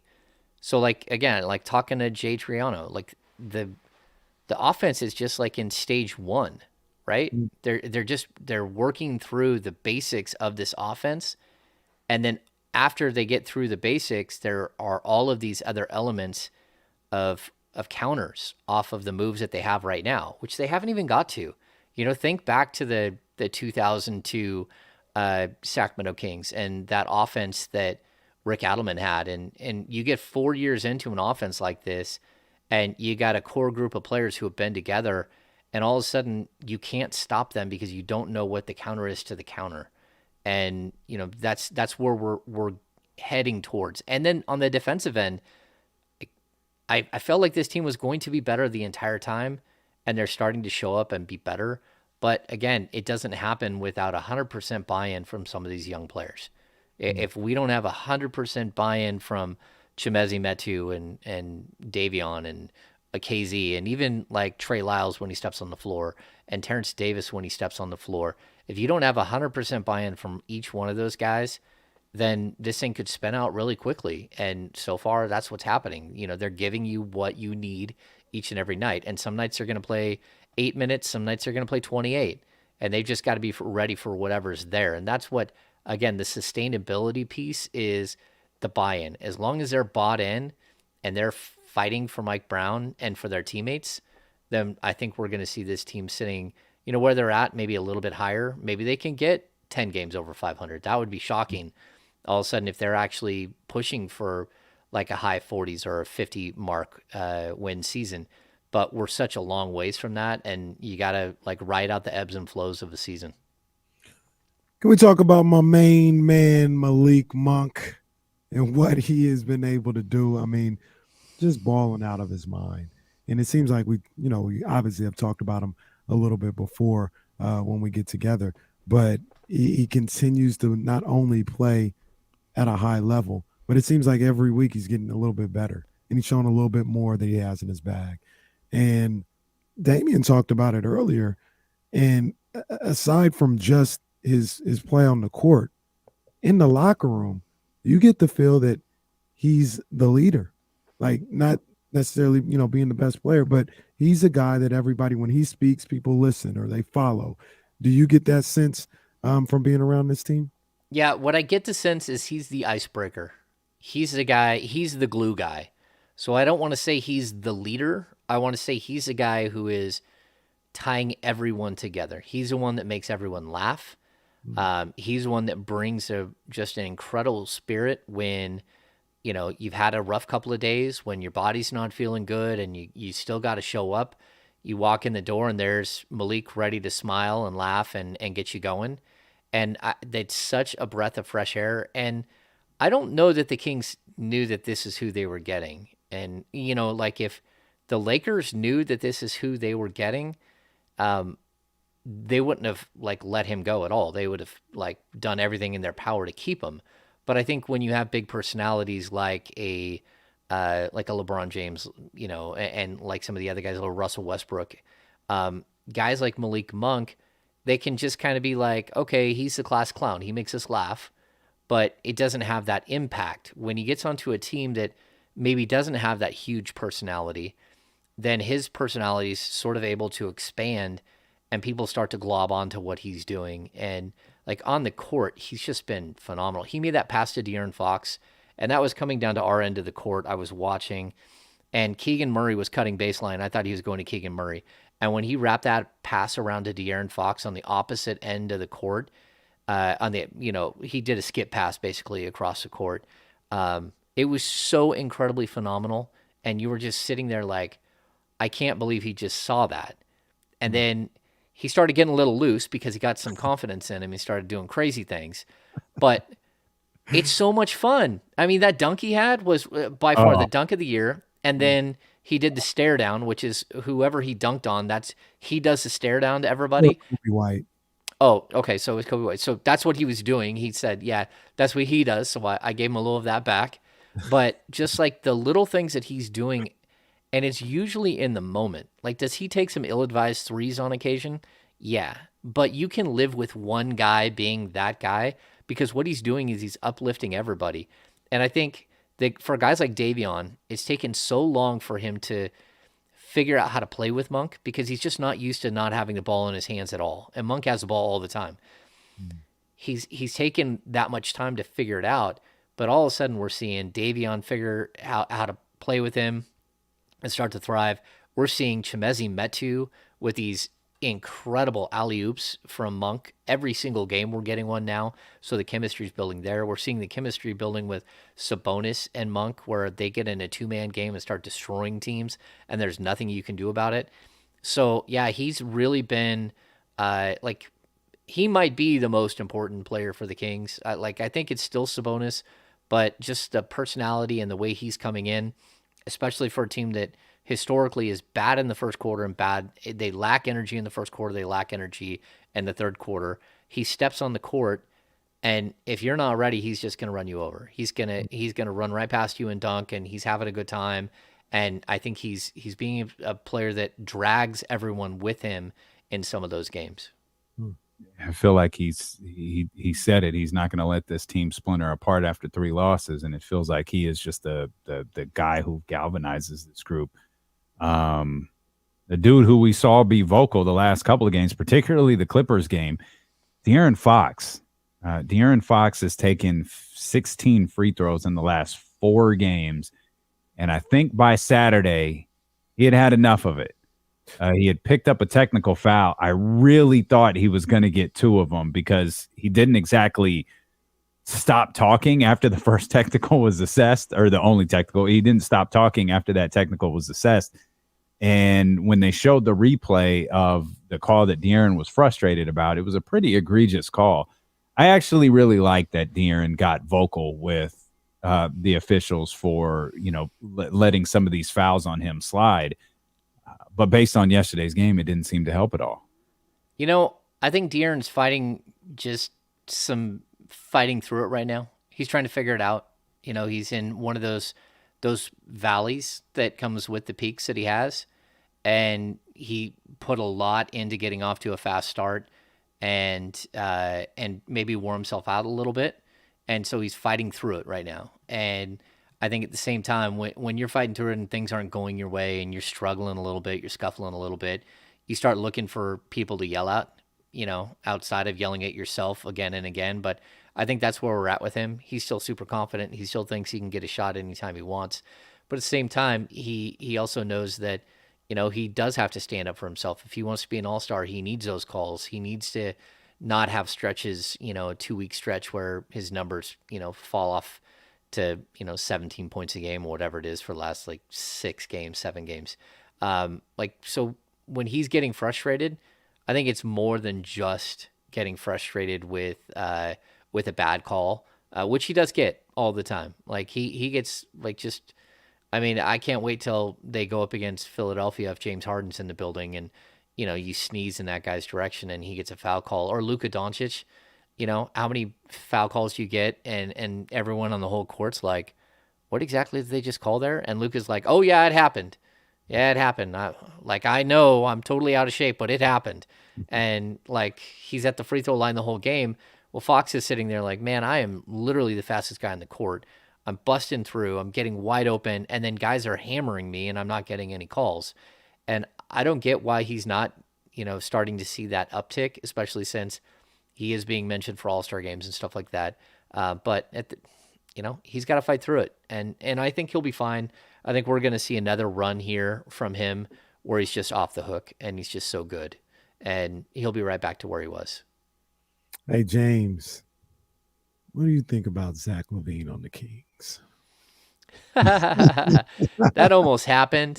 They signed him to an offer sheet, and the Bulls matched, and he didn't want to come here anyways. He said that afterwards. He would not be here if that deal had gone through. Yeah, I mean, he's fun and he's electric, and when he gets hot, it's crazy. But you got to live with the fact that guy is the first time he plays defense. Next time he plays defense, that'll be the first time. Like, he just does not engage. He doesn't he's a great, wonderful scorer, but he's more of a guy who should be playing off the bench because he just doesn't defend anybody, and that's why his teams don't win. I don't trust his knee either, by the way. No. Who's? I mean, we got like 2 minutes. Who's the piece? What's the next piece? Who's the third man? Sure, there's another piece. Yeah, they still need a guy who can a 3-and-D 4. They still need a 3-and-D 3, a 3-and-D 4. They need one more guy, and I know KZ's like playing really well, and again, like Shemezi's playing really well, but there are players out there that would fit this roster and help them get better. And right now you're doing it on teamwork and, sharing and everybody's taking steps up. I even look like Chimezi Metu's like offensive rating, defensive rating according to Basketball Reference for the last game, the Bulls game. He was a 149 offensive rating and a 92 defensive rating in 12 minutes. Yes. And he hasn't missed a shot in 2 games. I think he's 8 of 8, but even before that, the game before that, he was big. He had 2 8 rebounding games. Yeah, he's 8 of 8. Yeah, he was 5 of 5 and 3 of 3. Yeah, and the game before that, I think he's 3 of 5. So stand up. Yeah, no, I mean, it's great, and it's like man, accept a compliment. You're playing well. Like, we're not messing with you. Like, and it's not like when we say harsh things. It's not that we're saying that you're just a bad basketball player. We're just saying, like, you have to fit into some sort of – you have to accept a role if you're going to be a good NBA player, Look at James knowing the clock, knowing it's time to wrap up, and we've got it. Look at James, that is a professional right there. We appreciate you so much for being with us. Make sure you become a premium subscriber over at thekingsbeat.com so you can get all of the great content James drops over there. Check out the Kings Beat YouTube channel and podcast as well. If you're on YouTube right now, hit the thumbs up before you go. It's been a great day there in the chatty house. Hit the subscribe buttons. If you missed any part of the show, YouTube, Twitch, great way to go, as is the podcast, available wherever you get podcasts from. And make sure, because there's a lot we didn't get to cover today, make sure that you're back here tomorrow. Probably some more 49ers Monday brought to you by Gilmore Heating, Air, and Plumbing. You get more with Gilmore Talk. We'll see you tomorrow at noon on Sacramento Sports Leader, ESPN 1320. Go Kings.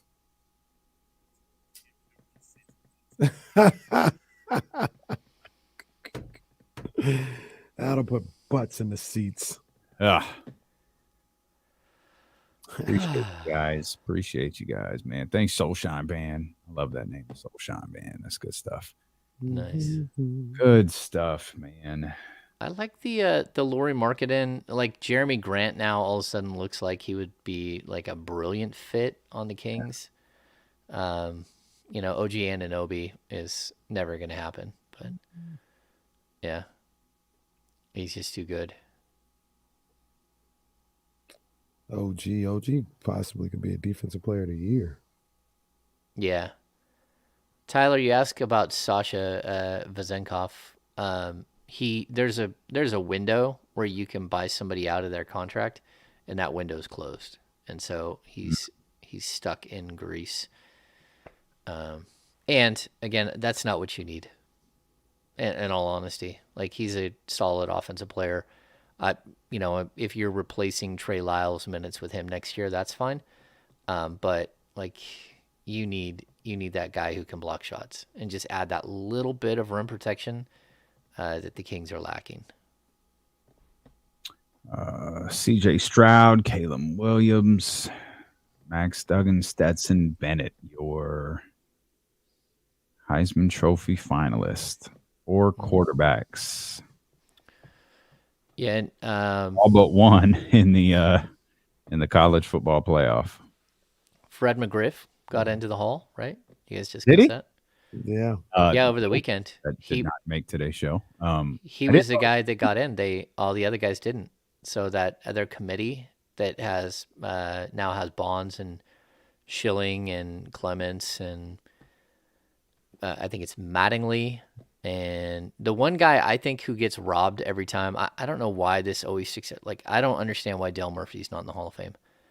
Like Dale Murphy's I think he's probably the only 2-time MVP to not be in the Hall of Fame outside of Barry Bonds. Outside of Barry. Like he won back-to-back MVPs. I believe it was back-to-back for the Braves. And he played in an era where, he hit 434 home runs or something like that. But you had to have 500 home runs to get into the Hall. And because he didn't have 500 home runs, he didn't get in. And now, I think that's all out the window. Like he played in a dead ball era. Ridiculous. Anyway. Hit the thumbs up before you go, guys. We are really close to, I think, 400. So if you guys could hit the thumbs up before you go, that would be fantastic. Become a subscriber, do all of that stuff. We just need 50 more to get to 400, man. So that would be dope. All right, man. Love you guys. See you here tomorrow. Holla.